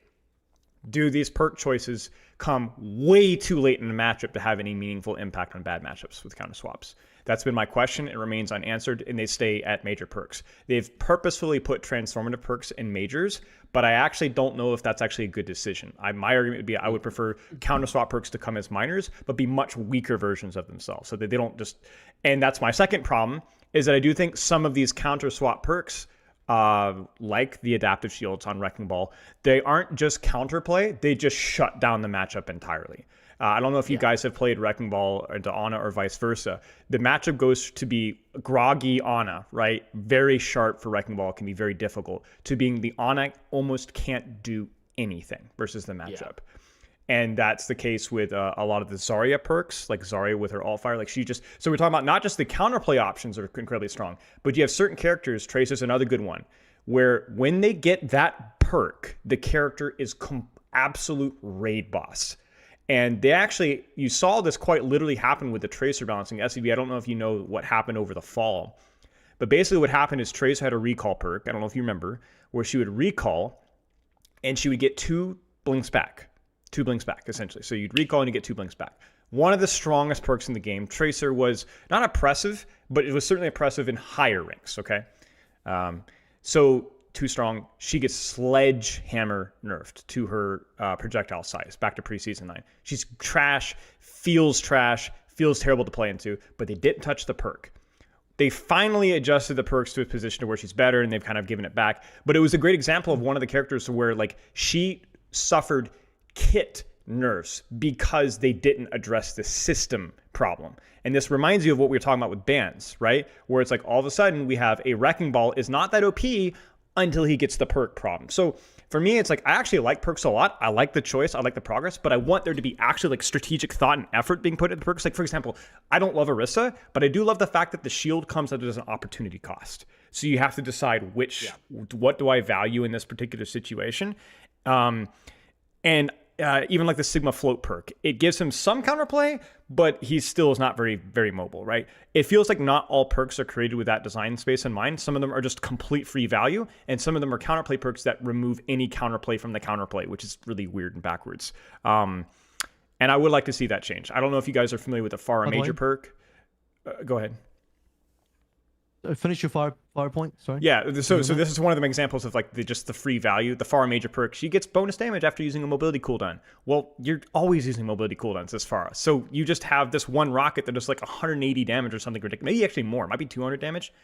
It's ridiculous. It's like there's just some perk. It's like it feels, again, going back to the larger point, it feels like they just kind of like perks. They're just going to kind of recycle some updated perks, but they haven't finished the system. Guys, we're not done. Like I don't think this is the finished state that we want perks to be in. And we're like, to Realth's point, it's like we're kind of like, oh guys, wait, but what about what we wanted? And that's kind of my problem. So I actually don't mind the way that perks function right now as a progression system. I think it's honestly okay. But I do think that like they need to do some serious thought about the placement and the power spike of some of these perks, and it just doesn't feel like a finished product. I agree with that part, but I you know what, I don't even think there should be counterplay perks. I'll take. And the reason why is like specifically you talk about stuff like the adaptive shield and ball just completely shutting down honor and just shutting stuff down. I think that stuff like that is just not good for the game at all. And you also can't, in my mind, unless somebody gives a really good example how you could, I don't even see how you could make that a minor perk or you could make that like a weaker version, because it's like a thing that just exists or not. Like, what are you gonna do? Like I think it's a timing thing. More difficult. Yeah, I mean, 1.5 seconds is a long time. Cool, You know, cool. But so you make the timing shorter, but if you hit it, you still just fully dog walk at her. That's the problem. Yeah, but that's a skill play. That's a skill play. No, but no. It's a skill play, but the problem is you just shut down the matchup, and all you've done is like you made it so that like the timing is shorter, but if you hit it, you just completely shut down the matchup. But what I'm saying, if that's the part that I have a problem with. If the window is smaller, shut down the matchup. I understand what you're saying, but that's not my argument. Is not that if you play it perfectly, there's nothing the Ana can do. My point being is that you need to outplay the Ana. If Ana can outplay you, if there's a push and pull, like, oh, I got the timing wrong, I guessed when she would do it wrong, or I didn't react properly. It's like using Tracer Blink, right? It's the same kind of a concept. With 1.5 seconds in time to kill being what it is, you don't have time as Ana. If you get slammed, you're dead. That's just how it is. Like there is no window of vulnerability. So and the worst part is that it doesn't even change when Wrecking Ball uses his adaptive shields normally. When you use adaptive shields prior to the perk, when you use adaptive shields after the perk, it's the exact same thing. You're doing the exact same button press at the exact same time, but now you have CC immunity for 1.5 seconds. Sure. So I understand your point. Like if it does completely shut down the matchup, I completely agree. I still think the character needs to have that weakness. Like I said, the Sigma float perk, but there's there's a little bit of counterplay. Like if you're still playing Sigma and Gibraltar, you're an idiot. But at least you can get 5 minutes in if you have it on a minor perk, the float option. But no, you don't get it. You get it 12 minutes in. It's too late at that point. The counterplay should be closer to like you have a reduced CC time. Yes, if you get hit by you're CC. still disadvantaged. You're still disadvantaged. Maybe you don't eat the full sleep. It's like a half sleep, something like that. Not. I was gonna say. I just don't get slept at all now. Like that's bullshit. I don't like stuff like that. Fair enough. But like, yeah, I mean, like Pharah just getting a bunch of damage is free value. Free value perks boring. Like I'm not defending perfect design. It's clearly not perfect design. It's very imperfect design actually, and I've been saying that. But I have also been saying it's directionally improving. So I think they're learning. I agree. Unfortunately, it is a learning process because like this kind of thing hasn't been done in this genre before. Overwatch just did it first, and they're trying to build the plane a little bit while they're trying to take off the runway. And so we just have to work through some of this. Like we've worked through some pretty terrible perks, and we've gone to a better place afterwards. And I think each season, each progressive season there has been, the perks have typically been better than the previous season. Agreed. I just had to come in to fact check you and stop the Paladins players molding about Overwatch doing this first, because obviously like a fast set system has been in Paladins and exists in Dota as well before Overwatch did it. So I have to moderate fact check you on that one. Sorry, Avril. Go ahead, Realth. What Paladins that players? exists Where are they? To allow are they in the room? I played Paladins once, so yeah, it allows you to flex between different roles in a MOBA is the idea. And the thing is, sure, we can put all these cool new systems to make different versions of heroes that are interesting, but at a certain point, when you go to Overwatch, are you really flexing between different roles?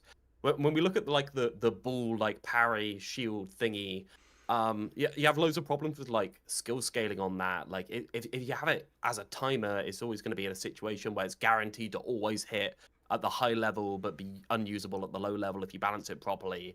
I think parries in general are a little bit iffy. I love parries. Shut the frick up. Shut your mouth. Shut your dirty mouth. Parries are great. They put one in the game and it's not working. I mean, it's not a parry. Can you imagine playing Sekiro and you had 1.5 seconds? Block. What a skill play. The crowd goes wild. That's not usable under gold. Well, That's the problem. Well, what about like a Genji deflect? Why do we not have a problem with that versus? Because Genji can't do anything while he's deflecting. It's a resource that you spend. So there you go. So that's your answer then, isn't it? It's just like you need to aim for that and not I push the button and you can't do shit. But Ball already has enough resources. He just has an extra massive amount it's of 66, isn't it? The things he already I'll be right can back. do. No, he's fine. He's fine. I think my main problem with the tanks are just when they reduce the interactions between heroes in general. I think quite a lot of the issues that tanks need to flex around is just, oh shit, I'm taking too much damage.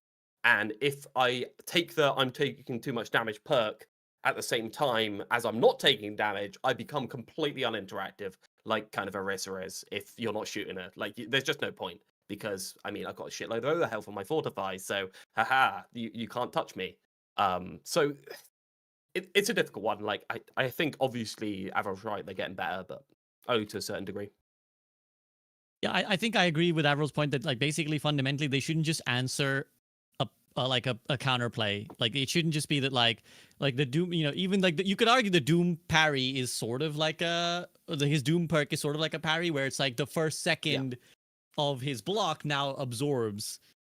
But at the same time, I think that's again one of these things where you're looking at your perspective, you're not looking at other person's perspective, because it's like, well, the Ana already has very little counterplay. The sleep is her one counterplay, right? We designed the video game this way and for a purposeful reason, surely, right? These are the quality interactions that we designed the video game on, and now we're moving away from it. For some reason, well, I think that's the point. I think that's what I mean about it. It shouldn't just answer it completely, because already the game is built that into its, or originally it already built into the idea of like, it's a tough matchup for Ana versus, I mean, we've really focused on Ana because I think she typifies this point the best, by the way. I'm sure there's someone who is molding about Ana specifically, or other heroes, but the idea already is, in theory, that Ana is a skill-based answer to some of these mobility heroes, where it's like, she is weak if you miss the sleep dart. If you whiff the sleep dart, you're fucked against most of these guys. And so to add a thing that allows them to then again answer the sleep dart, it then is like, well, what if they do that? Then what the fuck do I do? Like, do we need to add another thing that adds counterplay to that? Like, oh, actually, my sleep dart goes through your block for the first second with my perk. So I think where I think they shouldn't be answering the counterplay. They should just be like softening it. So again, just a status resist answers this problem, where it's like, okay, instead of sleeping for a full 2 seconds, I sleep for 1.5. That, like, I think that's just the better answer than you can't do anything And the worst ones are the redundancies too. Like we talked about the Pharah damage perk, but also like hitting a sleep dart as on a tank means that you've won the trade usually. But now we're gonna add a damage component, which is like whatever, and a 3-second slow. Like, bro, we don't need that. You hit the sleep dart, you've already won the engagement. So it's like making these sharp designs just like even sharper. It's like, if you hit the sleep dart, congrats. But there's some of these perks, it's like they just do the thing, but they do it even more. And I think that's the absolute opposite. It doesn't change how you use sleep dart. It just makes it worse. Or better, sorry. Yeah. But yeah, I think to conclude, these are, I think, perhaps teething problems. And maybe Spylo's right as well, that they've actually kind of put them in and maybe not. Again, it just seems like a trend that I'm getting from a lot of what you guys' criticism and feedback is that the train is moving very fast now. Like the train picked up speed and stuff is flying. Like parts are flying in that high speed, pursuit, where, they probably should have spent more time on like making sure the perks are all good and philosophically, like, what are the perks? What is our aim, that they will always achieve these things and never leave these bounds? Like, we can't have a perk that just breaks this rule of ours that kind of ruins the game. So it seems to be the thing that comes up a few more times, where it's like, okay, we got awesome content, which, as we agreed at the start of the call, means everyone's raving about Overwatch. Everyone's like, yo, Overwatch is great now. But the cost is that there's a lot of these, stickling splinters in our hands. So as we play with our mice, so yeah, that's a little bit of a problem. Any other thoughts with perks before we potentially move on to any other like new additions? I just think philosophically, you're asking whether the devs should be very tight or very lax on just curating the gameplay experience. And some people are going to say, like, I want more choice, but a less curated experience where more crazy, silly things can happen in the video game, and other people are going to say, well, they should curate everything, and they're going to lock down on the concepts that are good and make everything interact in the best way possible, right? I think that any interaction, any movement towards the left side is one that I don't like, though I understand why they happen. But yeah, I think it's just a philosophy difference. I mean, it might be worth asking, for whatever it's worth, you guys, where you guys do stand. Like, so Realth, you've kind of given your stance. Avril, where do you stand? Like, how do you want to see them adapt the game as it goes? In terms of perks? In terms of, like, do you want them to do these things where they, like, try to curate the experience to the players more, or do you want them to kind of, like, impose their will a bit more? Like, we want the game to look like this, and you will abide by that. Or do you want them to be, again, more like, you can decide, you can pick the map and the bans and the perk? I'd rather have more agency on the player side. I mean, there needs to be boundaries. You need to, like, have a firm boundary of, like, where the walls of the sandbox are, but then you need to give the players the choice and agency to, like, make the game their game within the realm of that. So, like, setting the initial boundary of, like, what can and can't be done, but ultimately, like, giving more choice to the player within that boundary is the correct call, in my opinion. Philo? I just like choice, man. You know, like this whole Slay the Spire thing with roguelikes, and you know, you can choose any card that you want, but it's probably in the game's best interest to remove the really, really OP and the really, really bad cards, right?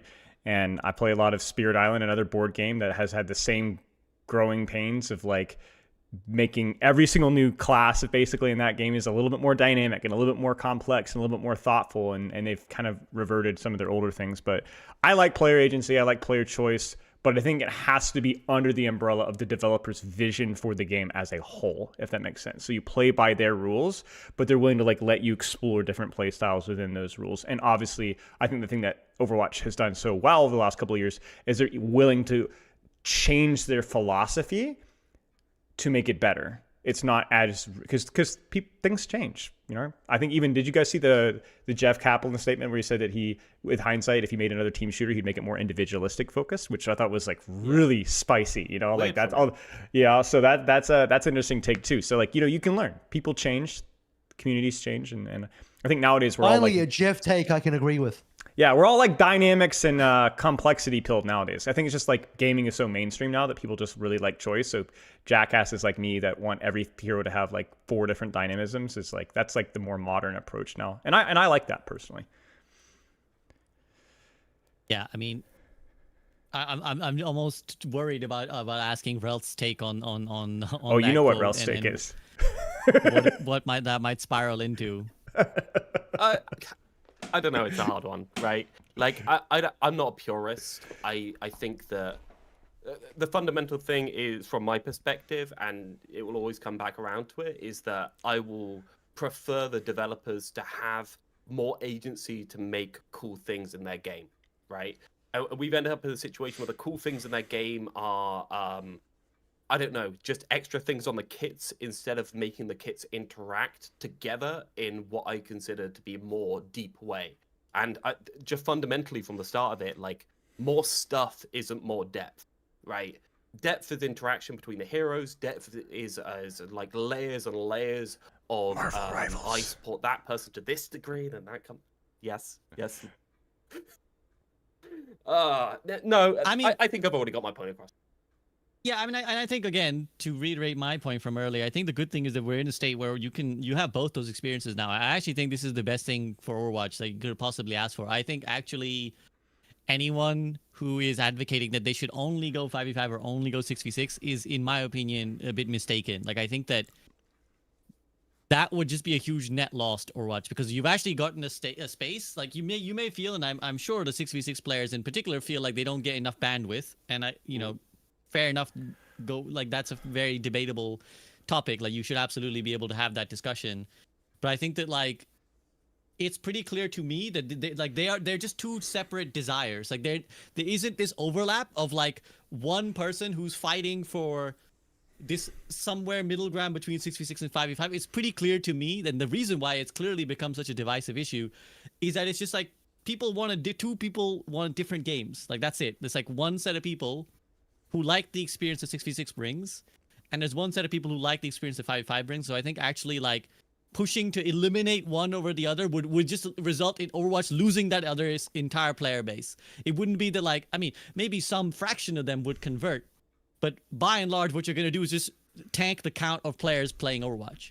So what you probably want is the best, like, case scenario is like there's an ideal version of each of them that is, like, you know, allowing people to have that experience that they want. Sorry, I think, was it Spyler? Did you have a hand raised? I think there's like a very clear distinction between like what's key jangling bloat. Like this is going to be a little harsh. Nothing against the game mode and people that enjoy the game mode, but a little like Stadium-ish, right? Where there are so many buttons, but it is just objectively a more casual game mode because so many of those options just don't matter at all, right? It doesn't matter that you can do that. It's not good at all. It's not even a viable choice versus actual viable competitive decisions. And I think it's stupid to say that like adding more buttons and adding more complexity, whether it's perks or bans or this, objectively adds more complexity. It might not. It depends on how it's executed and how well it's executed, right? Because we've all played games, whether it's Rivals or Stadium, which have a lot of buttons, and yet it's relatively easy. And for people like me, it gets a little boring. And we've also played games that are relatively simple, but are very complicated and have a lot of depth to them, right? And I think that, like, for me, it's like more buttons, not always better. So if we're going to add new content bloat, whether it's perks or whatever else, I want them to introduce meaningful choice into the game. That's kind of the way that's how I'd simplify things. Well, that might be a good point to segue to talking about Stadium, because I actually didn't even bring up Stadium yet. And, you know, we should, because it's a huge, I gather, again, it's hard for me to know, and maybe none of you guys know, like, I don't know if this is public information, but like, I don't know how many people are playing Stadium, but it is a big release. And it's worth talking about, like, how we feel about it. So, Spylo, that was kind of your thoughts. Avril, how do you feel about Stadium? I mean, I'm glad it's there. I don't know how popular it is currently, but it is in a bit of a weird place. To be fair, I haven't played it in a minute. I mean, I used to play it a reasonable amount. It was probably one of my more played modes. There was a period of time where I was probably playing it more than the base game, but I don't know what the future, like, I don't know what the end game of Stadium is in terms of design for Team 4. Like, I don't know where they're trying to, you know, where the ideal landing place for the game mode is. Probably, yes, I could probably guess it would be, like, obviously as a main pillar of the game in terms of one of the key things you play in the game. But in terms of design, like, where's, like, an end point, or, like, where is the future of the design of Stadium going to be? Because where it is now is, like, probably fine. But, I don't know. I'm starting to lean away from it and just maybe prefer the base game a bit more. But I think it's okay. I think it's like fine. But if it bleeds player base, they have to start making some decisions about what they're going to do with that game mode. And I would hate to see them end up killing something like that, because they've had multiple things in the past where, you know, we've seen the PvE come and go. We've seen the different stuff come and go with, like, you know. What was that little game mode you played with? Things. They had, like, those various team death matches with, like, the Junker Queen statue and. What is the thing where you go around collecting the coins? That little mode they got rid of, you know, all that kind of stuff. So, like, you know, I did not the coin, the Mario game mode, little Mario game mode. Hero Mastery? No, okay, you're talking about something else. No, it was something like that. Deathmatch thing. It was weird. What's the deathmatch thing? No, it was what you say. Like, it was like a bounty deathmatch thing that they used to play. I don't know. It was a while ago. The point is, it's gone. Point is, fuck it. I'd like to find out. I'd like to know a bit more about what their, like, vision for the future Stadium is, because I think it's, like, I don't know. I don't want to say it's, like, kind of gone stale a little bit, but maybe it's heading in that direction for me a little. Realth, how about you?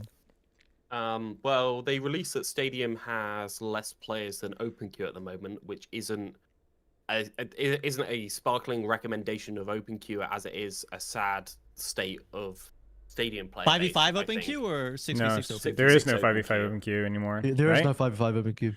Okay, sorry, I realized. Yeah. Okay. In my opinion, like, and I'm not as informed because, quite frankly, I dabbled in the game when it launched and then gave it up.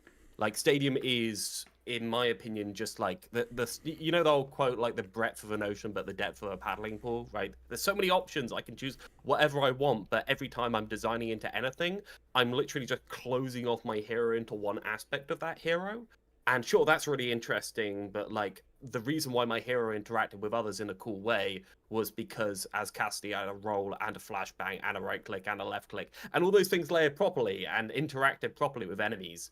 But now, yeah, I had one game as Junker Queen where I was just insta killing people with an axe, and I just kind of like took a double take and was like, this must be awful to play into, right? And then I just turned it off and never went back on. I think Stadium's worth it entirely because it was one of the best moments of eyes back onto Overwatch, and it's had its hand in making Overwatch what it is now with the increased player base. Because if you didn't get those eyes, even if the player base didn't really go up for the Stadium patch by that much compared to I think what people think, but it did change public perception just by getting into the news, and I think that's enough for it. Agreed. Yeah, I mean, I play Stadium now basically as like my warm up. I like play a game of Stadium and then go into the I hate to say disparagingly, but real mode. I think, and in theory, I should be the great target demographic because I love MOBAs. But I think the problem with Stadium is it just feels really flimsy. It feels really half-baked. And again, this seems to reiterate the point that we just made, which is that it just feels like another one of these things where they added it, but they're just moving so fast that they don't have the time to be like, what is Stadium to us? Because you know what it feels like to me? It's like, you know, when you play an RPG game, and within the RPG game, there's like a card game. And the card game is fun, but it's like, it's kind of shit. It's shit, right? It's like, you want to grind it, but the minute you grind it, you realize this thing has no depth, and it just like completely caps out with like two things. Like there's 2 levels of strategy to it, and that's it. And that's what Stadium feels like, where it's like, it could be awesome. Like there's a version of Overwatch where it's like, Stadium is the only game. Like it's the only game mode. It's a really well-developed, nuanced MOBA. But that's nowhere near where it is. It's just, and this is funny because I grind the shit out of those mini games in other games. Like I am the guy who will spend an inordinate amount of time playing Gwent or Machine Strike in Horizon or like Triple Triad in Final Fantasy. I play those games all the time. But playing Stadium, I'm just like, this is ass. Like you play this for 10 minutes and you've kind of gotten what you need to get out of it. Yeah. I think I finally understand where an actual real end game or Stadium could be, and that is like when you got me thinking with the whole like, oh, it's the mini game within the real game, and that to me is like where TFT in League of Legends started, and so where TFT is realistically is probably where Stadium could be or needs to be, and I'm not saying it needs to be literally make it TFT. I'm saying like what TFT is to League of Legends is what Stadium probably needs to be to Overwatch long term. Like it, you know, honestly, it probably needs to lean heavy into the MOBA elements because SUB, you should be the target Can you audience. explain that? Can you explain that? Like, what do you mean by that for people who don't know TFT? Like, what TFT is to League of Legends? TFT is like the spin-off game of League of Legends within League of Legends. You play it in the League of Legends client. It's like it's like kind of big enough that it's kind of its own game now, but it's still played within League of Legends. It's like it's completely different to League of Legends, by the way. It's just like it's an auto battler game, right? Like it's an auto battler card game. It's an auto battler game. It's like it has parallels to card games. I wouldn't call it a card game, but it's like in that universe at least. But like, yeah, like it's a spin-off game, and I guess Stadium is kind of like a spin-off game, but I think it needs to be more of a spin-off game. It needs to like lean harder into the spin-off, and maybe this might be a heretical take. Probably needs to be slightly less like Overwatch and more like a true spin-off. Quakedon is saying turn Stadium to Deadlock, and genuinely, maybe that's the real answer, because gives Overwatch the ability to maybe compete a little bit more directly with Deadlock in that kind of way. But you know, to really get into how do you get people like SVB into Stadium, you probably need to lean heavy into the MOBA aspects and push harder into that and take a bit more risk, rather than it just be like Overwatch but weird. You know, if you're going to define your own audience, like TFT has defined its own audience within the League of Legends player base, you need to take a bit more risk and go heavier into the side, you know, the spin-off game, and have it be less like Overwatch, which I know sounds crazy, super heretical, but I think that's what it needs to get its own identity. Otherwise, it's just weird Overwatch, and I don't think weird Overwatch has a long-term future. I agree. I think it's again, it just feels flimsy, and it feels like they have this cool idea. It's like, what if Overwatch was a MOBA?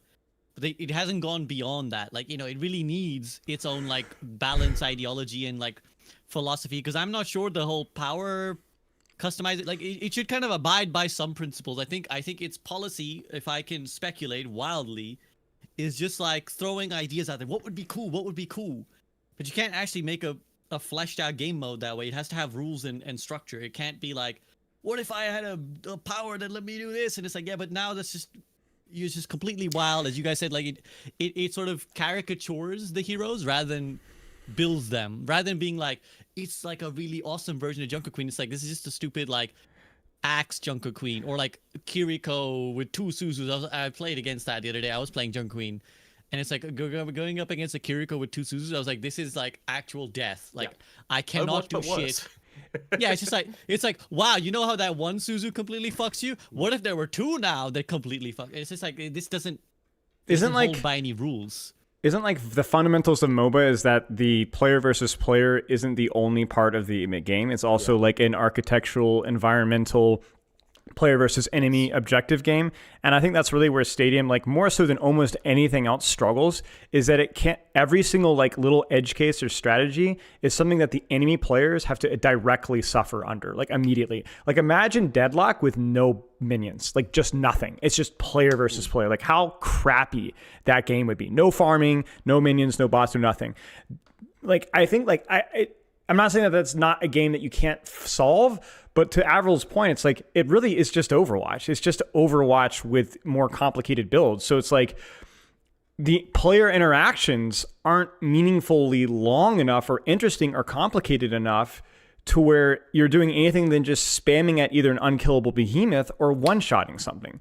Like there is no other way to use your kit, right? Like there's even heroes in Deadlock that are not even KD correlated. They're all like objective, I one-shot your robot, I control the map, I flank, I distract. There is none of that in Overwatch. And it's probably what 66ers see 5v5 like. It's literally just a death match. It's just a death match with who can build the most OP thing. And there is no like meta game whatsoever beyond I'm going to kill you, right? Or I'm going to be unkillable. I mean, Deadlock did release Street Brawl, which is literally what you're talking about. Like no minions, no anything, but it's got a randomizer of a couple of different items that you can get that can have upgrades before you go into the round, and it has certain rounds. So like it has done that, but I think it's put the depth on top of it in order to make it interesting. I just think these MOBAs need they need a lot of time in lane in order to learn what the enemy teams are building, what their kits are. That's the depth of MOBAs, and that's done at a slow pace because, quite frankly, hero-based shooters are so effing fast. They are crazy fast, and the time in the spawn room is barely enough time for you to build your own hero, yet alone adapt around what the enemy teams are building the hero until you put a load of hours into it. And then there's that extra depth on MOBAs. Like, do you justify building damage in order to farm creep and farm the jungle, or do you go into abilities and being able to be utility? That just, I don't know. It just seems like MOBAs do have sharper hero-based interactions, but you're given that time in the game in order to learn how to deal with that. And adjust. You don't interact with it. And adjust. Yeah. And also, I don't have to interact with your sharp design. If you counter me, then there's other things, there's other places where I can get value. Whereas with, I have so many chats like, well, it's not one shot or unkillable. That's okay. Yes. So maybe it's not one shot or unkillable. But my point being is that like basically every build is about how can I kill you or hurt you or how can I live? There is no other mini game to be played. So my criticism is not that Stadium's necessarily easier than the base game. Like literally, it's the fact that it doesn't add any other meaningful choice. It's just, I'm still playing Overwatch. That's the same thing. You know, it's just, I'm just playing Overwatch. Yeah, I'm playing crazy Overwatch is what it is. Yes. Yeah. It's just flimsy again. Quality team fights. Like that's the game. The game is quality team fights. And then you take it into Deadlock. And that's why Deadlock is never going to capture me in the long run.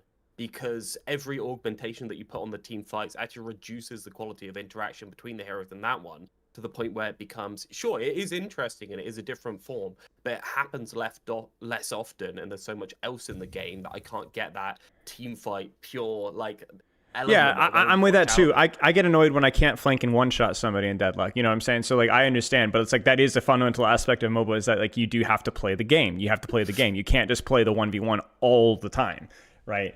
But yeah. Yeah, exactly. I think there's a version of Stadium, because we're talking about it so much, because I think we can all see that there's a version of Stadium that is cool and fully realized. But again, I go back to just as someone who has spent so much time in MOBAs, they don't have an idea of what they want it to be. At least it seems to me like there's no actual vision of like this is what Stadium will look like. It's just the first thing that came into your mind. What if they would do this? Okay, go.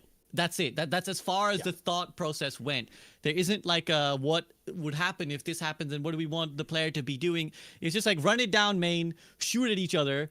By round 3, everybody's just like, and the way you're incentivized to pick is always just like, just double down on one thing. It's never like, if you made a build that was like, I have a little bit of this, a little bit of, you just be garbage.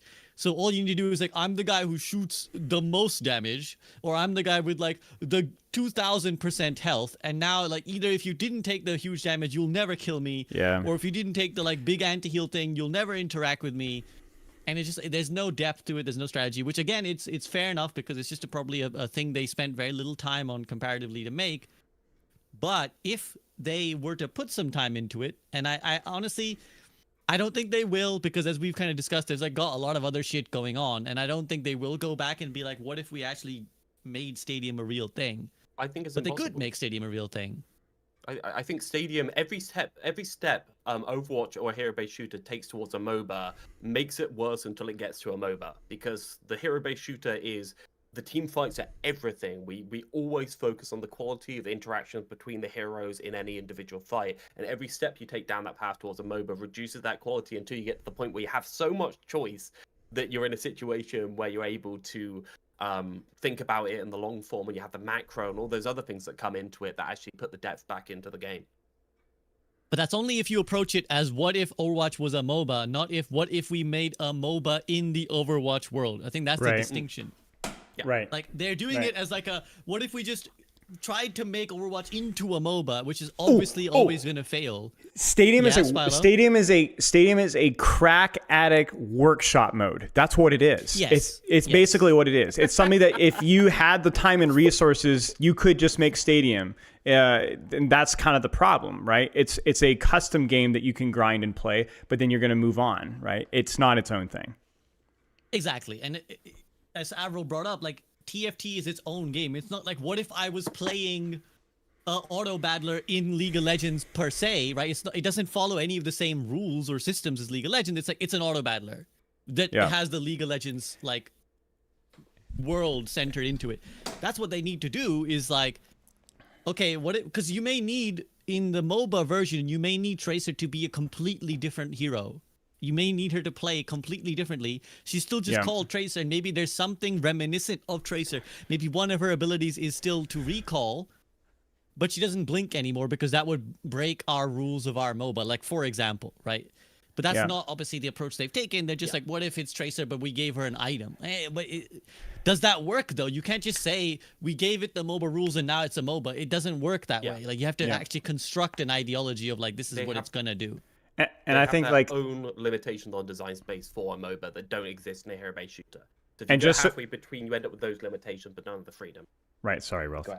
And just so that because there's going to be some actuallys in the comments, because Stadium does have like a really passionate fan base, you're not wrong for liking the game mode, but your game mode is unpopular and has fallen off dramatically in player popularity. Like objectively, we know this. As Ralph said, we know it's less played than 66, which is like, I mean, 66 isn't even that promoted. 66 hasn't received a fraction of the development resource that Stadium has over the past year, for what it's worth.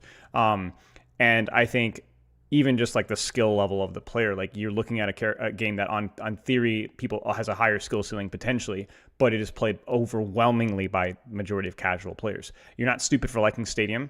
You can enjoy Stadium, but also don't be surprised when during this discussion we're saying that yes, Stadium doesn't deserve the resources that it's getting and probably won't get the resources it's getting, and this is why. Just how it is. That's just how it is. Yeah, I mean, it's kind of like the guy who is like, I like the mint guacamole flavor ice cream, and it's like, yeah, that's sure. That's cool, dude. Like I believe you that you really like that, but here we are trying to brainstorm how to make the ice cream sell more. Like we're trying to make the ice cream actually sell, not just serve you. And that doesn't make you invalid for liking the thing, but it's like, well, how do we make this thing actually a product, not just like a thing that 5 people play? It's why I can't be a purist and be like, we can't do perks, we can't do this, we can't do this. All the heroes, we need to release 1 hero a year that's super mobile, because realistically, this is a business and they're going to need to release content. So like, there's a balance between being a purist and realistic. So, sure. Any other thoughts on Stadium before we move on? Avril, any rounding thoughts on any of that? Not really. I just want to know what the devs, from their perspective, what their like idea of the future setting looks like. I'm just a little confused about the direction of it. That's it. That's valid, and I think that also lends me well to ask you guys about the dev team. So we're talking about the state of Overwatch. I want to hear your guys' opinion. Like, how do we think the devs are doing as a job right now? I kind of have a vague idea judging from what you've said, but let's have the proper discussion about it. So Spilo already gave some thumbs up. So Spilo, how do you feel about the dev team? all of my criticisms with Overwatch comes down to cadence and basically nothing else, because obviously I don't agree with them one-to-one with every decision that's being made, but I think it's incredibly egotistical for me to assume that I have the only correct viewpoint. So I will very vocally disagree and explain why I disagree, and I think I'm right. Otherwise I wouldn't say anything, but so do they. So my thing has been the quality, the objective cadence of things, as we've mentioned a million times, but beyond the quality of the work, I love the communication, I love the honesty.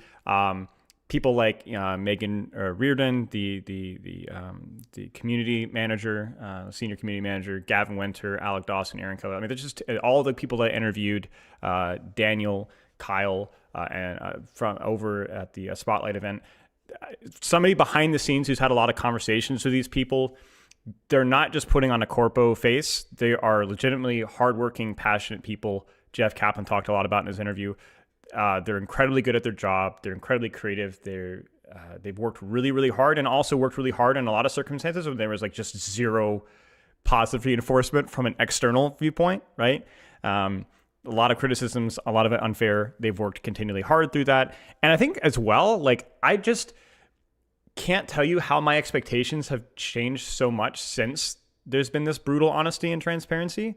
Like, having conversations with Gavin Winter, I'm like, whoa, this guy is a dev. And I'm just like, oh, what's up, Gav? Yeah, this sucks. Why don't we? I'm like, whoa, this is a freaking dev for a AAA game. And I hope that they continue to do this. I hope that they don't get burned for this. I think that overall the reception has been very positive to that, because that is freaking bizarre. Like, that just doesn't happen in the AAA gaming space. And I am like, huge credit to Aaron and the team for like not only enabling, but like fostering that culture. Because that is such a refreshing breath of fresh air. I cannot tell you. And Aaron Keller, he's just like that person. Super, super charismatic, super kind, super humble. Just nice and passionate people. And I hope that, especially in this, like, the world's super negative and super social media. And yeah, I mean, I'm super critical too. But like, I hope that if they see nothing else, that they're like, yeah, keep working hard, guys. Keep it up. I know I'm going to be called a shill for that, but honestly, they're people and they deserve all the praise in the world for that. So they've done a great job. Again, the shill accusation is just bizarre in general. Like, I mean, they're good. They're nice people, man. They work really freaking hard, you know? Like, they deserve it. So you can't just say nice shit about anyone. You have to be negative. Yeah. I mean, if someone deserves shill accusation, it's Avril. Avril, how do you feel about the dev team? I think they're great. I think like this is a team that is very different to the Overwatch 1 team. I mean, there are some people, obviously, you know, that have worked on both games. But I think I saw a stat line that really blows my mind recently. That was like, Aaron Keller has now spent more days as the game director of Overwatch than Jeff Kaplan has. Yep. In the live game itself. I'm not talking about like before the release of Overwatch 1, like during the live portion of the game, Aaron Keller has now spent more days as the director than Jeff Kaplan has. So, you know, we've really turned a page. Like, a lot of going back to the start of the podcast, you know, a lot of the complaints I originally saw from people out there who were shitting on the game, and a lot of the bad negativity was, again, coming through from grievances about a previous version of the game that no longer exists anymore, from like 3, 4, 5 years ago, from a completely different dev team. People got burned by the Overwatch 1 dev team for the decisions they made. They're like, oh, I can't trust Blizzard again. I can't trust this Overwatch team. It's like, dude, it's got different people working on it. The current dev team is not only larger, it's got different leadership. Bobby Kotick's, and even just like beyond the dev team in Blizzard and Activision, Bobby Kotick's not even there. The finance suit who was, you know, holding Jeff Kaplan over the fire about like the whole money and firing people, by Jeff's own admission in that like streaming podcast, that guy's not even there anymore either. So like so many people have changed across the board, either in Team 4 or surrounding Team 4. You're really just looking at a very different dev team now, with a completely different like direction of how they handle the game, how they handle the PI, how they handle everything surrounding the game. Spiley even said this at the start, but like Season 9 of Overwatch 2 was when you started to really see like, oh shit, this dev team is different. They're changing how they're doing things. This is not the same dev team we've had for however long. And how willing they've been to communicate and actually talk to the game. The fact that you got Gavin Winter showing up in the chat, answering questions, dropping tidbits, like that would... I can't imagine another game where that actually happens. Of a game of this scale, of this budget, of this quality, at the AAA level, of this level of success. You imagine another like person in Gavin's position or shoes and his expertise dropping in the live chat of the podcast, saying anything like that. Just doesn't happen. Like the level of access people get, the willingness of them to answer questions, to be open, be vulnerable. The fact that Aaron would go on a stage and do a 2-hour talk about how badly they fucked up and how they had to fix it.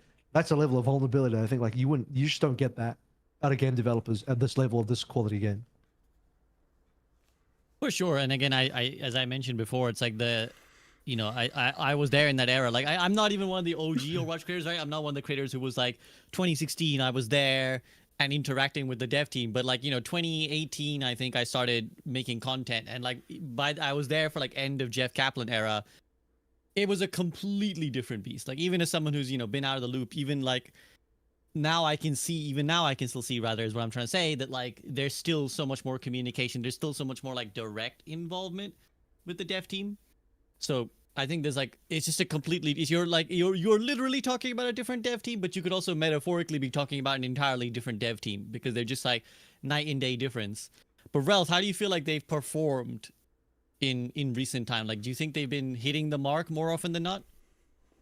Yeah, I wouldn't be anti-hero banned if I didn't have a ludicrous amount of faith in the dev team to actually be able to fix the problems if they had the incentive to do it, right? Like, this is a crazy take from somebody to have, that the devs can actually fix the problems in the video game if they just have to. Obviously, world-class communication. They're completely reaping the rewards of it right now. As Avril says, completely insane to have somebody in the chat who's a lead dev. Just not seen anywhere in any other video game that I know of. Yeah, most responsive, most productive team that I've seen. Aside from that, the problems are that they're weighted down by a list of decisions made in the past that everyone considers good, or everyone considers untouchable, that essentially are bringing down the average quality of the gameplay experiences that I'm unhappy about. And I'm happy to go through them, but realistically, that's not for the devs. The devs are making 5v5 the best version of 5v5 that they can right now. And regardless of anything that I have to say about it, that is their objective. That's what they should be doing. Just pay me some love at the same time. You did say you'd be consistent, and I appreciate that. You've been kind of consistent as an advocate, Realth. That's what can be can be asked for. I think that like yeah, I mean, Spilo, anything else you want to add, by the way? No, I mean, they've nothing else to add.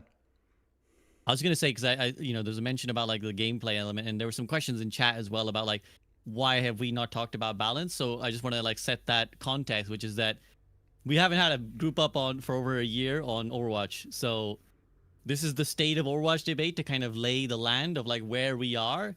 And I didn't want to have a section explicitly talking about balance, because we will be here for 3 hours just talking about balance. I know I got these guys. I don't think balance is too bad either. I really don't think it's that too bad. I don't want to open that can of worms, but like it's all right. It was bad during the fall. Again, I'm sorry. I will. Okay, I'm muting now. I'm sorry.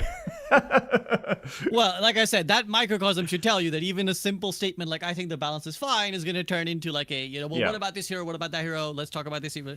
And then 6v6, 5v5. This So, we will have those discussions. The podcast Sure. is back for a little bit of time. So we will, and I'll grab most of these guys, if not all of these guys again, to talk about like, okay, guys, we got a new patch. What do you guys think of these heroes? What do you guys think of that hero? But like I said, that would be the entire podcast if we Sure. decide to like talk about like, let's go talk about these heroes. So I just wanted to get a refamiliarization, like a state of like, well, where are we in the big picture? How do we feel about Overwatch? So, that's why this is not going to necessarily explicitly talk about balance. I guess I could ask you just as a sort of prelude where you guys rate the balance with like a small explanation of like, I think it's a 7 out of 10 because this. So just so we get like a sort of, a rough outlook.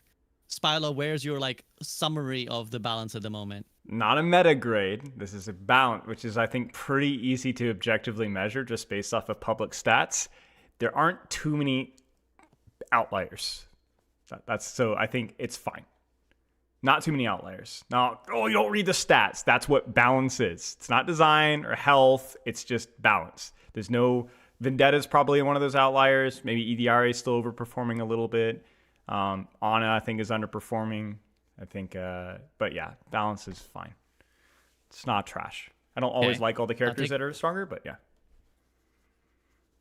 Thank you. I like that. I'll take it to Avril because I'm sure Realth has like multiple things to say. So I'm going to take it to Avril first. Avril, overall, just your impression of the balance of the game. Dude, I'm going to say it. I rate the balance a solid 1 out of 1. So the balance is switch. It's fine. Like I have a bit of a problem with Vendetta. I mean, the cat's not well designed, but like I don't see the cat as a huge problem right now. Vendetta taking over a little bit with high win rates. Yeah. But like, I think the balance is generally fine. Also, like it's gonna be a bit over the place when you have like 5 heroes dropping at the same time. Yeah. So, and you know what? The best part is the dev team has been really quicker than ever over the past year of addressing balance issues. Part of the compliment of where the current dev team direction and mindset is, they've been very willing to like make quick changes if necessary. Maybe they don't always tune the correct numbers. Maybe they should have tuned a different number to the one they did, but they're willing to act on it at least. So I'll trust that they'll make the right decision. But no, I genuinely just don't have any major problems with the balance right now. Realth's about to come in with a wrecking ball, maybe pun intended. How do you feel? I don't think it's that bad in terms of balance. However, in terms of the interaction quality between the heroes, I think it is so high variance right now. If you hit different bands than you should be, you get an awful game. And that's not balanced. Like Jetpack Cat is balanced, right? We're not saying Vendetta isn't even that bad in terms of being good, but it all depends on the types of things that are in the game. And I just think there's so much variance right now that realistically, there's massive problems, right? That can't really be encompassed by the word balance. The game's balanced, right? It's fine. The gameplay experience is, I don't know. It's a difficult one. And I can already assume, not to put words in your mouth, that you had your opinions of where 5v5 is, where 6v6 is. They're kind of like different places, right? It's like the balance of each game is quite different. Well, they seem to have accidentally put the DPS passive up to 30% over 15% for some reason. I don't know if that was intentional, genuinely. On Nobody's tanks? mentioned it anywhere. I think it's only on DPS. It might be on tanks as well, but it used to be 15-15, and now I tested it. It's at least 30 on DPS, which wasn't really noted anywhere. So that's one of those that I'm like, my I thought it was game's always just 30. Yeah. I thought it was always 30. It's just 15. No, it was 15-15. Oh. Okay. For a long time. They changed it down, I'm pretty sure, specifically on 6v6. Oh, on 66. Gotcha. I understand. Then we have, for my mode, we have things like Bull Roll Through perk. Yeah, we got 2 tanks, guys. Putting it to a flat amount of damage on a Roll Through perk does double the amount in my mode than it does in any other mode. I mean, yeah. Come on, my tanks are evaporating. There's a ball flying around the point, and you can't do anything about it. And their health pools are smaller too. Like yeah, 100%. Like there's a couple of things like that just is a lack of care for the mode more than it is. And I don't consider this to be 6v6 balance. I consider this to be them not thinking about the mode, right? So I don't know how mad I should be realistically, because I don't consider it to be intentional quite a lot of the time. Obviously, I'm mad, but don't get me wrong. Like, there's only a certain degree I can get to. The passives, the sub roles, I don't know why we have some of them. Kiriko is now healing for 40% of the healing they do. That's pretty interesting. Obviously, win rate's crazy across the board for Kiriko, so the argument can be made that it's good for the low ranks. Bruiser passive is a travesty. It's a hard one. In terms of balance, it's so difficult because, again, just high variance. Yeah, no, I think you've summarized well. I think you can clearly extrapolate like why this, like, you know, just that example you've given, it kind of shows that like that's just one of many, or perhaps every interaction is kind of just not, it's not given the same nuance and thought that it's being given in 5v5. So, you know, hopefully there, it seems like they've at least made noises from everything I can say that they are going to give 6v6 more time and attention. Like, they've clearly acknowledged it in several ways that like we should have done something about it, and we kind of want to pay it some time and attention. So, and considering how popular it still seems to be, you know, I don't see any reason why they wouldn't start, you know, turning an eye towards that more. Any other thoughts on that? And then I want to ask you guys about the matchmaking real quick, and then we'll start heading towards concluding thoughts. Any other thoughts on like the balance, just on the big picture that you maybe want to flag up? Oh, I completely forgot before I go. The tank cooldowns in 6v6 are buggered. What, 20-second on a Junker Queen shout? What are you doing? Come on, guys. Like, please. It is the team peel, it's the engage, it's the speed boost. It's, like, vital to the kit's function, and it's 20 seconds. Please lower these, right? I just want them, like, all halved in efficacy, and the game would flow so much. Anyway. Onwards. Yeah, that's a fair complaint. I've heard that one from Sam many times on especially on 6v6. Okay, let's go then to matchmaking really quickly. I think Spilo mentioned that there had been I didn't even know this, that there'd been a rank reset. Again, it's one of the interesting things. Like, what I noticed is like a returning player is just like, you could like, I was like that. The game's fucking crazy. The variants, and especially the weekend games, were awful. But you're telling me there was a rank reset somewhere in there. So yeah, I mean, tell me about the, because they don't really tell you that when you return. They're like, by the way, there was a match reset. So be worried about your, you know, yeah, it could be confusing because you would notice if you'd played last season, because you'd be like, wait, why am I replacing games? But you're right that it's not really like communicated all that well. So that's actually, Gavin, take note of that. That needs to be communicated. If that's going to be an entire marketing move, then for crying out loud, please leverage it. Because if we're not getting players playing out of it, then why the frick do we have these things? It's just basically it's a soft MMR or a soft SR MMR whatever reset. And then you introduce calibration modifier for the 10 games. So like you're having incredible variance between those 2 games, or 10 games, because those games matter a lot for your placement. And then to add insult to injury, you have a calibration modifier that lingers for like another half a dozen games. So essentially you actually have like 16 rank reset games, where those 16 games matter a lot in terms of where you place. I mean, I literally had Masters players and Platinum lobbies and vice versa. I've coached players that dropped almost 2 entire ranks within 3 days, 20 games, because they got unlucky or whatever else, and then now they're completely smurfing. It's just, it ruins the entire season. It just ruins it. I did a whole video about it. It just ruins the entire season. They're not good for match quality. They don't reset people back to the rank that they belong. They're also terrible to pair with content drops, because people that exploit the content within the first day or figure it out in the first day get massively boosted. Because literally we saw this, the example I used in the video is like Domina, right? Like Domina was insanely OP in the first 2 days because she got ult charge off of her ability healing. And you could also heal off of a shields. So if you exploited that with Domina before she started getting banned, you were like literally the best tank in the game, 5% win rate, whatever. And then that gets patched like immediately, but too late. I've already finished my placement games, so frick you. And it's like what people used to do when you saw those like gold players that were masters back when Brigitte was released, you know? It's just terrible. It's just terrible. It's terrible for matchmaking. It's bad competitive integrity. It's, I think, one of the worst thing that Overwatch still does is the rank reset. And I don't want to hear, we only do it once a year. That's an entire season with new content that has dramatically reduced match quality. It's terrible. We're all aware, though, right? The purpose of it isn't anything to do with anything other than just making it so Engagement, that new players can come back. Yeah, That's, people that's the want only purpose of it. But It's just exclusively negative right. apart from But that. it's super damning about it that SCB didn't even notice that or didn't even know that. It's like, well, then what? Then why are we doing it? Like, then we'd at least need to like advertise it or something so that like, cause like, Yeah. why? I'm getting nothing out of this. So. Yeah. Yeah, maybe the devs will say there was a thing that I didn't read, which is entirely possible, by the way. They might have been like hey, Yeah. we reset the rank. But like, as I was just looking back, like I remember the pop-up came on my screen that was like, congratulations, here's your reward for playing in 2025. And it was like, you haven't played in 2025, so you get no reward. So I was like, oh, well, cool. And then that was it. Then it was like, go play some games. So I didn't see it if there was a thing, but yeah. Avril, anything to say in defense of the matchmaking or the rank reset or... I don't actually have an opinion on this. This is like probably not super my area of expertise, but just echoing what Spilo said on it, I guess.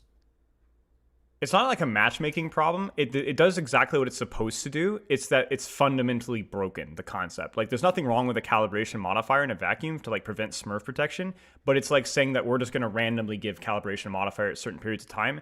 It's just really, really toxic. Like, there's nothing wrong with the way that rank is supposed to work, but then when you rank reset, now it's complete chaos. Complete chaos. Yeah, which is why the majority of the time when we do rank resets, it's actually a... Joke's on you, we didn't actually do it, and it's kind of like a fake one that doesn't really do quite as much as people would think, because there's, to my knowledge, there's no real function of them apart from getting people back in the game.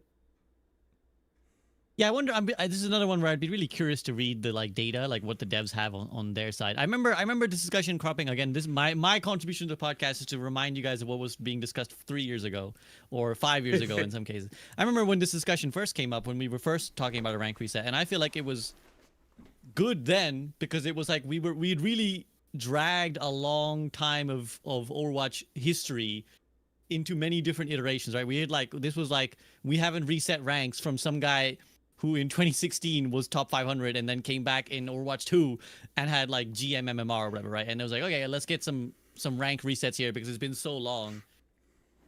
But I sort of see exactly what you guys are saying about like a yearly rank reset now has less, and for everyone is less justifiable. Gavin says players were definitely asking for rank resets for a long time and the monkey's paw closed. Yeah, I was one of those people. Yeah, pro player. I think I was one. Yeah, I'm sorry, go ahead.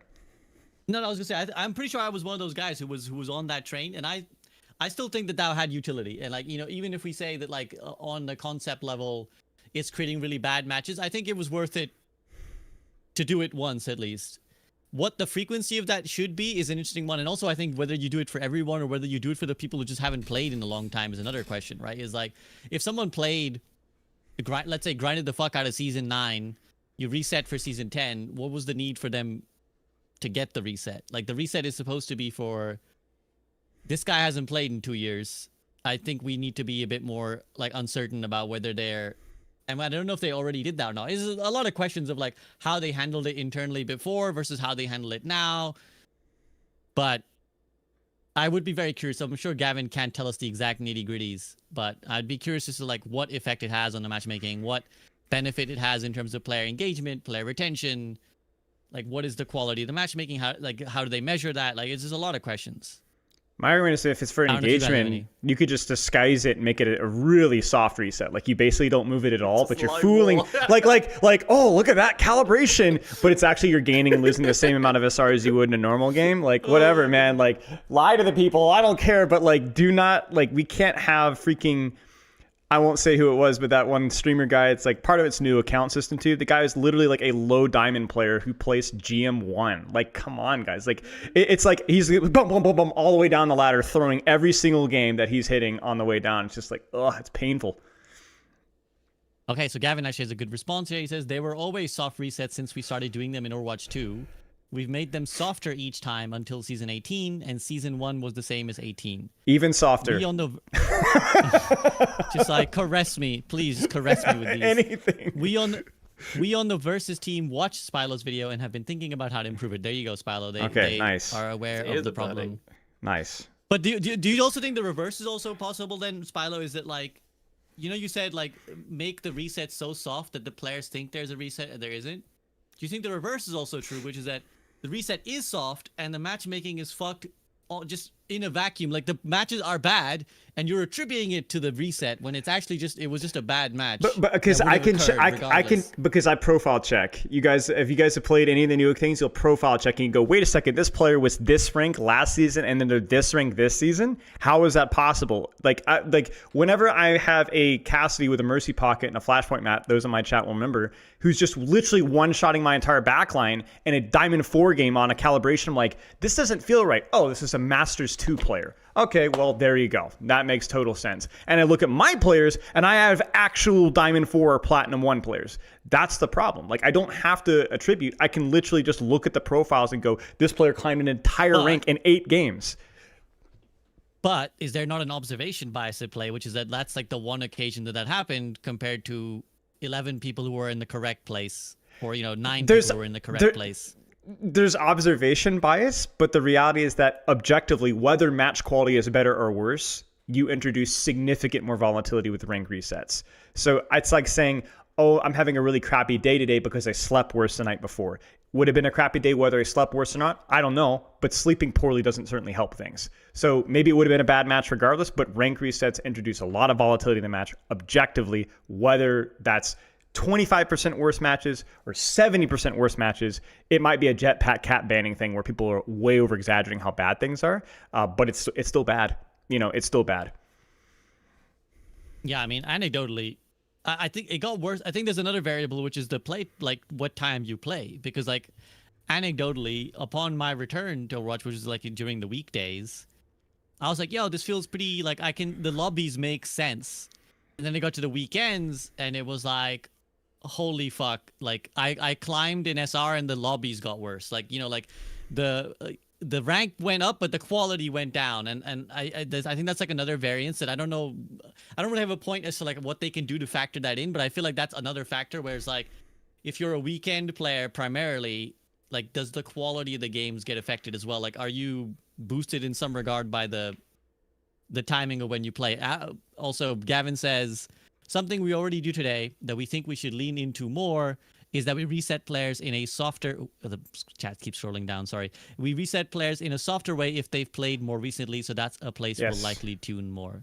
Yes, that makes sense. Like, there's already like SR decay if you don't play for a while. So like you were saying, SB, having some sort of meaningful replacement calibration if you haven't played in a long time, sure, that's fine. And, maybe that's what's happening. Unfortunately, there's just so many variables. Like, I want to give the devs some leeway here, which is that, like, I also don't think they're dumb. Like, I think they're really good and smart, and people like Gavin are very good at this. This isn't the devs. It's not the devs. That's the thing. It's not why rank resets happen. Is my decision. No, is my opinion. Sorry. But the way the reset is done, obviously, they're not just like push the button and everything is reset. There's like a sophistication to how they're resetting people. As Gavin is illuminating, it's like different to different people in different ways. And I do want to give them some leeway. As much as I love to join the matchmaking is shit club, like, hey, if I lose a game, I want to blame it on the matchmaking. But, like the guy you're talking about, he could be on an alt account. He could have been, like, he maybe hasn't played in a long time, but he's an FPS grinder. So, of course, he's Cassidy popping people's heads with a Mercy Pocket. Like, maybe he would have done that anyways. Like, even if he was perfectly... I'm not making old excuses, but I must say that, like, I think there is a level of observation bias that we don't give credit for. Sure. I mean, listen, I'm the matchmaking simp normally. I'm the guy that's always singing the praises of, like, hey, it's a skill issue. Matchmaking is generally like really good. You don't want performance-based SR. You want visible modifiers because it's completely honest. You don't want this Marvel Rivals crap. I'm just the guy like this. You can just check. I mean, what was somebody in chat was saying, like, Hotties placing in like Diamond. This guy is a champion tank player placing in Diamond. Something's wrong, right? Something's wrong. Sure. And so it's not just it's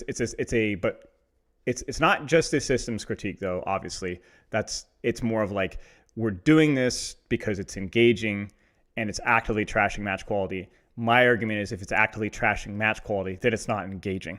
That's the problem. Right, it's a superficial engagement that costs retention potentially. Like, right, like you may get someone to play. Right. And then like but they may not stick around because they're like, this fucking sucks. Right. No, that's exactly it. Yeah. Yeah. Okay.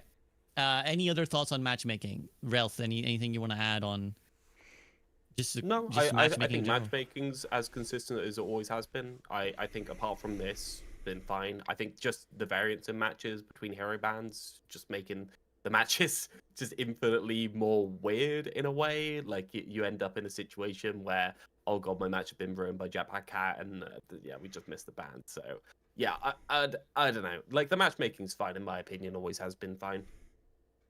Maybe we just shouldn't have rank resets.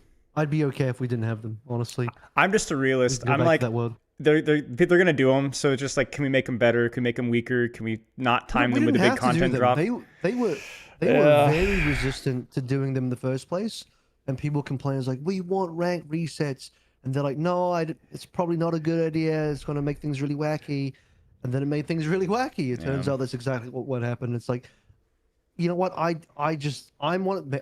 Am I in the minority here? I just don't even think we really need rank resets, personally. Yeah, I would agree. Yeah. I think there is an argument for like a point in time. There was like you can't have a forever like. Okay, so if we were to apply like a real like philosophical foot in the door Socrates argument, you couldn't possibly have like an infinite game running and never reset the rank, because there's like you're running into a lot of problems, right? Like you can't have decay, like, right? It's just decay. We already have decay. I don't think anybody's against SR decay, right? Like, doesn't decay solve the problem that SVB's talking about though? Well, again, decay is an interesting one because it's like people feel it's also the player perception element. People feel robbed of SR if you decay it, right? Because they're like, because the player interpretation of decay is you're forcing me to play every so often so that my rank. This is what I remember. Again, my boomer contribution is I remember when SR decay existed, and what people said at the time was, oh, I didn't play for a week. I went on holiday for 2 weeks, and you punished me by decaying my SR. Fuck you. This game is like exploiting me and it's forcing me to play. So I Maybe think just the make decay it a is month different then. to reset. Just change the time. I don't know. Like I mean, decay exists for a reason. Like you can't go away for a full year, come back, you haven't played the game for a full year, and you're just as good as you were a full year ago. Like, that's just not true, right? So decay needs to exist for that type of reason. But maybe a week is ridiculous. So I agree on that. But there's a correct time somewhere in there. I don't know what the threshold is. Is it 3 weeks, 4 weeks, 5? I don't know. But there's a correct time in there somewhere where it needs to happen, right? That's kind of what the point is I was trying to get at, is like there's clearly a time period in which you do need to reset people's ranks, but at what interval and at what scale that needs to be done is clearly the debate, right? Is like, when do we need to reset everybody, or do we need to reset certain people, and how hard do we reset them, how soft do we reset them, like, you know, and how frequently? Is it once every 5 years, once every year, and clearly we will all have our opinions on like, I don't know about once a year. And I agree. Once a year does sound extreme. And also to do it to everyone. I will say one Gavin thing. says Go ahead. Yeah. Okay, I'll just say, but then you can maybe flame Gavin if you want to. On the disruption side, for some transparency, in the past, we tended to see stomp rates go up for about 2 weeks after reset, then it returns to previous rates. This season has been unique in that it basically hasn't changed at all. My hypothesis on that, because it's surprising, is we have so many returning players that we're making better games on average. Higher player counts make matchmakers much better at their job. Yeah. Interesting. But my anecdotal evidence proves that wrong, so Exactly. checkmate, Gavin. Screw you. No. However, I was gonna interject though, like my one kind of unrelated here, but I do see this like discussion and argument. Even got people in chat.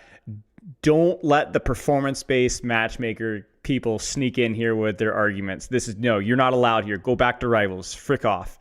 Your ideas suck, and I do not respect your opinion. You cannot quantify numbers and stats as a part of a performance. They're already bad enough at doing that as it is for quick play when you're placing new accounts. But don't even bother. You perform, you win the game. You don't perform, you lose the game. The way Overwatch does it, where it's just wins and losses, is great. Don't ever change that. I don't think that'll ever change, but yes, that needs to stay the same.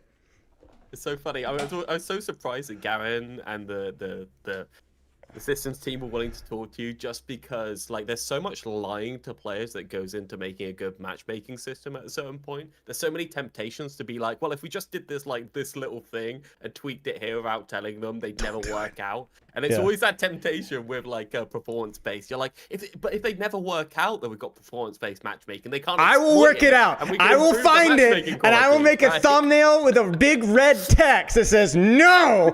I listen, guys. I'm fighting the suits, man. I'm fighting the suits. Don't they dare me. And this is when people pull out the like, I see that Blizzard Activision has a patent for performance-based matchmaking, therefore it exists in the game. Like that was the whole era. Yep. Spylo is threatening to pull out the tracer crying with the arrow pointing down stock. Yes, I will do that. Back. My 0.001% of the Overwatch player fan base that follows me will be very angry when I say what I have to say. But they're All very 8 loud. of us will riot. All 8 of us will riot. Yes. No, yeah, I mean, and again, if anyone earlier thought that the praise for the dev team was shield accusations, here's the counterpoint, which is that like, I don't know, I don't know of another game where the devs are just like, yeah, by the way, that's what's going on, by the way, you know, behind the scenes. So kudos and shout out. Okay, any other? I think I had asked any other thoughts on matchmaking 10-15 minutes ago, and then we went down another spiral. So any other thoughts on matchmaking? No, cool.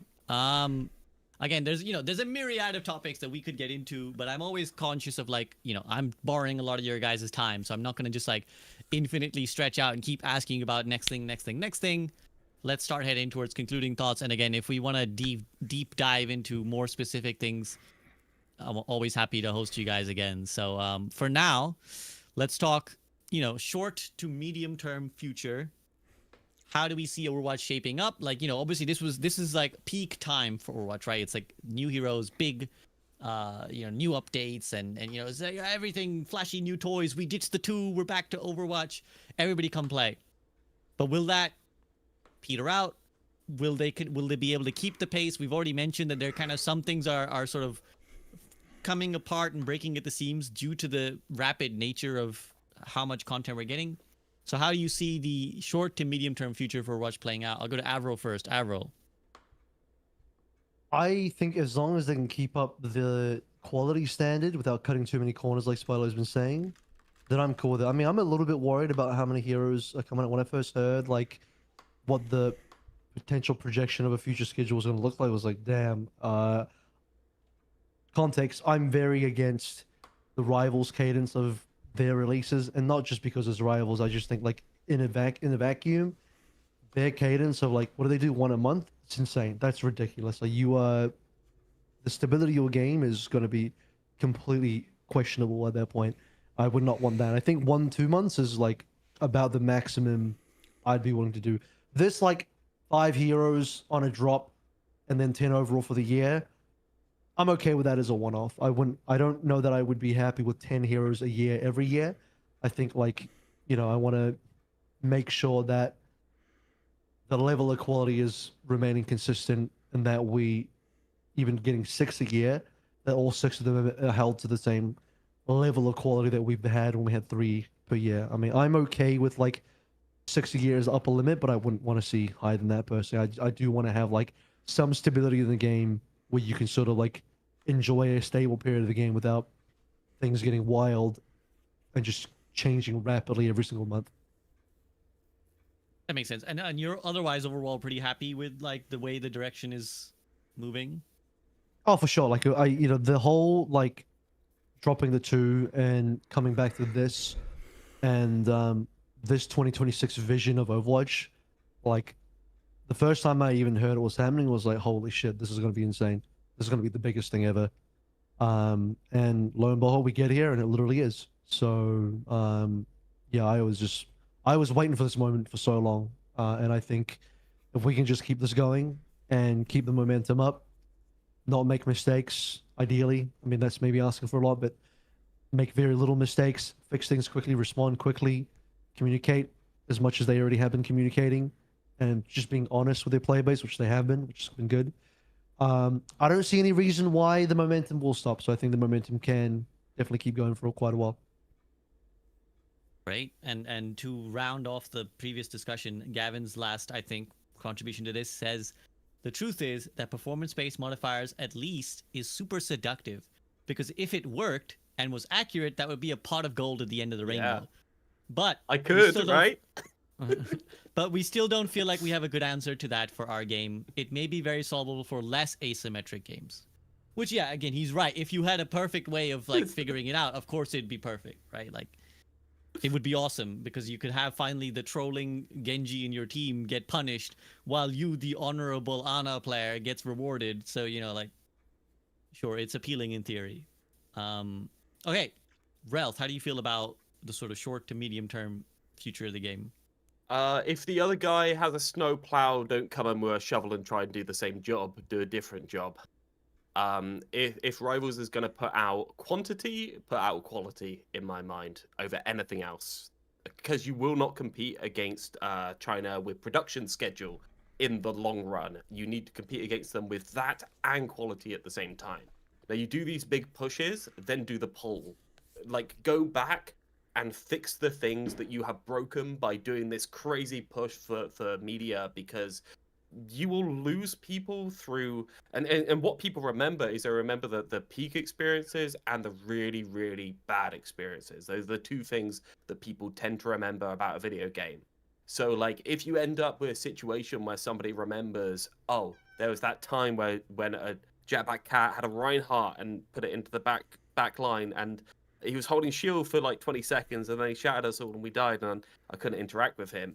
I don't know if they're going to be willing to come back next time you do this big push. So cut the really, really bad stuff off at the knees a bit faster, in my mind. That's my completely unsolicited advice as a non-expert. Aside from that, keep it up. Keep doing what you're doing. Give me some love. Yeah. What a shill. Yeah, he wants to shill. No, he's asking to shill. He's like, please pay me, please. I want the money. Not pay me. Just take the bull bloody roll through perk out. Take the DPS passive off of 30%, please. I'm drowning here. just throw me a buoy or something. Philo, how about you? What's your short to medium term assessment? So there's a term in the sports training fitness world called periodization, where essentially it's to everything there is a season, right? We have strength, speed, max velocity, performance, power, whatever else. My wife has actually gone through that recently because she's competing right now in Florida at a Brazilian Jiu-Jitsu tournament. And so she's basically been like, whether it's with like managing her weight or performance or strength, like she wants to peak right during the tournament. But a lot of that, it's very draining on your CNS. And so you don't want to, like, you need to have like recovery periods or like rehabilitation or strength training, but you kind of have to have these cycles of focus. And kind of what Realth is talking about is I think it's really important that Overwatch maintains these content maxing periods. Like, I think like what we did with Spotlight, like, I think, especially as somebody that my living is partly from this game, we need those moments. We need those slop public PR marketing fanboy craziness, because that's what keeps this game relevant, fun, and gets people to try the game. And honestly, I enjoy them too. I'm not an idiot. I like new things. Me like new things. It's fun, right? But like what Ralph said is you can't stay at that position like Marvel Rivals, to what Avril was saying, you can't stay there forever. You just physically can't as an organization. You have to go through these cycles where you can't maximize both content and quality at the same time. So you can't have the live service fan base play your game all the time. Like, quite literally you can't, because they're going to move on. They're going to get bored. It doesn't matter how much more content you put out there.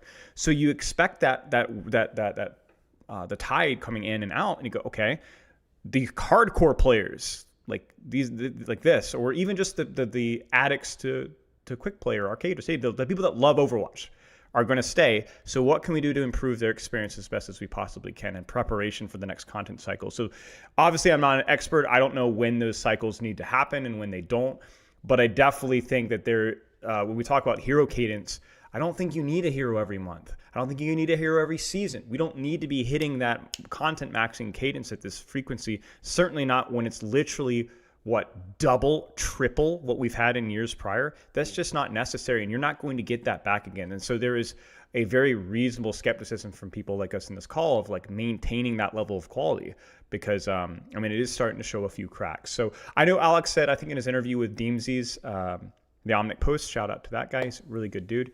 He's basically said that they're not sure what the cadence is. They think it might be once a season, but they're not 100% certain. And I hope that they're open to just saying, hey, we tried it for a year. It was pretty rough. We're going to try to really make it. May not work. If it works, great. If it doesn't work, it doesn't. So content max, quality max. Take a deep breath. Push hard. Take a deep breath. Clean up your crap. Rework your heroes. Rework the maps. Try new things. Clean up the perk system. Sound design, visual design, art design. Look at your skin system. Like everything can be cleaned up. And I hope that we maintain something like that. What that cadence is, I don't know, but yeah. Yeah, I mean, I think that's really good advice, and I think collating what I've heard from you guys, what I've heard from the previous podcast video where we talked about Overwatch and Rivals together. I think, and you know, obviously the elephant in the room is that Marvel Rivals exists and is like a huge competitor for Overwatch, right? Like I think some people, there's a genre of people who get very upset when the two are mentioned in the same breath, because you know, either they are vehemently fans of one game or the other, or they just resent the bringing up of the other game when talking about their game. But the truth is, the reality is, it's like, you know, it's like you're like making Apple phones or like Google phones. Like you have to kind of have the discussion, right? Like, you can't pretend that they don't exist. And I think that like Overwatch will have a slightly different fan base to what Marvel Rivals will have, in the sense that Marvel Rivals fans, and this is what I gather from talking to the Rivals creators, they're a bit more flimsy. They're a bit more fair weather fans, right? They kind of are very happy to just pop in for the week of the new release, and then they kind of dip, because they're really only here for the cheap thrill, as you may call it. Cheap is a pejorative term perhaps, but the cheap thrill of, oh, it's the new guy, we would look at what he does, funny, novelty, crazy, silly, and then they, yeah, the novelty, right? It's the shiny new toy. Whereas I think what Overwatch has now successfully done, we spoke for years about how difficult it would be and could be and maybe impossible for Overwatch to repair its reputation. I still don't think that's like ever truly possible, because you don't go from being the golden child of the entire industry and the entire world to being the most hated, vile piece of shit, you know, garbage, and then you go back to being the golden child. That just doesn't happen. But Overwatch has done a huge and huge credit to the dev team, huge credit to Aaron and his team and the leadership and everybody involved, like the devs on every level. And I think we kind of gravitate towards citing the big figures like Jeff and Aaron, but obviously I think Aaron is the first person to say it's a whole team effort. Like, it's everybody. It's the fact that like it's Gavin in our chat, it's Megan coordinating everyone, it's all the devs who don't publicly appear but are doing tremendous work with passion. So like, shout out to those guys for turning around what is a really difficult ship. But I think they need to like not be hasty. If I could give them advice from a complete layman, I would say like, you're building your reputation now on being a game that's surprisingly fun. That's what I see as the sentiment as an outsider looking in. People are like, yo, surprisingly Overwatch holds up. Like, it actually plays well. From my perspective, I will be blunt, it feels very similar to what I played 2 years ago. Like, my frustrations are very similar. So probably what we're seeing is the public giving it a chance that they weren't 2 years ago. And I do think they've made improvements. I think they made lots of small improvements. My criticisms remain that like, it still kind of feels like I'm playing the same game. And that's all, like, the reasons why I stopped playing that same game are still there. Like, it hasn't improved it in that level, but it has improved enough that the guy who's quit 6 years ago and hated it then, for other reasons perhaps even beyond just the gameplay, is now like, yo, actually this is actually pretty fun. Like, I'm surprised. The Tim the Tapmans of the world that Avril cited earlier, who's now trying to convince his chat, like, no, chat, it's really fun now. Actually, I'm not being paid to play it anymore. I actually want to play it. So I think the worst thing they could do now, again, just my layman advice, is like, don't now go chasing Marvel Rivals to be like, we need to not, like, you did a great job of like, hey, look at us, 5 heroes. But now you don't need to be like, we need to also release a hero every month and also release like this other thing, and we need to tie in, and we need it. I think this is when, as Spilo kind of said, we now turn inwards and we just quality control. Like, let's make sure this game remains slick and awesome to play. Like, the performance issue stuff, for example, is actually really important in this regard, because that's one of the things that really puts people off Marvel Rivals, is how badly optimized the game is and how like the experience of playing it sucks. And I'm like, whoa, why am I getting these? Like, I'm playing it like, normally 140 FPS, which isn't even that high, and then it'll drop to like 60. And I'm like, what is happening? Why am I in this team fight? Am I playing 60? Like, that's actually big. Like, that's what gets people to be like, eh. Yeah, People said it was good. Anti-cheat, since it's not on the Chinese servers. People have worked out it's not happening there on some of it. Interesting. So yeah, I mean, I'm sure they know. I'm sure they are aware of this. But like, that's the things I think now we turn inward and we say, let's make sure the game is a banger. Let's make sure we make sure the balance is good, the perks are good, the bans are good. Let's like really just like turn inward. And once we solidify again, then we go once more. Then we're like, okay, now let's make another push to be like, hey, normies, our game is really good. Don't just keep making our games really good and then actually quietly before you realize the game's no longer really that good. So that's my long rant of like what I would like to see as just someone who roots for Overwatch. I don't even, I don't know if I'm going to continue. I don't know my genuine future of like how long I continue to make Overwatch content. I don't know how long what I do with it, but like I'll always root for the game that gave me a career. Like I'll always root for the game that gave me such amazing memories. So like I'm not going to be one of those guys who has to turn bitter about it. And it's like, I don't make Overwatch content, therefore I hope it fails and burns and crashes. So that's my 2 cents for whatever it's worth. So I'll let you guys chime in now. I ranted for quite a while. Just like Ryan Reynolds says, you'll be doing this till you're 90. Once you're Overwatch, you'll be Overwatch forever. So welcome back, welcome home. No, I think that's good that the game is like the DNA of the game is retained from when you last played 2 years ago, and the DNA of the game should be retained 2 years from now and however many years from now. Agreed. So that like what Overwatch yes, I is. agree. I agree. Yeah, like you don't want the game to be wildly different. You don't want to come in back in 2 years and now Stadium is all you can play and the regular Overwatch you remember is gone, right? You want the core DNA of Overwatch to be intact throughout its entire lifespan, which we hope is going to be a long time. So my analogy, Yeah, no, which I always agree. use, is Age of Empires, right? Age of Empires 2, the game is like, what, 27 years old or something like that? And it's actually got a pretty decent trickle of content that comes out. And it's, hit or miss for quality, mostly pretty good.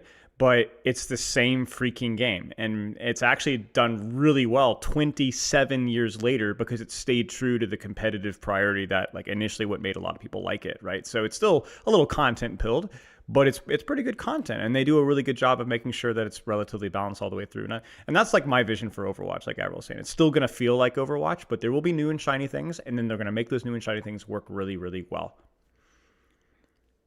Yes, I think it's a very relevant point, and I should have added that as well. That like actually, there's not necessarily a need to please someone like me because it's like my beef might actually just be fundamental. It's like I don't know if there's anything Overwatch could do that would make me be like, what? I fell in love again, 2016 again, Because I think I might just be over this type of game. Like I think that's just like your relationship as a person involves. Like I think that's another thing I wish more people would accept.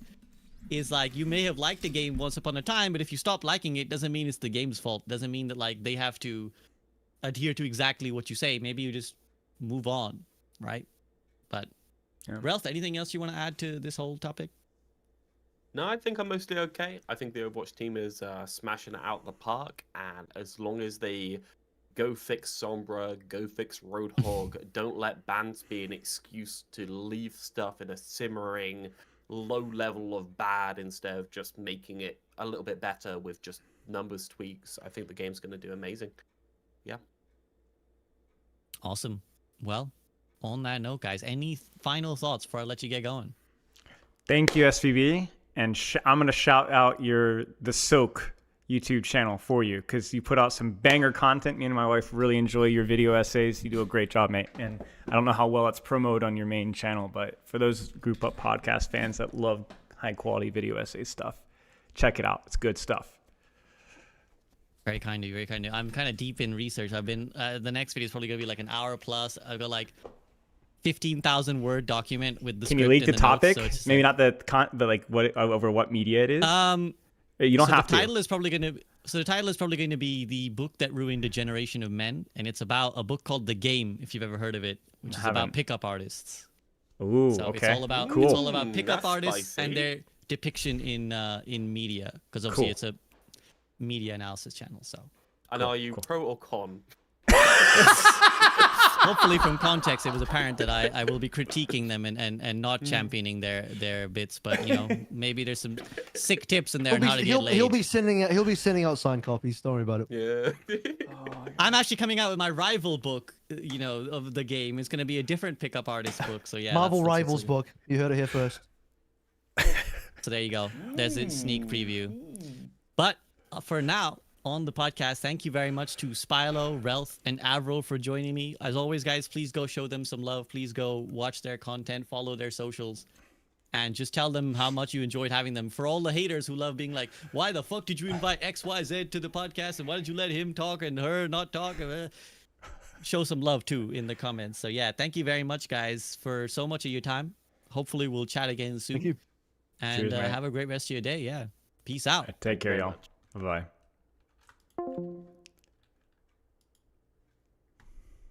Alright, what's up, y'all? I don't know, was that not funny? Am I the only one who found that really funny? The freaking, are you for or against? Freaking, just absolute perfect delivery, man. I thought it was funny. Oh, okay. Oh my gosh. Oh, that was fun. That was fun. Freaking almost 4 hours, man. I love those. That was fun. That went by fast though. That felt like 3 hours. It did not feel like 4 hours. Really, truly.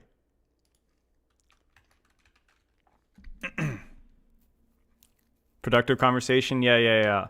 I like when I have a podcast like that and I kind of walk away and I'm like thinking about stuff. You know, I'm like, what could, you know, it's not just like the ideas themselves, but it's also like the friction. It kind of makes you sit there and think about a little bit. You know, you start to reevaluate your opinions a little bit.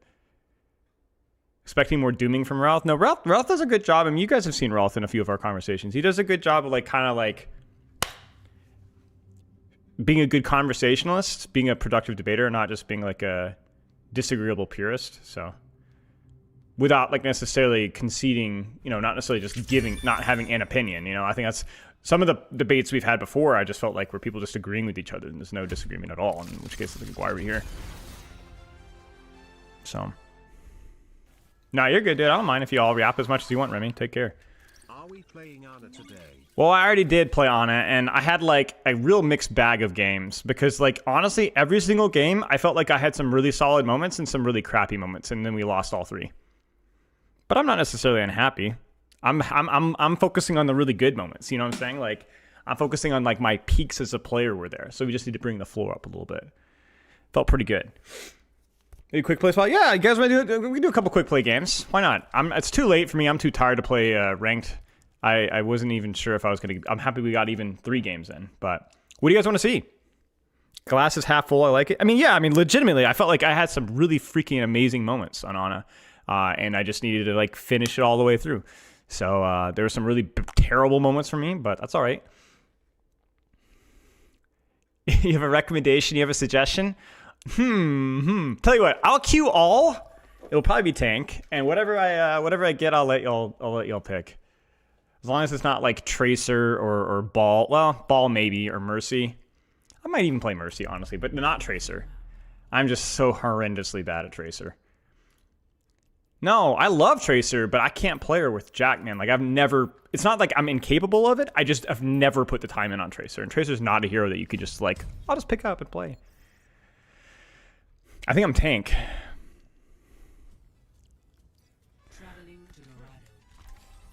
Shut up. Who do you guys want to see on tank? Hazard? Winston? Queen? What do you guys want? Pile of logs. No, that's wrong, Questron. The comparison of Genji deflect a ball perk was wrong because the effective duration for deflecting sleep is like 0.5 seconds. Yeah. Well, when my main focus with deflect versus the parry is that he's locked into the animation and can do nothing while he's deflecting. So you're not dying while he does it. Stop shilling. Never mind. Freaking. What are we doing? What did I say? Play Doomer, your count is terminated? Alright, frick you. Our future will be forged in conflict. Shut down Discord, so there you go. You're nailing it. He has to cancel it. Yeah, I remember there's a lot of complaints back when Genji could actually like manually cancel it, because people are like, oh, it removes counterplay, and it's like, man, if they even knew what it was. 5, 4. If people knew what they would have with the ball thing, you know? Driving the payload forward. Escort the payload. After your coaching the masters to Oh, this is gonna be a disaster class, y'all. appreciate the help. Holy crap, dude! Thank you for the 1,000 bits. Thank you for the $10. Oh dear. I appreciate it. I'm glad to help. Well done.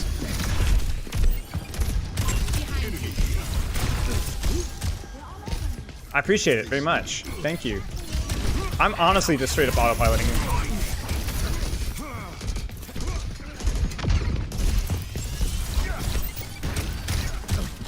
I don't think I can chase that. I'm straight up autopiloting, guys, but that's why we're here, right? Ah!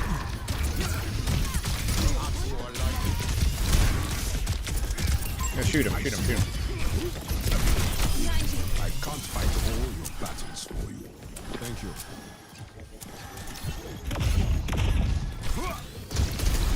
Oh, frick. Why is the payload en route? You guys see that sleep bait? What an incredible play. Oh, frick, frick, frick, frick, frick, frick. I messed up. That would have been perfect.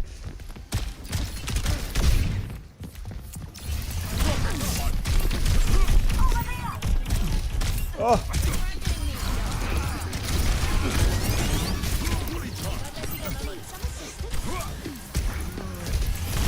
No, that fricker! No, you're not supposed to pump. Ah! See, this is why I mute during ranked. Oh.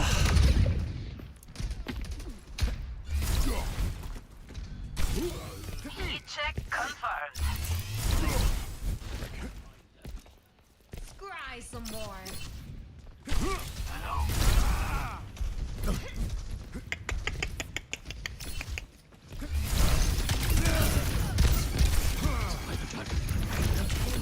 Frick! Just make sure they didn't touch, but. No, I wanted it so badly. No, there's not the mech over there anymore! Shoot. Not bad. Are we playing quick play? Yeah. I'm not freaking playing ranks anymore. Shoot. Oh, frick.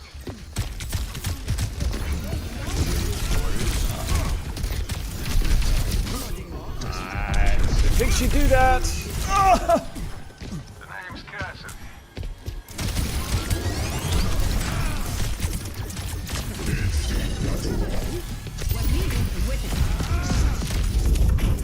B.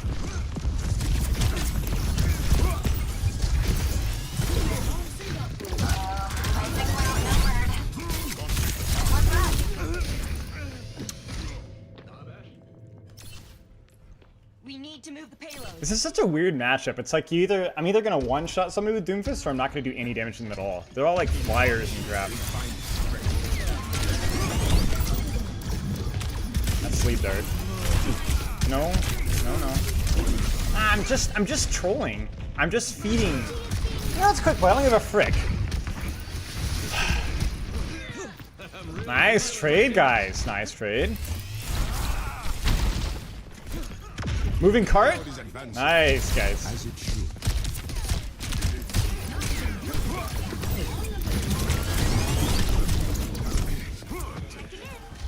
She's just not gonna die, or?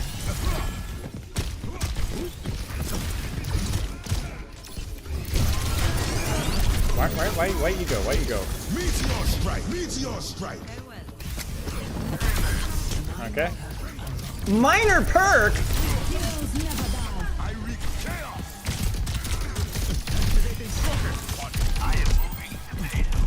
That's embarrassing. No. Oh, no. I trumbled it. Frick. No, I messed up badly! Ah! Oh, dude, what am I doing, man? Okay, we're good. We're not good. We're not pushing cart. Frick, man. Like, what was the plan there? I don't know why, like... You know the problem with Doomfist, guys? The problem with Doomfist, it's the gambling mindset. You're like, but wouldn't it feel really good if somebody walked there at that exact moment? You know? That's all you think about, you know? Frick, like surely this game will be different, you know? Oh no, don't sleep me. Okay.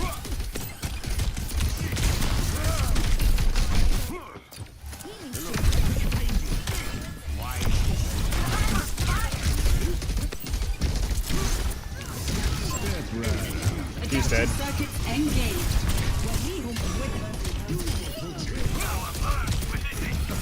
Frick. Like, isn't that amazing? You know, you're just like, but it could, and it might. You know?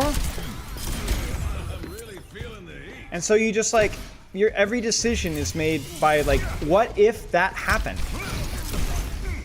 You know? And not about whether you should, but you can, so you should, you know?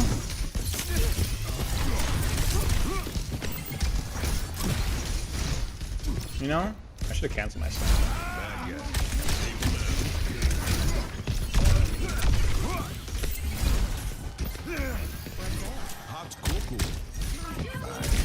Oh, okay. Unkillable hero. Watch this, watch this, watch this. Ready? Yeah, make him think about it, make him think about it, make him think about it, make him think about it, make him think about it. And then he dies. See? See? Just like we drew it up. Oh, I have Power Matrix. I forgot about that.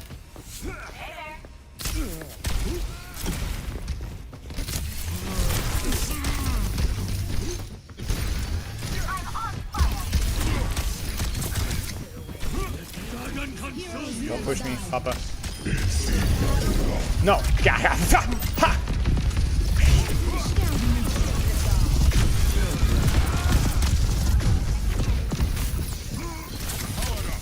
No, no, no. Come on, but what if? You see? Wait, how do we not cap?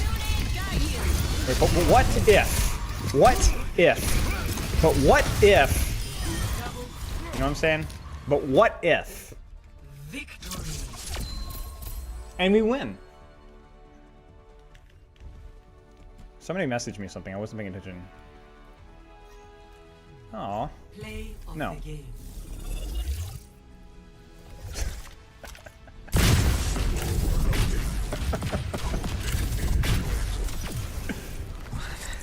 What happened?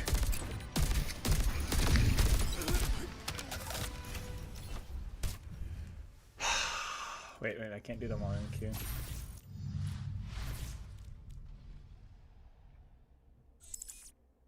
Your bash and breakdown video inspired me to pick up the character after not having good. Oh yeah, cheers, Christopher.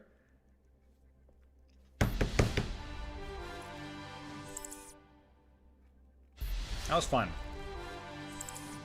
I find I have fun in like most Doomfist games, even when I lose. I'm terrible at them.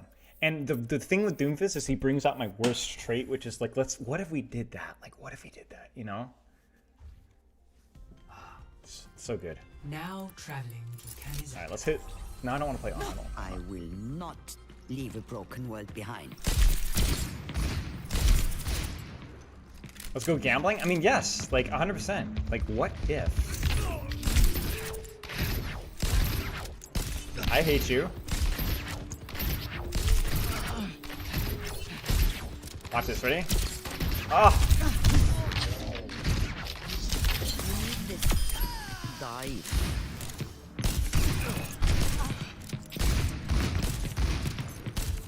Ah. Someone too freaking dare. That's much better.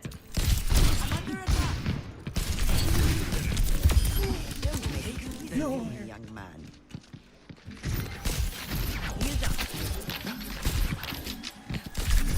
No, stop it! Stop it! Come here! No!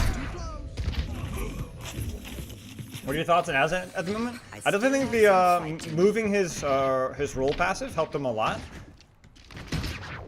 It's probably decent.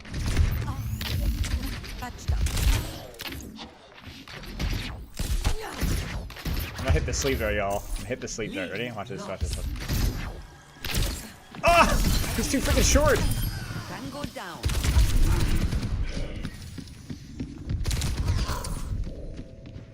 No, I think the loser's messing with me. That's Irdu. One of these days I'll end up in Fiji. Oh dear. I should have slept that. This is just hubris. I'm still a threat. But hey, Close. hubris is great because if it pays off, it's not hubris. It's knowledge. You knew it was gonna work out like that. That's why you played it that way.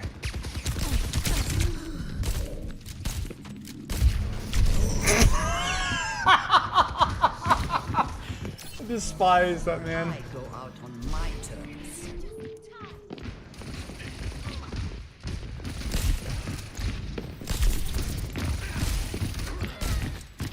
Like, right. Oh, see, that's hubris right there. If that had worked, it would have been hilarious.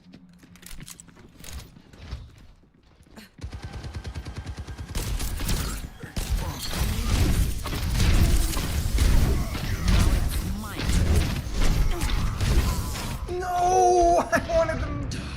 Oh. I won't give in.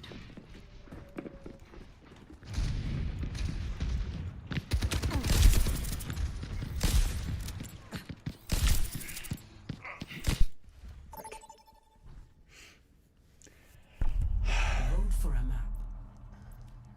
I'll freaking play Shambali. The on a melee build. The most important part of the podcast was learning that you're into Spirit Island, the best board game. Unironically, true, man. True. My favorite board game. Seriously. I'm not even joking. My favorite board game. And by, like, I won't say a massive margin, but, like, a pretty significant margin. For sure. Welcome to Esperanza. Alright, what do we play, chat? What do we play? I will play anything but Tracer and Vendetta. I think I'll play everything else. I think. Yeah, I think I'll play everything else. 2 votes for Hanzo. 2 votes for Echo. Widow, you're warmed up. 2 votes, 3 votes for Sombra. 4 votes for Sombra. Really, Sombra? Questron, is Questron even here?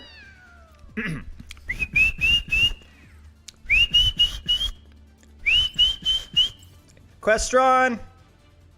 Cover your ears. Questron! He's not here. 5. What's the point of even playing this hero? Fine, I'll play better when he's not watching. Wait, where is Sombra?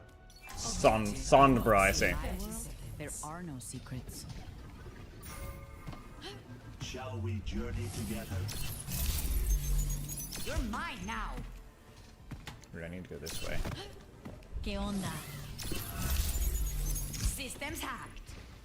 Just give myself away with a little bit of hacking mechanism, which I know Questron does.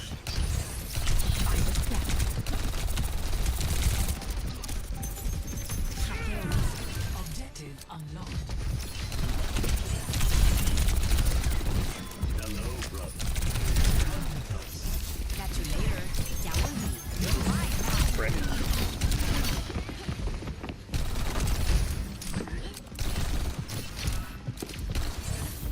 Really? Don't slow down now that we're ahead. I got him!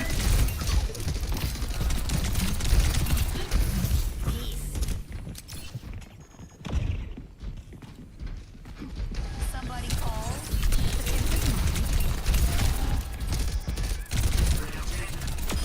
Okay. Qué miedo. Gotta go. And I'm back. Systems hacked. Frick. Oh, he's here! Welcome back, Questron.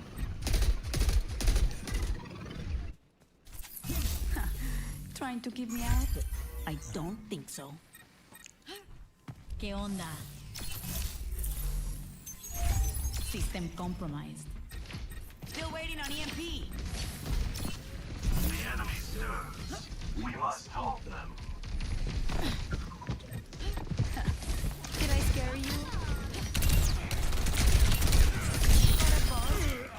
Oh, frick, there's an Ana behind me. Stop them or we lose the lead.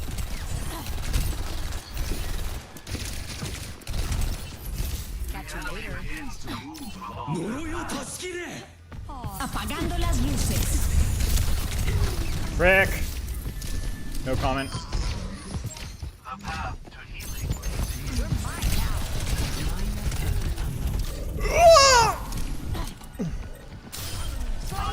No comment. I said no comment. That means no comment. Over here. Over there. Aguas. Enemy here. Frick! Mamma mia. Why didn't I not hit the virus? Enemy still. Ah!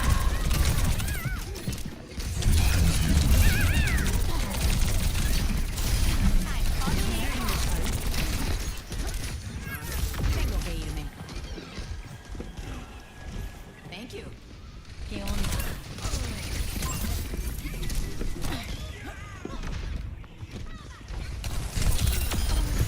Good warm up. ¿Qué tal? Over here. Gotta go. Oh, frick.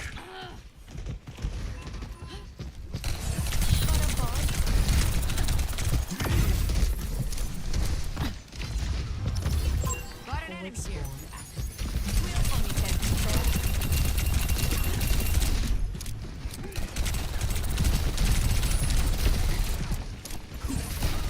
Are you freaking kidding me? Ha! My ultimate is ready. Keep an eye out. No, I'm so stupid. I do the foolish things. I forgot the radius. I do the foolish things. Ah! Let's get back online.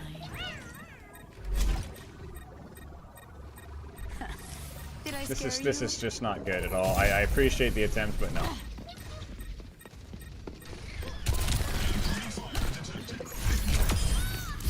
Got the robot. I am effervescent. Holy crap! Ah, yeah. Almost called him a pig, and I was like, oh yeah, that actually works. You are indeed a pig.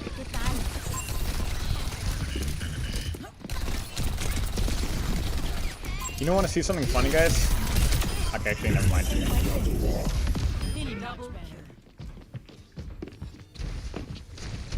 Apagando las luces. Hay más de donde vino esto. Took kid frick there, dude. Gotta go.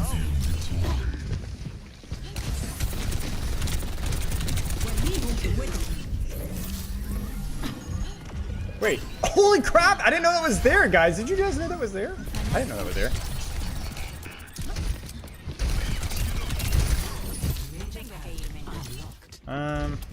That's more Yes, I don't know. It's just not really good. And I'm back. I hate you! ¿Qué tal? Soy intocable. System hacked. Mucho mejor. ¿Qué onda? Peace. I am the worst player of all time. I didn't even freaking reload.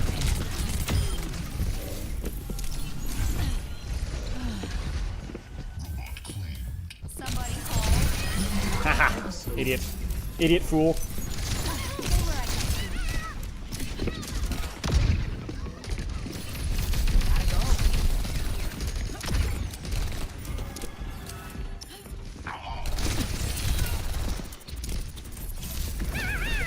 Enemy spotted. Forward spawn active. Did I scare you? Tengo que irme. Okay, we're good, we're good, we're good. That's what we want.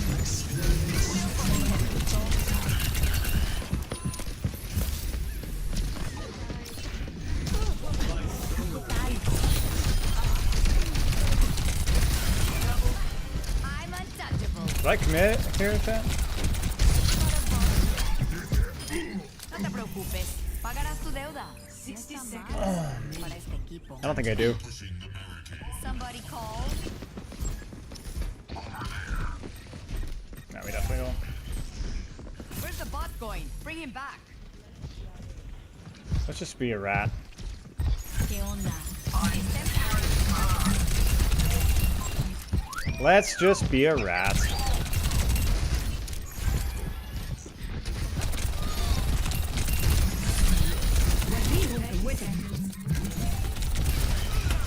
Gotta go.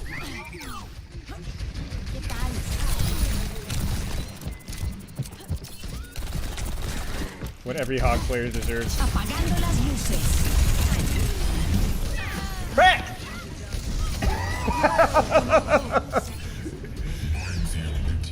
Ah, yes. Saying as Sombra? I think Roadhog is worse than Sombra. I don't know about y'all. I don't know if that's a hot take or not, but... And I'm back. Yeah. Last chance. Stop that robot. Victory. I'm gonna do unspeakable things in your mailbox for saying that? No, wait, is that a good or bad thing? Like, I don't think that's super... Hog is not worse. No, I'm not talking about, like, strength. I'm talking about, like, design. I'm talking about design. Hog is way unhealthier for the game, in my opinion. Certainly, if nothing else, the reason why he's unhealthier is the frequency with which he gets picked. You know what I'm saying? Like Sombra, if Sombra was picked at the same frequency as Roadhog and was just, then maybe, but like, Roadhog is way higher pick rate in quick play and rank, and has since Overwatch's history. You know what I'm saying? So, even if you were like to say in a vacuum, Sombra versus Roadhog, like Sombra's like as bad as Roadhog, like oh, but like I don't even know if that's the case. And even if that was, it's like when Sombra is, or when Roadhog is like even remotely good, he just is the worst thing in the game. Someone needs to fill this. Alright guys, saddle. fan the hammer only. No, frick. I can use only my kit and fan the hammer. No primary fire. Frick. This is not good.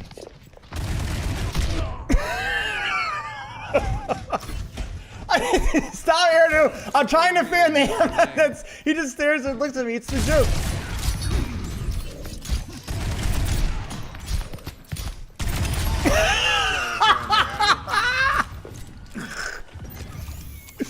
All patched up. Pardon me. Feel that one tomorrow. I'm winning, guys. I'm winning. Let's go. This hero's super broken. Now, hold on.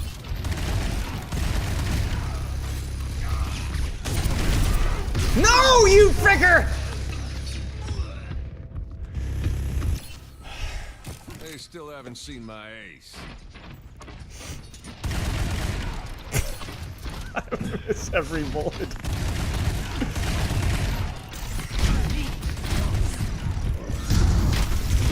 Ah! No, stop it! Not exactly what I expected.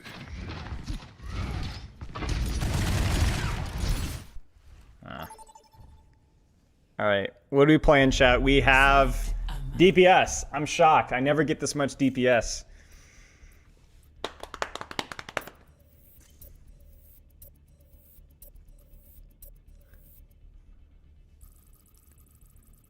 Continue the fan only? I mean, I could do it. I could. You guys want me to try? Kit fan only. We could try it. Let's try it. Let's try it. I will try. I'll really try. Where's my good skin? No, I mean that one's okay. It's the recolor of this one that I like. Riverboat, I think. Yes, the classy Cassidy skin. The Arthur Morgan Dutch. Whatever the frick his name is. Dutch. What is his name? I can't remember what's his name. Can't pick the bleed perk? Yeah, I got you. I won't.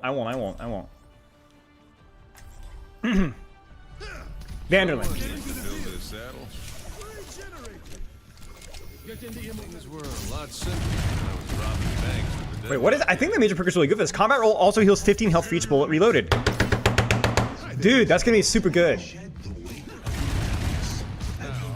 Let's do this, guys. So I'm basically a shotgun hero. Mostly. Like, I know you can do damage from range, but, like, I'm really inexperienced at it. Like, I'm really bad at, like, controlling the thing. You have lumbango.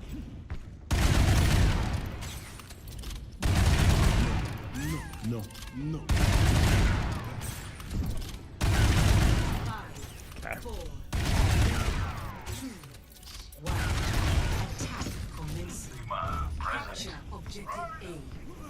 Let's show them what we got.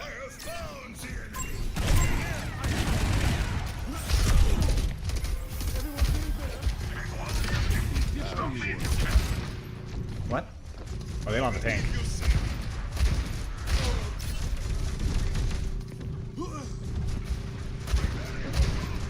The element of surprise is way more important than me doing damage right now.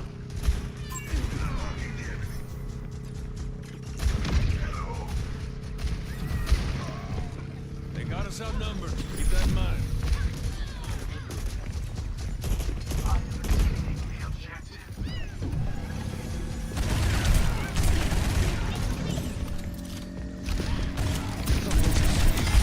Not every fight's a fair one.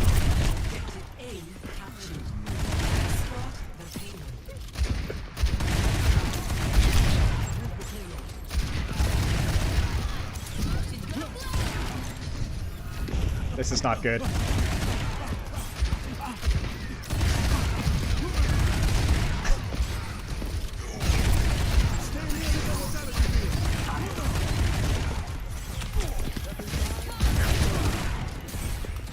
I gotta go.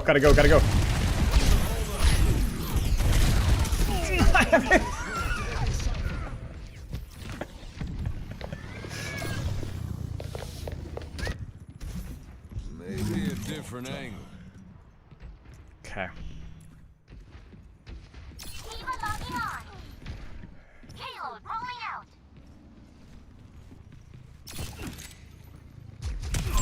Spotted an enemy. Frick, mother! No! Ah, poop!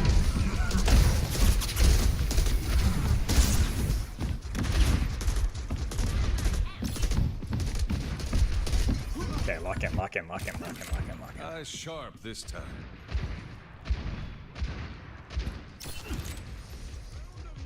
And we're making progress. I need to abuse object permanence. You know what I'm saying? Like right now, it's just like it's too late.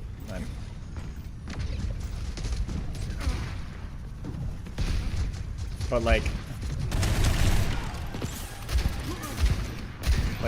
I need to be like, oh, you forgot about me. Now you will die. Kind of a strategy.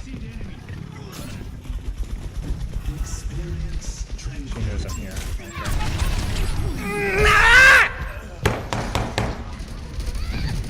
This is really hard, guys. I'm not gonna lie. Come on, Cole. Try a little harder.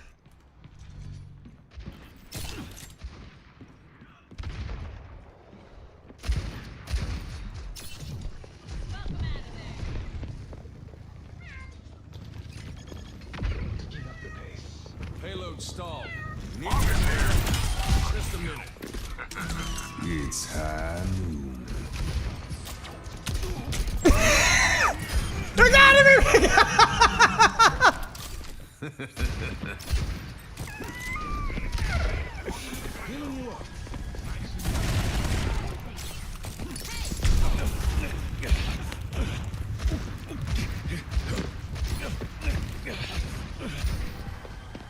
Enemy spotted. Yeah. Object permanence. 5, 4, 3, 2, 5, 4, 3, 2, 1. Involve. Oh, I almost got him! Wait, we did get him! We didn't get him.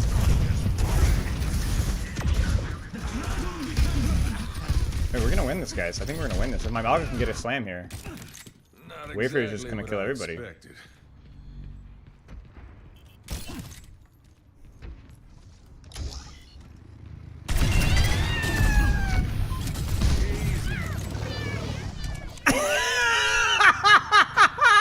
What a rat! Wait, watch this, guys. Watch this, guys.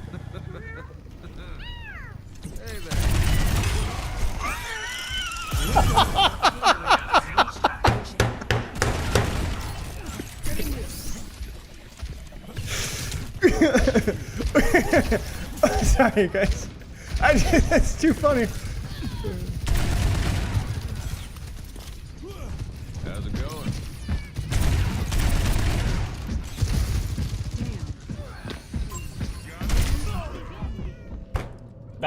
That's just okay. Can we talk about that for a second, guys? Can we talk about that for a second? Can we talk about that for a second? Can we talk about that for a second, please? Can we talk about that for a second? Like, I know that's an outlier, but can we talk about it just real quickly? Just real quick. Can we have a conversation? Can we conduct discourse? Payload ain't worth much just sitting here. Let's move. I'm on the payload. Anyone care to Like, you are Satan. He's Satan. experience tranquility? Oh, he missed. He died. Where was I? Okay, we got this, guys. I'm almost to my major perk. And I'm also almost to my ult. Which is the best part of my kit right now. I kind of entered there a little bit.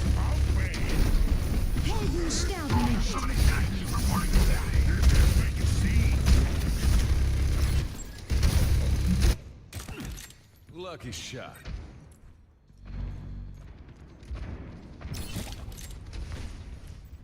Dead eyes ready.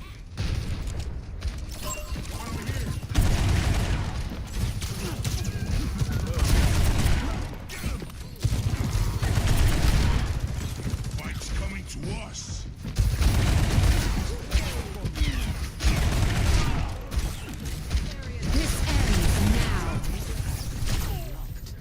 I needed to go left side, guys. I needed to go left side. That angle expired, and I just wasn't rotating.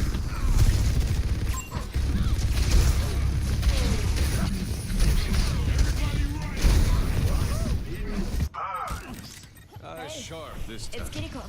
My ultimate's ready. Huge kill, actually. We can actually, if our Zen can live, we can trance. Hey, it can. No, we didn't trance.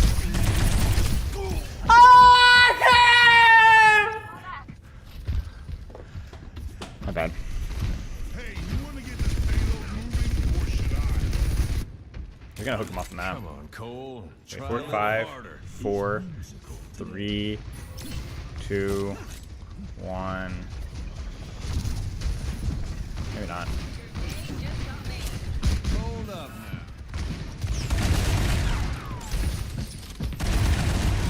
Dude, I hit a bullet, man. Like, hit a freaking bullet. Experience tranquility. Oh, we got him!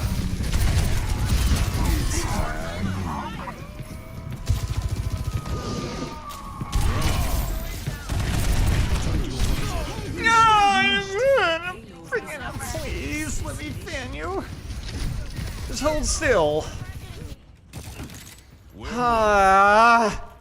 I keep ending up in the middle of Guam, man. I gotta be object permanence maxing.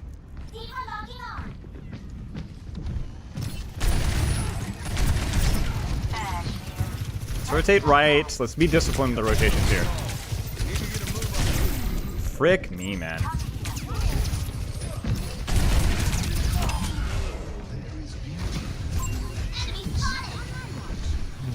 Hogs down so I can cheat. Off at the left angle here. They know I'm here, but...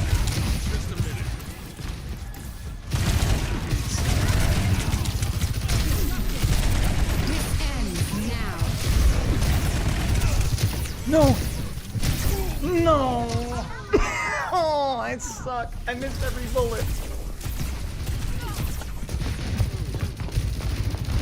Lenny! Lenny! Dutch! Sharp this time. That'll get it done. Ah! Payload ain't worth much. Just sit here. Let's move. Lock the frick in! Lock the frick in! Lock it! Ah! This is terrible. This is terrible. This is terrible. Who had this idea? This is the worst thing I've ever done. This is the worst thing I've ever done.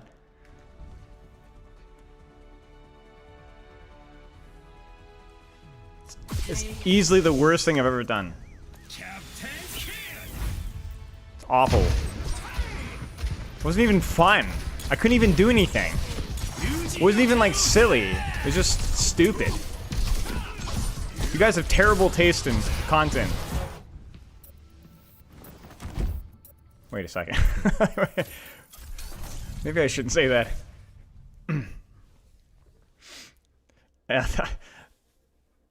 Oh, well.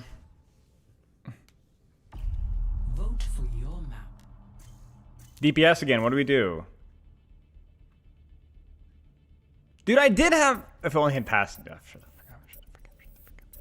Venture, May, Junkrat. I kind of feel Junkrat right now. I'm kind of feeling a little ratty.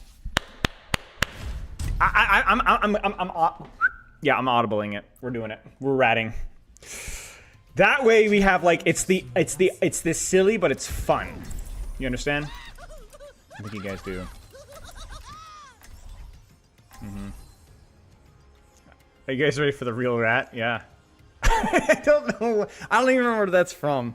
Are you guys ready for the real rat? All right, guys. Oh yeah, that's from me. Yeah. Plenty of bombs to go around. Oh, all right. You guys ready for the real rat? Yeah, that feels natural. Wait, stop. Was that Route 66? Stay in sight. Something clicks in my brain. That felt like right in my mouth. Like it was like this is the real rat, and then I saw like Route 66 first point. Wasn't it? Was it right? First defense, right? Yeah. See, I actually did remember that. Okay, there you go. Oh.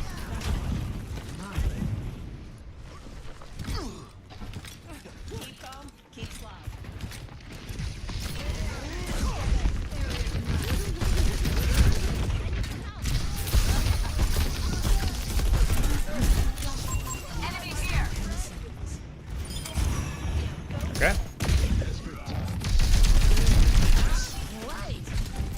Can't push that. Too naked. What the frick?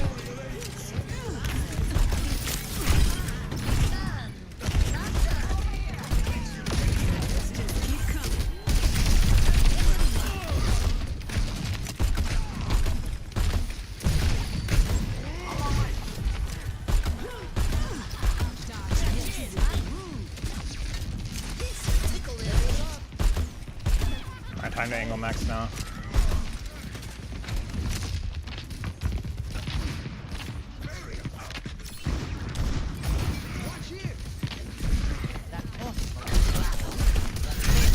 No. I missed the combo in the Ana. I didn't hit the double direct.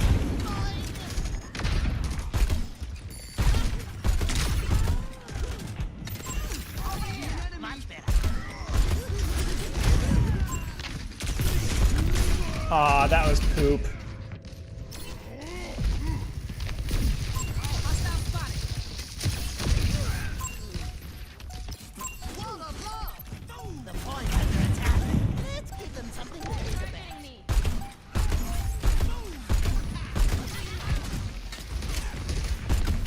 Give him a little distraction and then hit him with a 1-2. Y'all watch this, ready? Hit him with a 1-2. Ha! You shall not pass! Ha! Pooh!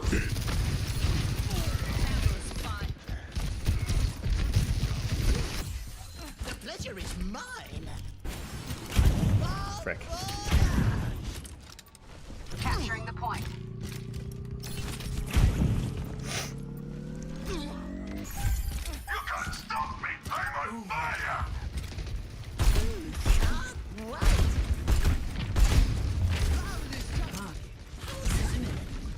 Frick.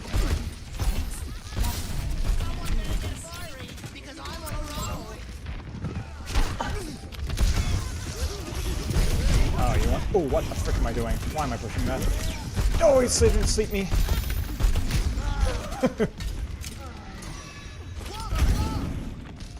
Nah, frick that. Too far away. Flashpoint unlocks in 10 seconds. Enemy here. Don't tell anyone. Flashpoint unlocked.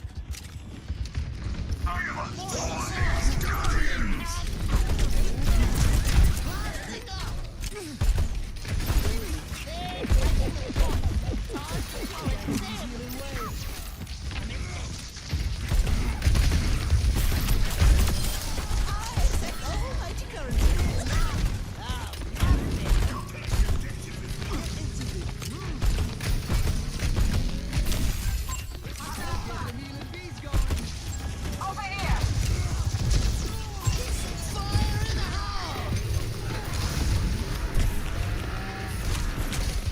I greeted it. There's a person right there.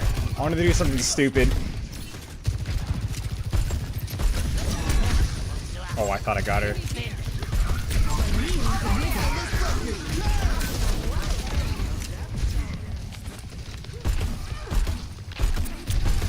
Oh, she's dead.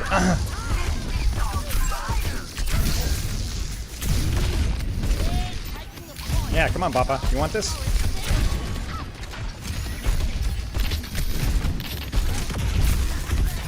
Oh, frick.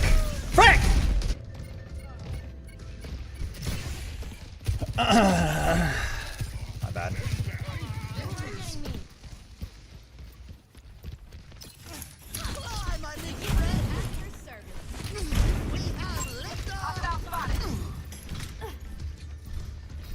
Yeah, there's no, can't be sneaky here. We gotta go. It's go time.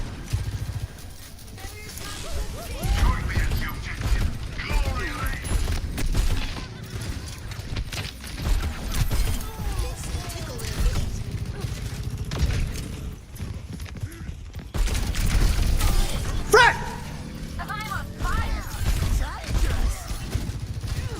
Know your place! Huh, huh.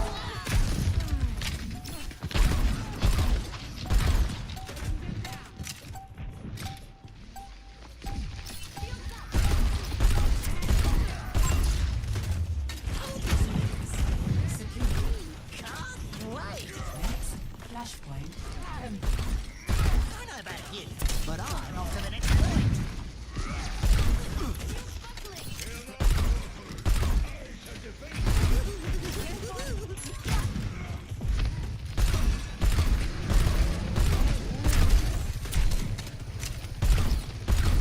Let the Kitsune guide you. Come on, I'm gonna mind control trap, mind control trap, mind control trap. Okay, that was Okay, that's not how that works. So you have to I don't even think it one-shots with the damage reduction, actually. Yeah, it doesn't one-shot. People have 400, people have 500 effective HP, so that wouldn't work.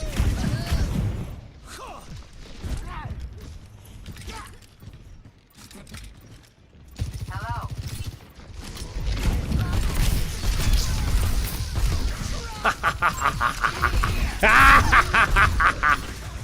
No, frick.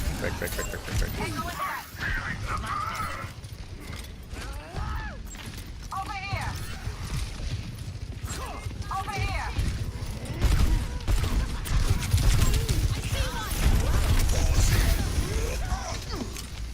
This ends now.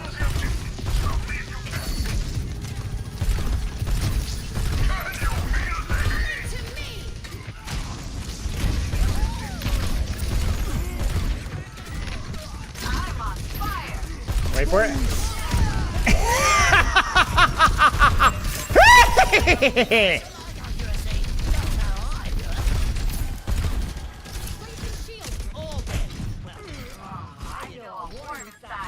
Okay.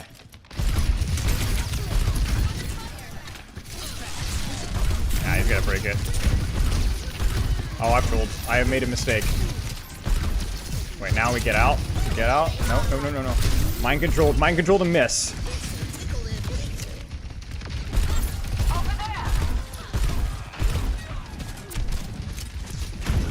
Frick.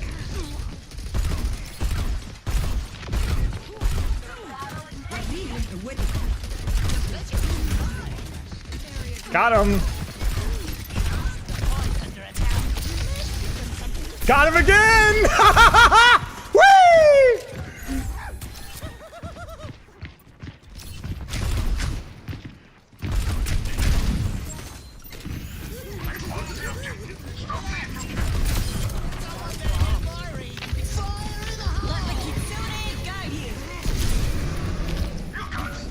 Watch it, watch it. Look at him one more time.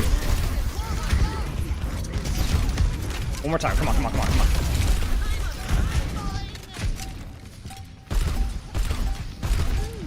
One more time. Come on, come on. Oh. Easiness!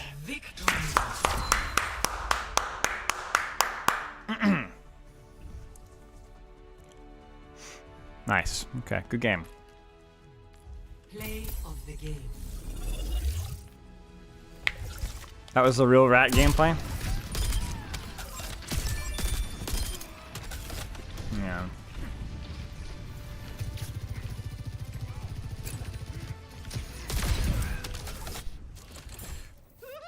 Better team lost. Alright, we'll do a couple more and then it's getting late.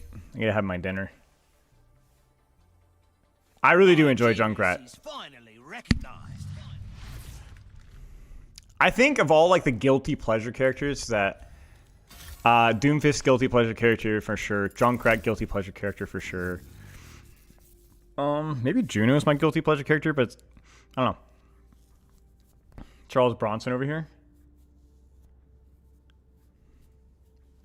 My arms aren't near big enough to be Charles Bronson. Oh yeah, podcast is over. I should update stream title, but I'm about to end stream anyway, so that was fun.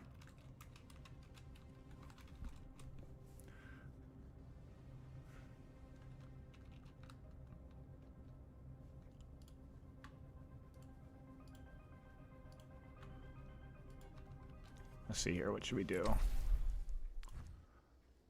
Oops, that's not what I meant to click. 1v1 arena. Oh gosh, this is gonna be bad. Wait. Oh, they're all in queue. Frick that. No, no, no, shoot. Shoot, shoot, shoot, shoot, shoot, shoot. I didn't mean to do that. I'm sorry, I'm frick.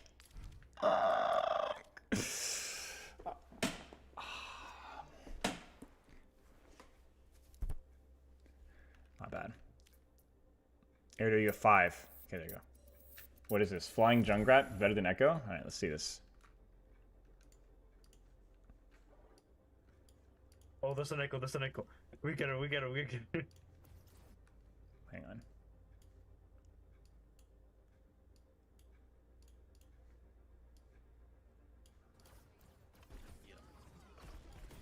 Holy crap.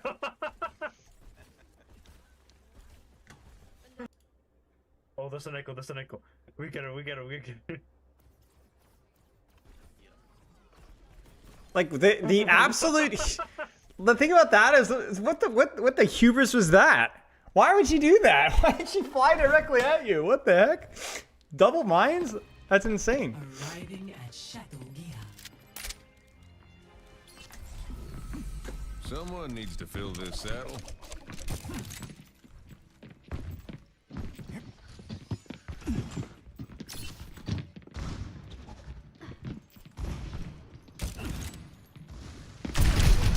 Yeah, he's so predictable. I feel like a new man.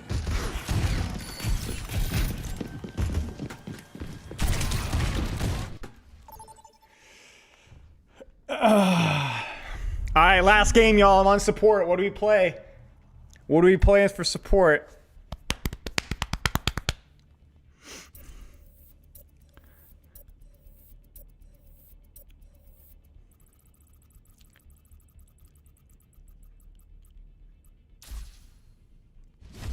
Oh, you guys want it? All right, we're gonna do it. It's time. It's time. Now arriving at Ilios. Let's freaking do this, boys. Let's freaking do this. One boop off the map. This game. One. I'll try. Woohoo! It's gonna be spicy. Oh. It's gonna be good. It's gonna be good. It's gonna be good. We're here to be heard. Heel to this beat.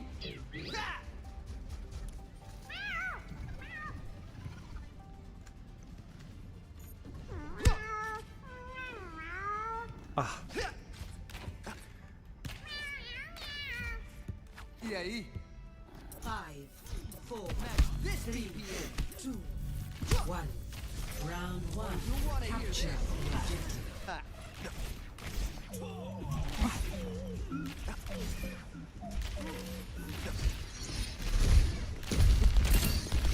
Freaking Roadhog Vendetta. Okay, fun. Frick. Oh no, it's Hazard.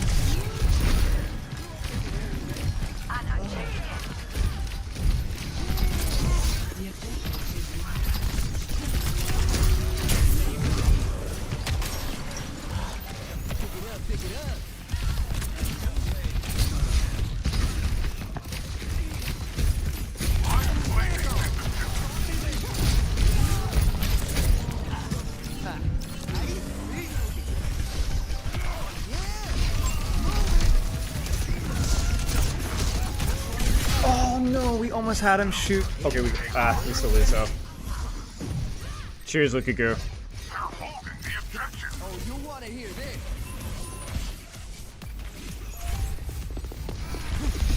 No, she's won. Catch these healing waves. Enemy spotted. Break up the game. I don't know if I should have used Amp there.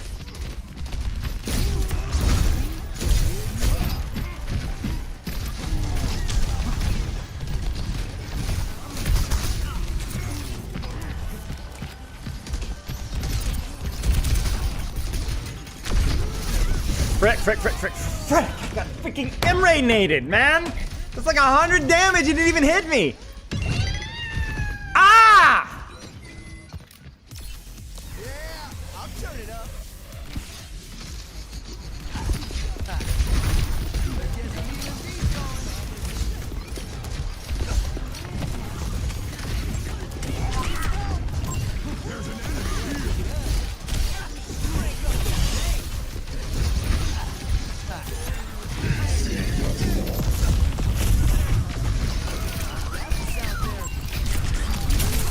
Ah, poop.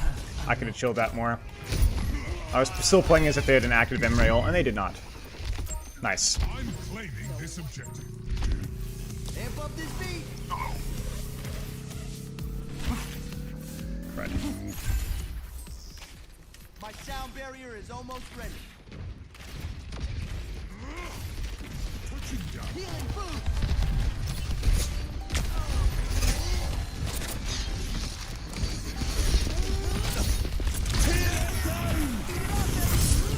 Oh, let's break it. Don't give a frick. I don't give a frick. If I Ajax that, it's worth it.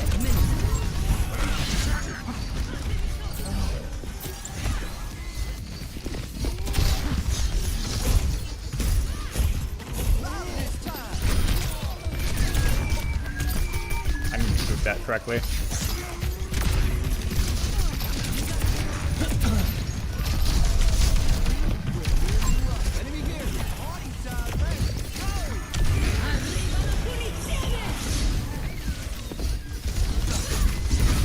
gosh, I can't. I'm losing track.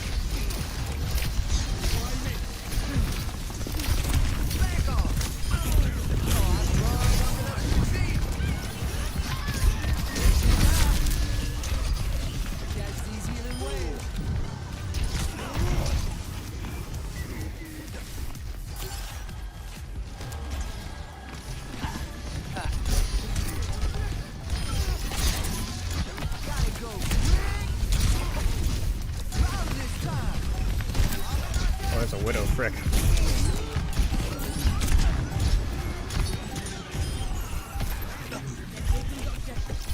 Don't just. We need to chill. We need to chill. We need to chill. We need to chill.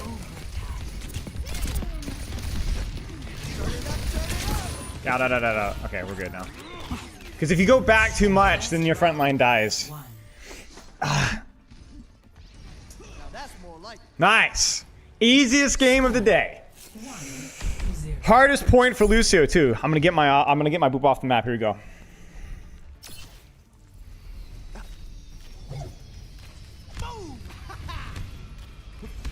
All right, let's hear that fighting spirit. That's exactly what I'm talking about. Fala tu. Everyone gets their +1. Give yourself to the suboptimal. Give yourself to the suboptimal. 5, 4, 3, 2, 1. Round 1. Capture the objective. Let's get some healing beasts going.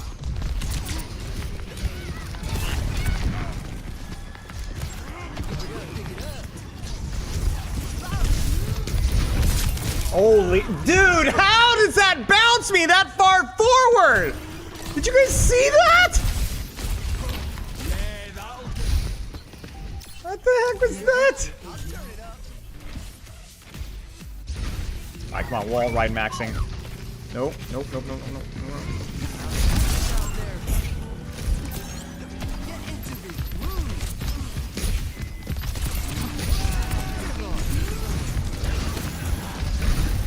Frick.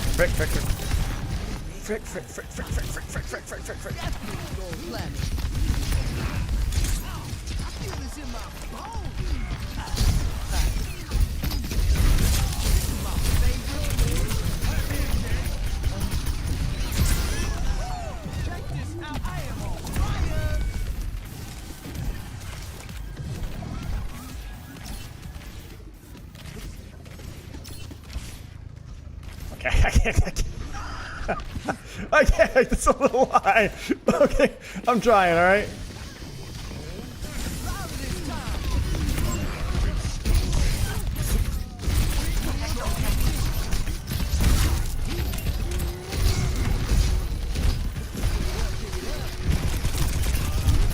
Aw, poop! And he lives! Oh no, what a disaster!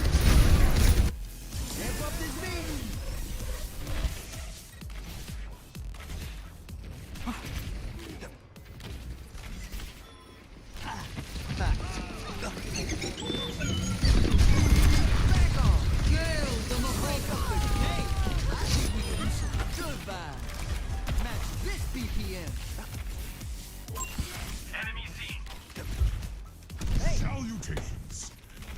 Hi there.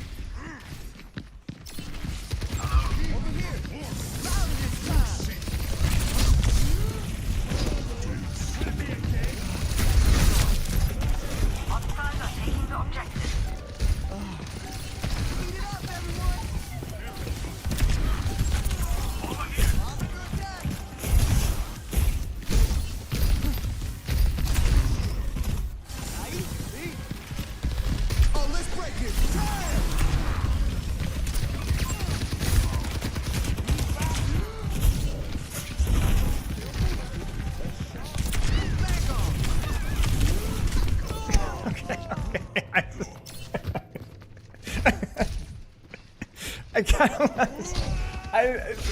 I didn't realize that, I kind of lost track of what was happening there. Okay.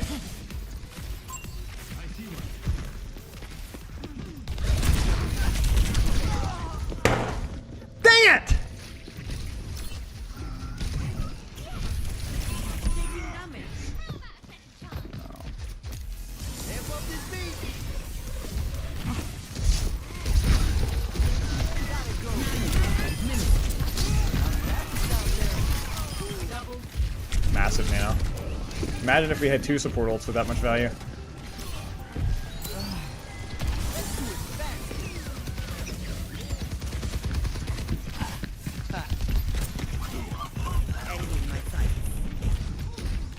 We're just not gonna cap her.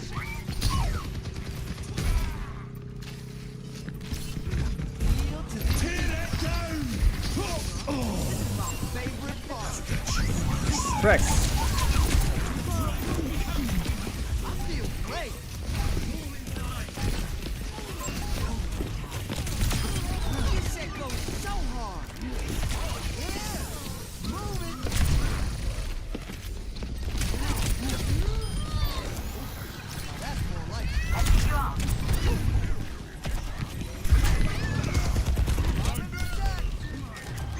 I want my boop, guys. I want my boop. I never got my boop, guys. I never got my boop. Ah, frick. Alright. GG's, y'all. That was fun. Maybe we can get it there on Thursday. I don't know. We'll have to wait and see. Sadly, we only got a couple games in today, but we will see. We will see. Loves and kisses. I'll see you guys.